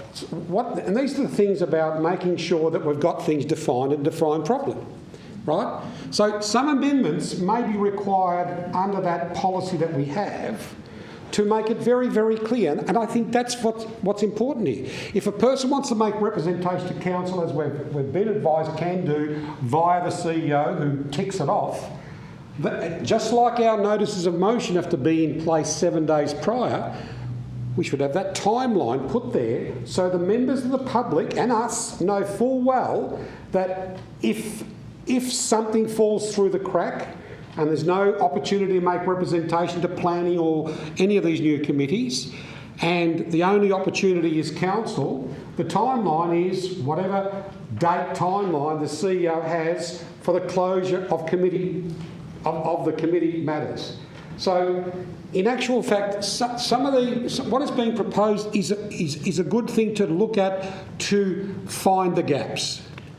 Now, I believe that we should not, in any way, shape, or form, disenfranchise any member of the public. Now, what happened occurred. What happened with Salamanca Market occurred, and I've got my question on notice. I'd like to know if it was on the agenda that night, because if it was not on the agenda, then we haven't followed process, right? So, look, even though there's a number of elected members who find this motion probably intimidating, I believe it's an opportunity for the CEO to come back and say, well, we're going to fill the gaps where they are. We'll make those minor amendments. So I urge elected members to support this, even though it's there. I believe that a report that comes is it calling for a report? A new update policy. Well, could I move an amendment that the CEO provide a report back to council in respect of this motion, so that way the CEO can be working on potential amendments to the current policy and recommend, because it might be not 24 hours, it might be that it might need 4 days. I can't remember. I think the cut-off is Tuesday, isn't it? The meeting agenda items is 5 days, isn't it? No, it's a bit longer for you councillors are afforded a little bit extra time under the Act for what? Yeah. So if I could move that the CEO report back to council on this in its thing, I'll move that as an amendment if I can. So what did you want it to say? I would like a report to come back from the CEO that considers this, right? But a report comes back so it's in line with what Mr Young has just stated. So it's. What about all the rest of? Yeah, there's a lot of detail there.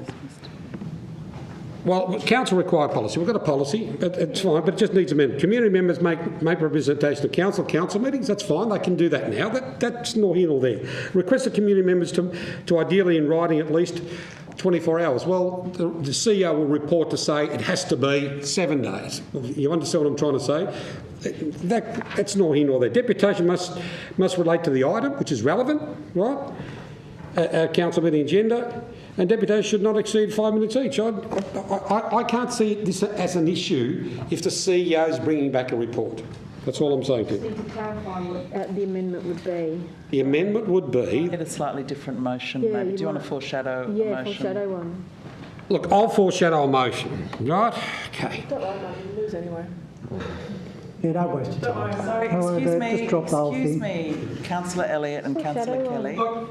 That a report... Mayor, I've got 5 people speaking to me, please. Yes, please go ahead. Thank you. I am going to foreshadow a motion, right?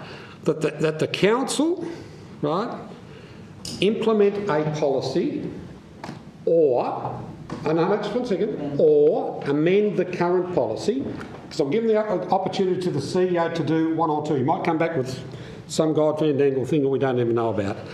Implement the current policy in regards to community members making deputation at council meetings and in respect of those deputations to be in accordance with other deputations at any other committee meeting. Okay, so that way there, it's broad for the CEO to bring back a thing. It encompasses the 5 minutes because that's probably what other meetings are, and that. So I move that as a foreshadowed. Okay. I think we might just need to see whether that's been captured adequately. I think I've got the bones of it. Could you read? I think we need it read out. Sure. The council either implement or amend a policy in regards to the community making deputations at meetings or committees. At council meetings? Yes, council meetings. Sorry, your emphasis. Yes. But I think you had to start that by saying that that the CEO bring a report back to council. That did include it, that the CEO bring a report. That was. We're not going to talk about the foreshadowed at this stage because we've got the other motion so that's just in the back of your mind. So this is further discussion on the motion in front of us. Councillor Posselt. Thank you, Lord Mayor. Questions. Does the state government or any state government, to the best of officers' knowledge, allow public deputations to Parliament? I can't talk to Parliament. I can talk to the councils that I've worked at, but Parliament I've never worked at, so I couldn't answer that. Thank you. I'll just speak to it rather than questions on the matter. When we're running a council meeting, we need to be cognizant of multiple factors. That we are undergoing decision making, that we're taking qualified advice per the Act, but we also need to be cognizant of the fact that our decision making capability decreases as we stay here longer. We all get tired, we all get hungry, we all want to go home at some point. Staff members' welfare is something that we need to consider under WHS, and indeed the councillors are also covered by WHS legislation. We are known as elected member body for being the closest to the community of any politician. If anyone wants to meet with me ever, they just need to send me an email and I'm happy to come and sit down with them. That's what this role is, in my view. It is being close to the community, it's being in the community and making yourself available to respond to emails, social media and in person. I actually don't support deputations to council meetings, full stop. It increases the time that we need to spend in this chamber. It opens it up to being abused because what would be the parameters that would stop, for example, 15 people coming and asking for a deputation on Collins Street in a single meeting? I don't think that we would be able to discriminate against one of them and say, you can, but you can't. So it opens us up to being completely filibustered, frankly. And given how politically heightened this council is, and when we look at the cable car, UTAS, Collins Street, based on tonight, a ferry terminal, we are opening ourselves up to doing poor governance on the matters that matter most, which is these big strategic reports that we receive, like the climate change strategy, the waste strategy we had tonight. That's the work of the council. Community members can contact us, and we as elected members will be held accountable if we don't respond at the polls in the next election. But I would, if we debate the foreshadowed, I would say that I would quite happily move an amendment to it that we disallow deputations to council as the policy. Question. Yeah, Councillor Kelly. Just coming through to the legal officer. I'm just reading the meetings, procedures and policies guidelines. Now, these were updated in October 24, and I believe Councillor Posselt supported those. And it does actually say a person may make a deputation to a council meeting. There it is, black and white. Am I correct saying that? There it is. Section 8. It was all supported, went through. So now, my question for you, Lord Mayor, you're asking to overturn the decision you made in October, Councillor Posselt. Is that correct? There it is, black and white. Yes or no? No. I'd take the opportunity to answer that. Firstly, I'll answer in long form because I don't respond to directions of yes or no. Yes, I am saying that as part of that policy document that was brought to us that allows deputations, that in the context of the discussion, a motion brought by yourself, I think, that I do not support deputations to council for all of the reasons which I have cited quite eloquently. Excuse me. I did, but this matter has been brought before the Chamber tonight, and I am somebody who is very happy to review my decisions previously, and in this instance, I do not support deputations to council because I don't believe it's good governance. So, Councillor Kelly. That would take another motion to rescind the meeting's policies and procedure guidelines. Councillor Kelly, I think you've spoken. Question? It's a question. Oh, it didn't sound like a question. Yeah, it was a question. Who do you want to... I'll ask the question again. So therefore, what Councillor Postle was saying, we would have to have another motion come forward to rescind the meeting's procedures and policies guidelines, which we passed in October this 24. It was a council decision. So if I'm understanding you correctly, you're talking around subsection 8, around Correct. rescinding that. So in my view is given that it was approved by council during the life of this council, it would need to be overturned by this council by decision of an absolute majority. Thank you. Point out that wasn't included as part of the recent amendment. We dealt with carried forward from the past. With the new committee, so that was already there. That changed several years ago, as I understand. So. Can I sum up? Can I do the sum up? Sorry. Yeah. Councillor Coates. Look, thank you. Look, it's an interesting debate, touching on a few points. You know, I think reflecting on this, look, hopefully we can all agree that there are decisions that we make around this table that impact on the lives of community members, and community members should have the ability to have input and conversation and say. And I think in the main, for 99.9% of cases, they have many opportunities to do so. There's always those edge cases, or there's people honestly genuinely hear about things way too late and don't understand. There's circumstances where you know, the gravity of the decision we're making or the impact is not known until we're late, and so there's a requirement. You know, I make best intentions to communicate back to people that try and meet with me. You know, I mean, it's not always possible. I remember when the developer for Argyle Street, you know, put out and wanted to meet with everyone, and you look at the developer contact register and they were only able to meet with about half of the elected members. You know, it is challenging sometimes. So, and there is a need then. The one time we're all in the room is when you've got, you know, a council meeting.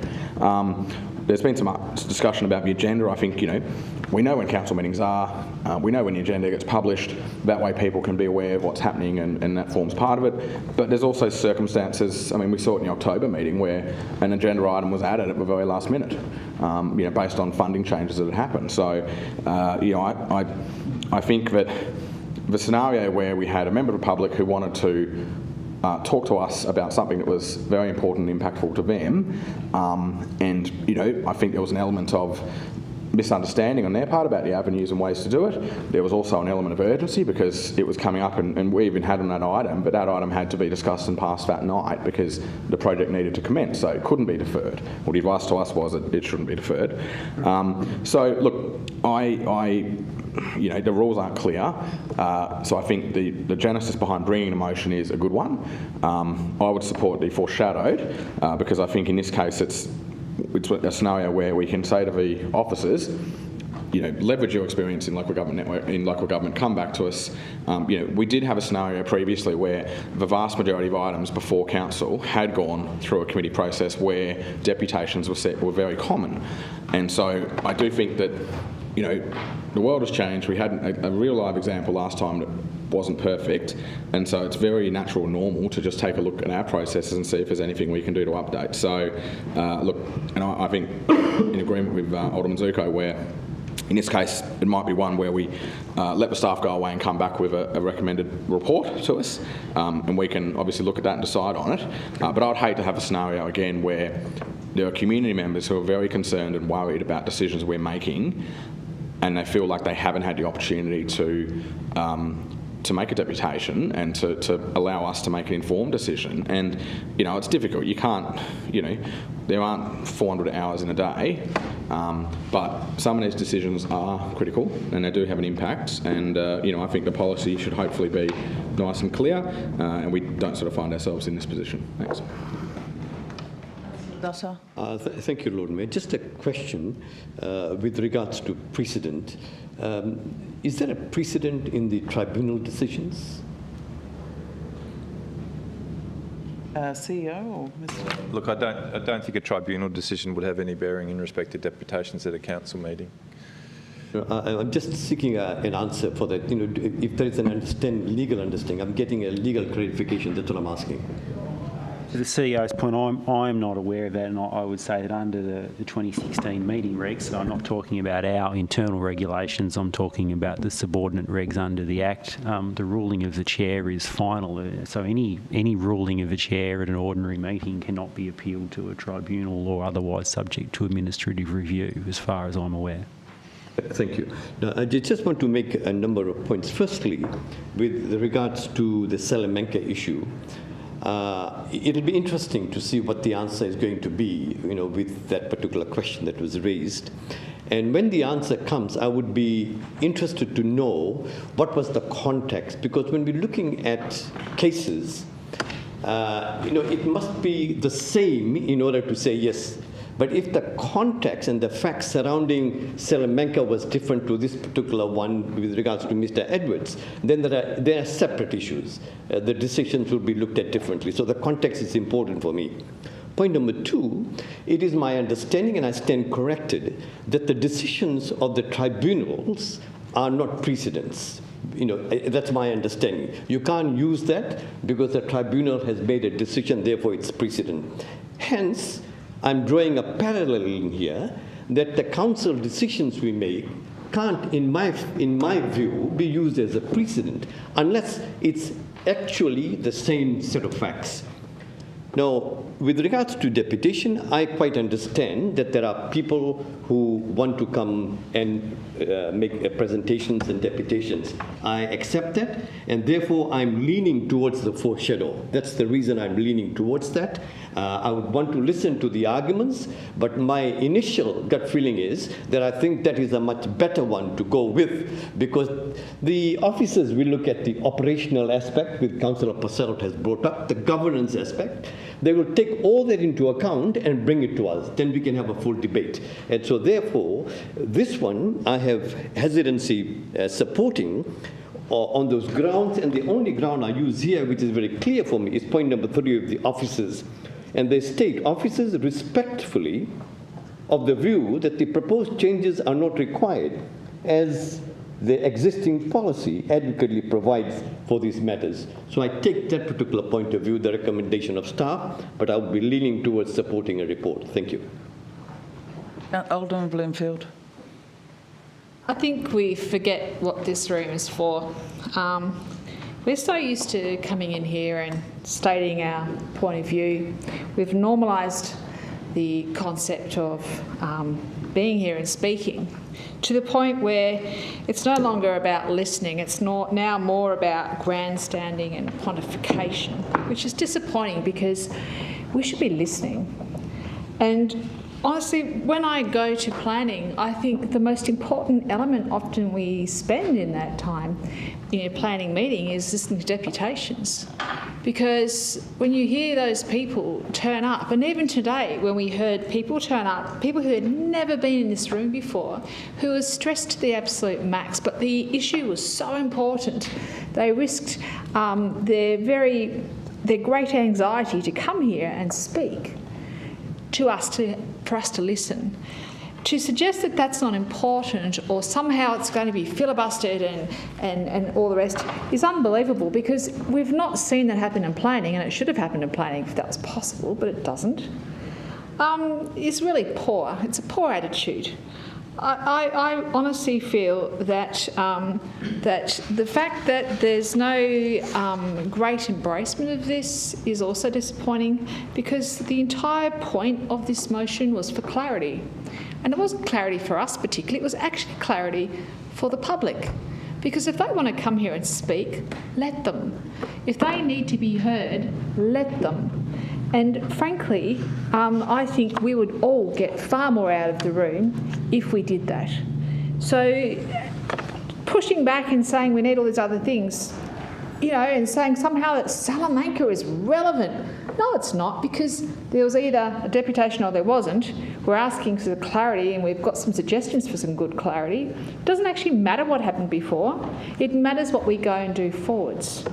So honestly, I'd rather implore the room to actually reconsider their positions and support a motion that is simply allowing the public to speak, that we get to hear them, because we all hear each other all the time, and honestly I think sometimes we probably all contribute a little bit much more than we need. What we need to do is listen, and this is a great way of encouraging just that. Further discussion? Councillor Kitsos. Thank you, Lord Mayor. Look, I've been listening to the debate tonight and considering this very carefully. I do think that point 3 is what I'll be basing my decision on today, which is basically the officers saying that we already have a policy about this. We do listen to people, we do let people speak. There are guidelines around it. It sounds like we're talking about 2 scenarios tonight that were quite different in how the approach was made to do a deputation to council. Obviously, we need to treat people who would like to do a deputation to council consistently and fairly and within the policy that we have, and some transparency around that perhaps would help. But I do trust the officer's recommendations that we have an adequate policy, and I don't think that this actually needs any further discussion tonight. So I can't approve this notice of motion tonight. Okay. Councillor Kelly, would you like to sum up? Oh, just a question to the legal officer for you, lawyer. Mr Young, in your opinion, do you think this needs tidying up? Is there a scope for this to be tidied up to prevent further confusion? Sorry, Councillor Kelly, Mr Young's put his advice in the report, and I just get worried about the officers being drawn into debate. He's made his recommendations in the report to us. But there's other information that's come to light, and I'm asking a simple technical question, Lord Mayor. Question you're not allowing that question? I'm saying that the question was too broad. It was like, could this do with cleaning up? It's getting him to sort of bringing him into the debate. If it could be a more specific question about something that's a technical sort of matter, that's fair. But I think when it's a sort of leading type of question, that's where it's in breach of the sort of meeting procedures. Are there technical areas, Mr Young, you believe we could tidy this up with? I mean, I've spoken to give some context, there's nothing sinister here. I'm just asking an opinion. If it's not to there, let me know. Well, I think you can make that case yourself, Councillor Kelly. Would you like to sum up? Yeah. Look, there's nothing sinister about this. Just by the virtue of the debate we've got here happening tonight shows there is something not quite right. There is something not quite right when members of the public, an 80-year-old has to wait 3.5 hours to stand up and speak. There's all holes. It's not perfect. There's not a 5-7 thing happening here. I'm just saying there are problems.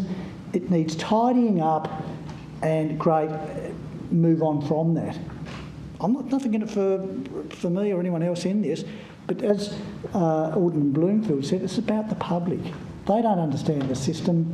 You know, we allow deputations, representations in the planning at short notice. I know this is a full council meeting and we've got other fish to fry in that, but if this has happened once before, it's got a chance of happening again. So I just implore people to even vote for the motion that Councillor Alderman Zuko is putting through.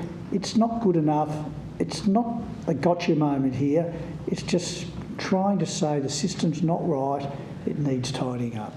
And I'd hate to see what happened again before it happened again here, again with some other group of people, because it's just not good enough. No, sorry, Deputy Lord Mayor, that's the end of that debate now. He's summed up. So I'm going to put that motion. All those in favour, and we do have a foreshadow as well. All those in favour say aye. Aye. Against say no. No. Show of hands, all those in favour. Favour, I am showing Alderman Zuko, Councillor Elliott. Councillor Coates, your hands down. Councillor Lohberger, is your hand up or down? Down. Alderman Bloomfield, Councillor Kelly. And against? I am showing Councillor Dutta, Councillor Coates, Councillor Purcell, Councillor Kitsos, Councillor Lohberger, Councillor Harvey, the Deputy and the Mayor.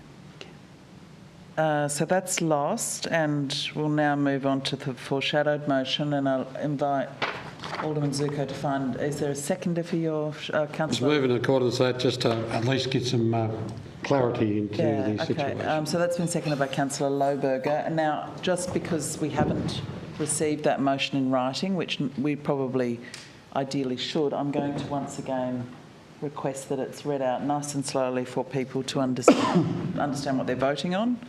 Or what they want to debate. They may want to debate. Right. So I'm showing that Council asked the CEO to implement or amend a policy in regards of the community making delegations at council meetings or committees, and I've got a note there around a 5-minute deputation. I think it was a report. That the CEO provide a report. Okay. Around implementing and amending. Get one last time. Yeah, that the CEO provide a report on a policy or amending or policy. Implementing, yes. Deputation policy. Deputation. Sorry, Lord Mayor. That the Council asked the CEO to provide a report to either implement or amend a policy in regards of the community making deputations at either council meetings or committees, and I've got a note here around 5 minutes to make a deputation.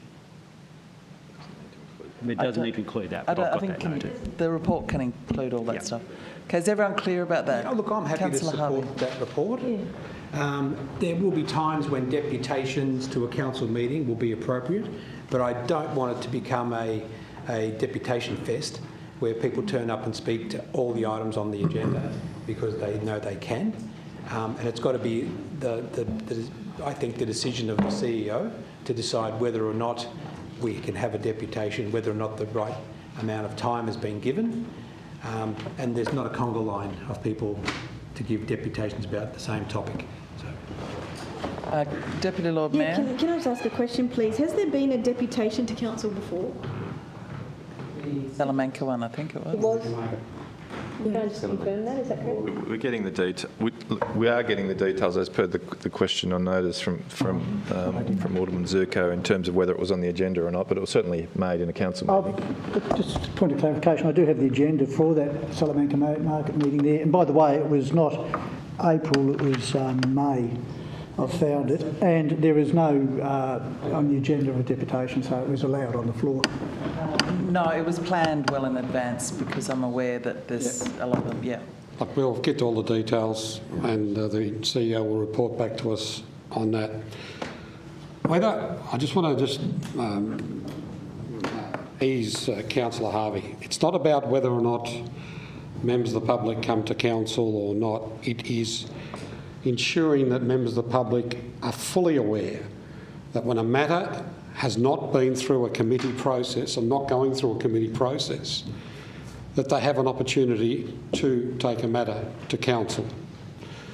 And it would be good, and I'm not going to add this to it, but hopefully the report that the CEO brings back to council will also highlight how we can ensure members of the public are made aware of this, whether it's via our website, whether we put out a media release, whether we advertise it, whether we put it in the mail out when we send out the rates. You're talking about it now, God, yeah. Councillor Harvey, please don't call across the chamber. I think it's very important. We don't want to, irrespective of the Salamanca, irrespective of what happened most recently, we don't want members of the public feeling that they can come to council if they can't come to council and make representation.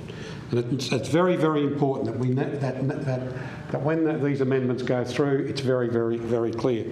The whole thing about it too is, I just want to make this point, if this motion wasn't here, we wouldn't be discussing this and debating this to get clarity. And I think sometimes having something highlighted that we have an issue, and hopefully the report the CEO brings forward will clarify that, because I still have argument. I could still argue with Mr Young in regards to how the current policy is written, but I am not prepared to get on the floor of council and debate a council officer. I'll do that in his office. Thank you. Deputy Lord Mayor. Oh, do you want to go? I'll go if you want. You go. Sorry. Yeah, look, I think that this is quite possibly the one put forward by Alderman Zuko, a bit of a compromise in terms of asking for a report to clarify a few things, because we did have I think it'll be a lot more thorough, because we were told that, according to the procedures and guidelines and policy that was adopted in October, regarding deputations that can be found within that. The other motion as well, as per the advice, was that it essentially tried to override the role of the chair to potentially bring forward a matter that Point of order, Lord Mayor. So I'd like to... Point of order. We're not discussing the previous motion, we're discussing this motion. No, that's okay. She's just putting some context around it. Yeah. Go ahead, Deputy Lord Mayor.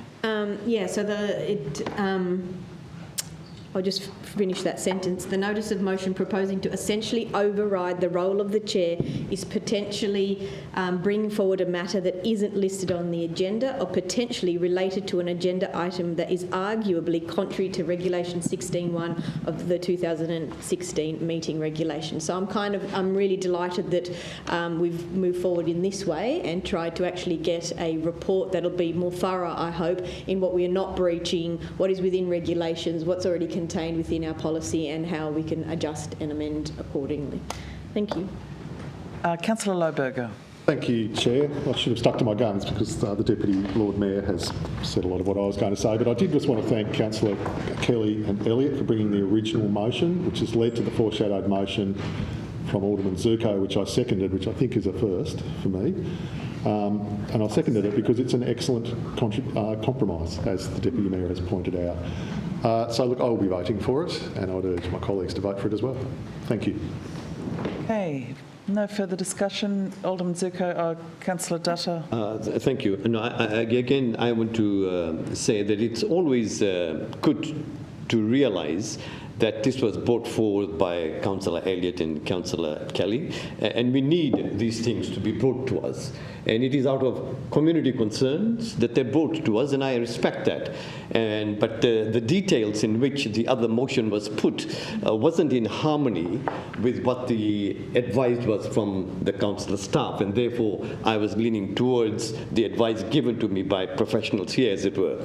And hence, from the very beginning, when Alderman Zuko mooted this idea, I had an instinctive feeling that this was the right way to go. And even though there was some pronouncements or suggestion that we shouldn't go down that path, and I'm so glad that he stuck to his guns and he put this forward. So I would be supporting this, and I think it'll be a more holistic approach, and when it comes to us, we can then debate that in detail and then either accept or reject it. Thank you very much.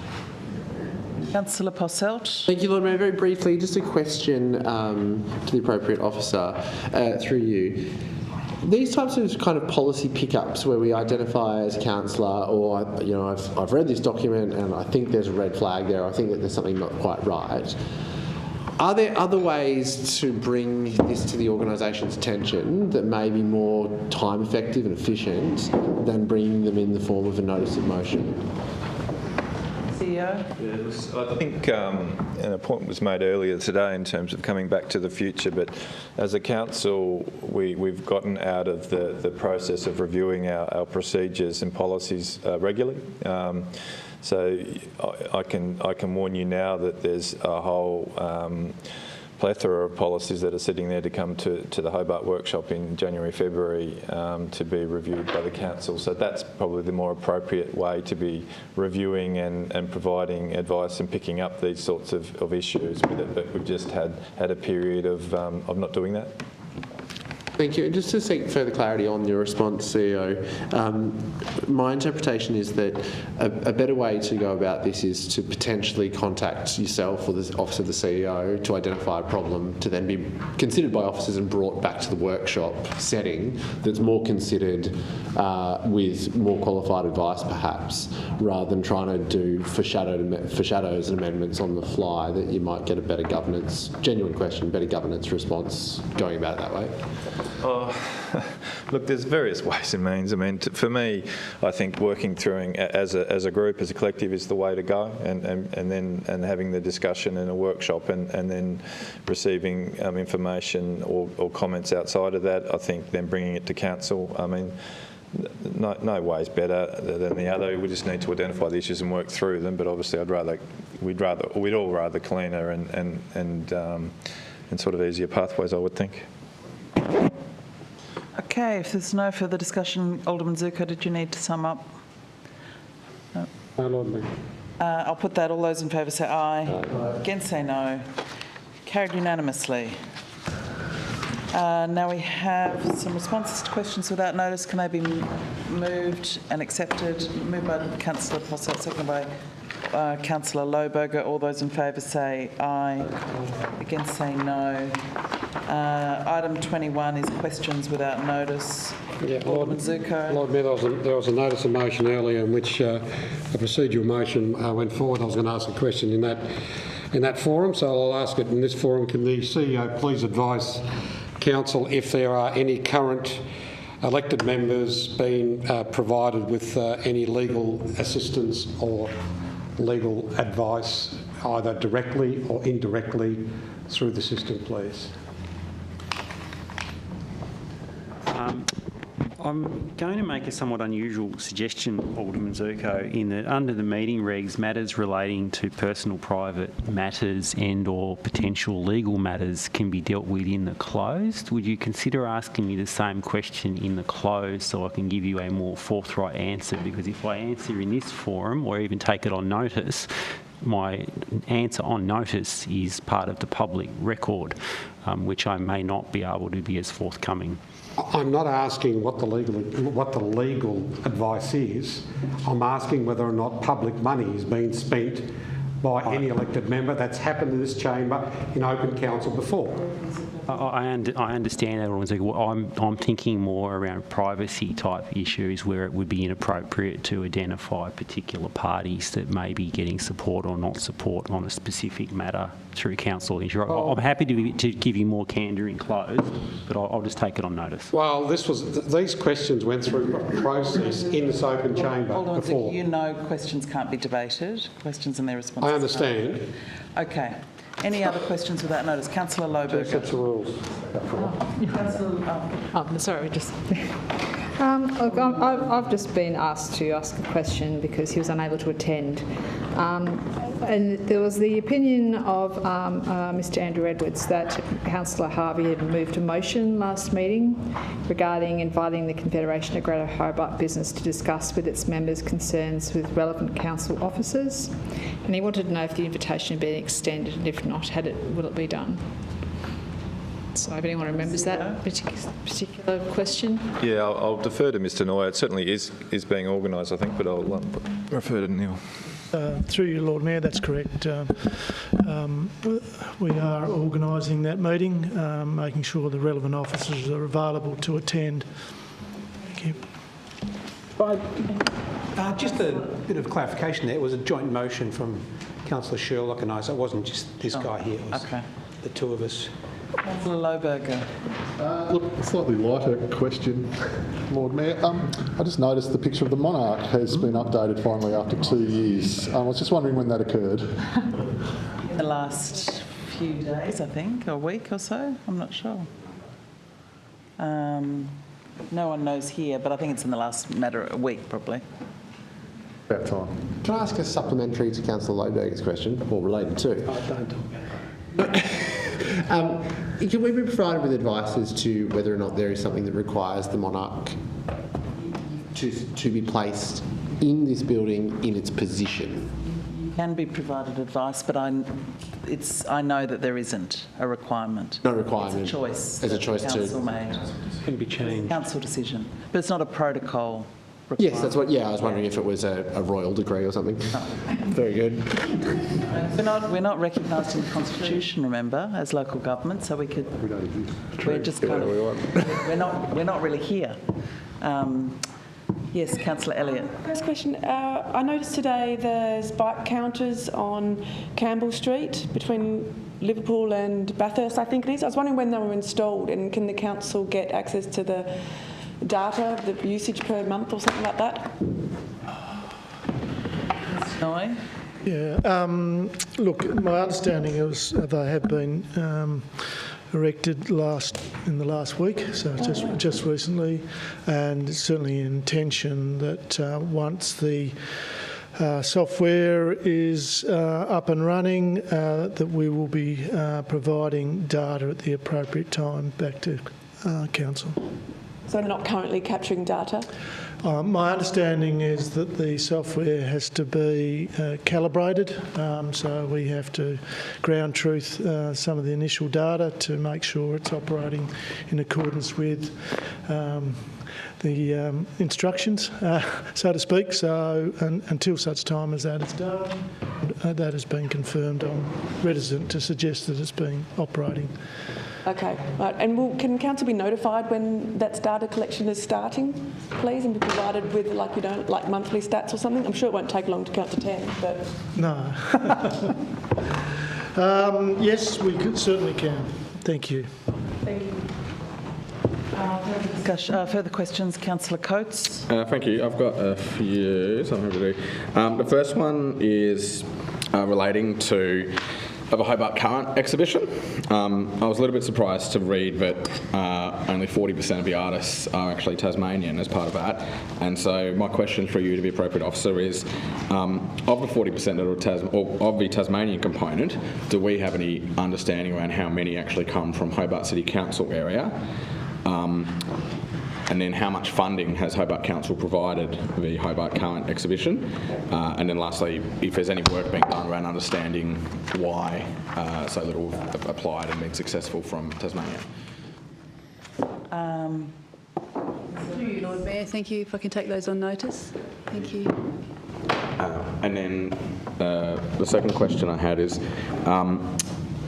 in regards to the Collins Street cycleway, I note the answer that was provided where Metro Tasmania are happy for the removal of their bus stop between Harrington and Barrack Street.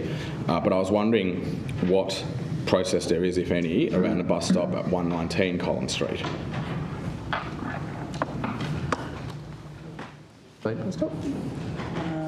Mr. Noy?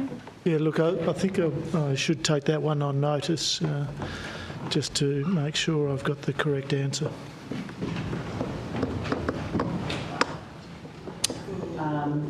Councillor Coates. Now we're towards the end of the agenda. It's not actually a question, but I'd ask, Chair, if I could make a matter of personal explanation. Sure. Look, just for those who... Sorry? It's very personal, is it?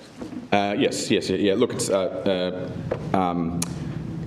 people can't read the closed minutes. I had an approved notice of absence from the council. There was an administrative error. If you look at the minutes, it actually reflects last week. But for those who are watching and look at the agendas, I'm listed as a leave of absence for tonight's meeting, which, as I said, is an administrative error, not reflective of the leave of absence that the council provided. So it wasn't me trying to be sneaky and turn up. We'll get that clarified. We'll get that corrected. Any further questions? Lord Mayor, I'm curious to understand whether or not there is a scent that is put through our aircon system, because every now and then there's a strong smell of scent in the air in various locations. I've smelt it in the Alderman's room, I've smelt it in the Alderman's section, I've smelt it in here. Are you familiar with the same smell? I was going to say take it on notice, I don't know. So I'm kind of feeling like someone's spraying stuff through the ventilation system. And I'd rather not have that scent up my hooter. Okay, that's taken on notice. If there's no further questions, would someone like to move a motion to move into the closed? Moved by councillor Posselt, seconded by councillor Lohberger. All those in favour say aye. Against say no. Carried unanimously.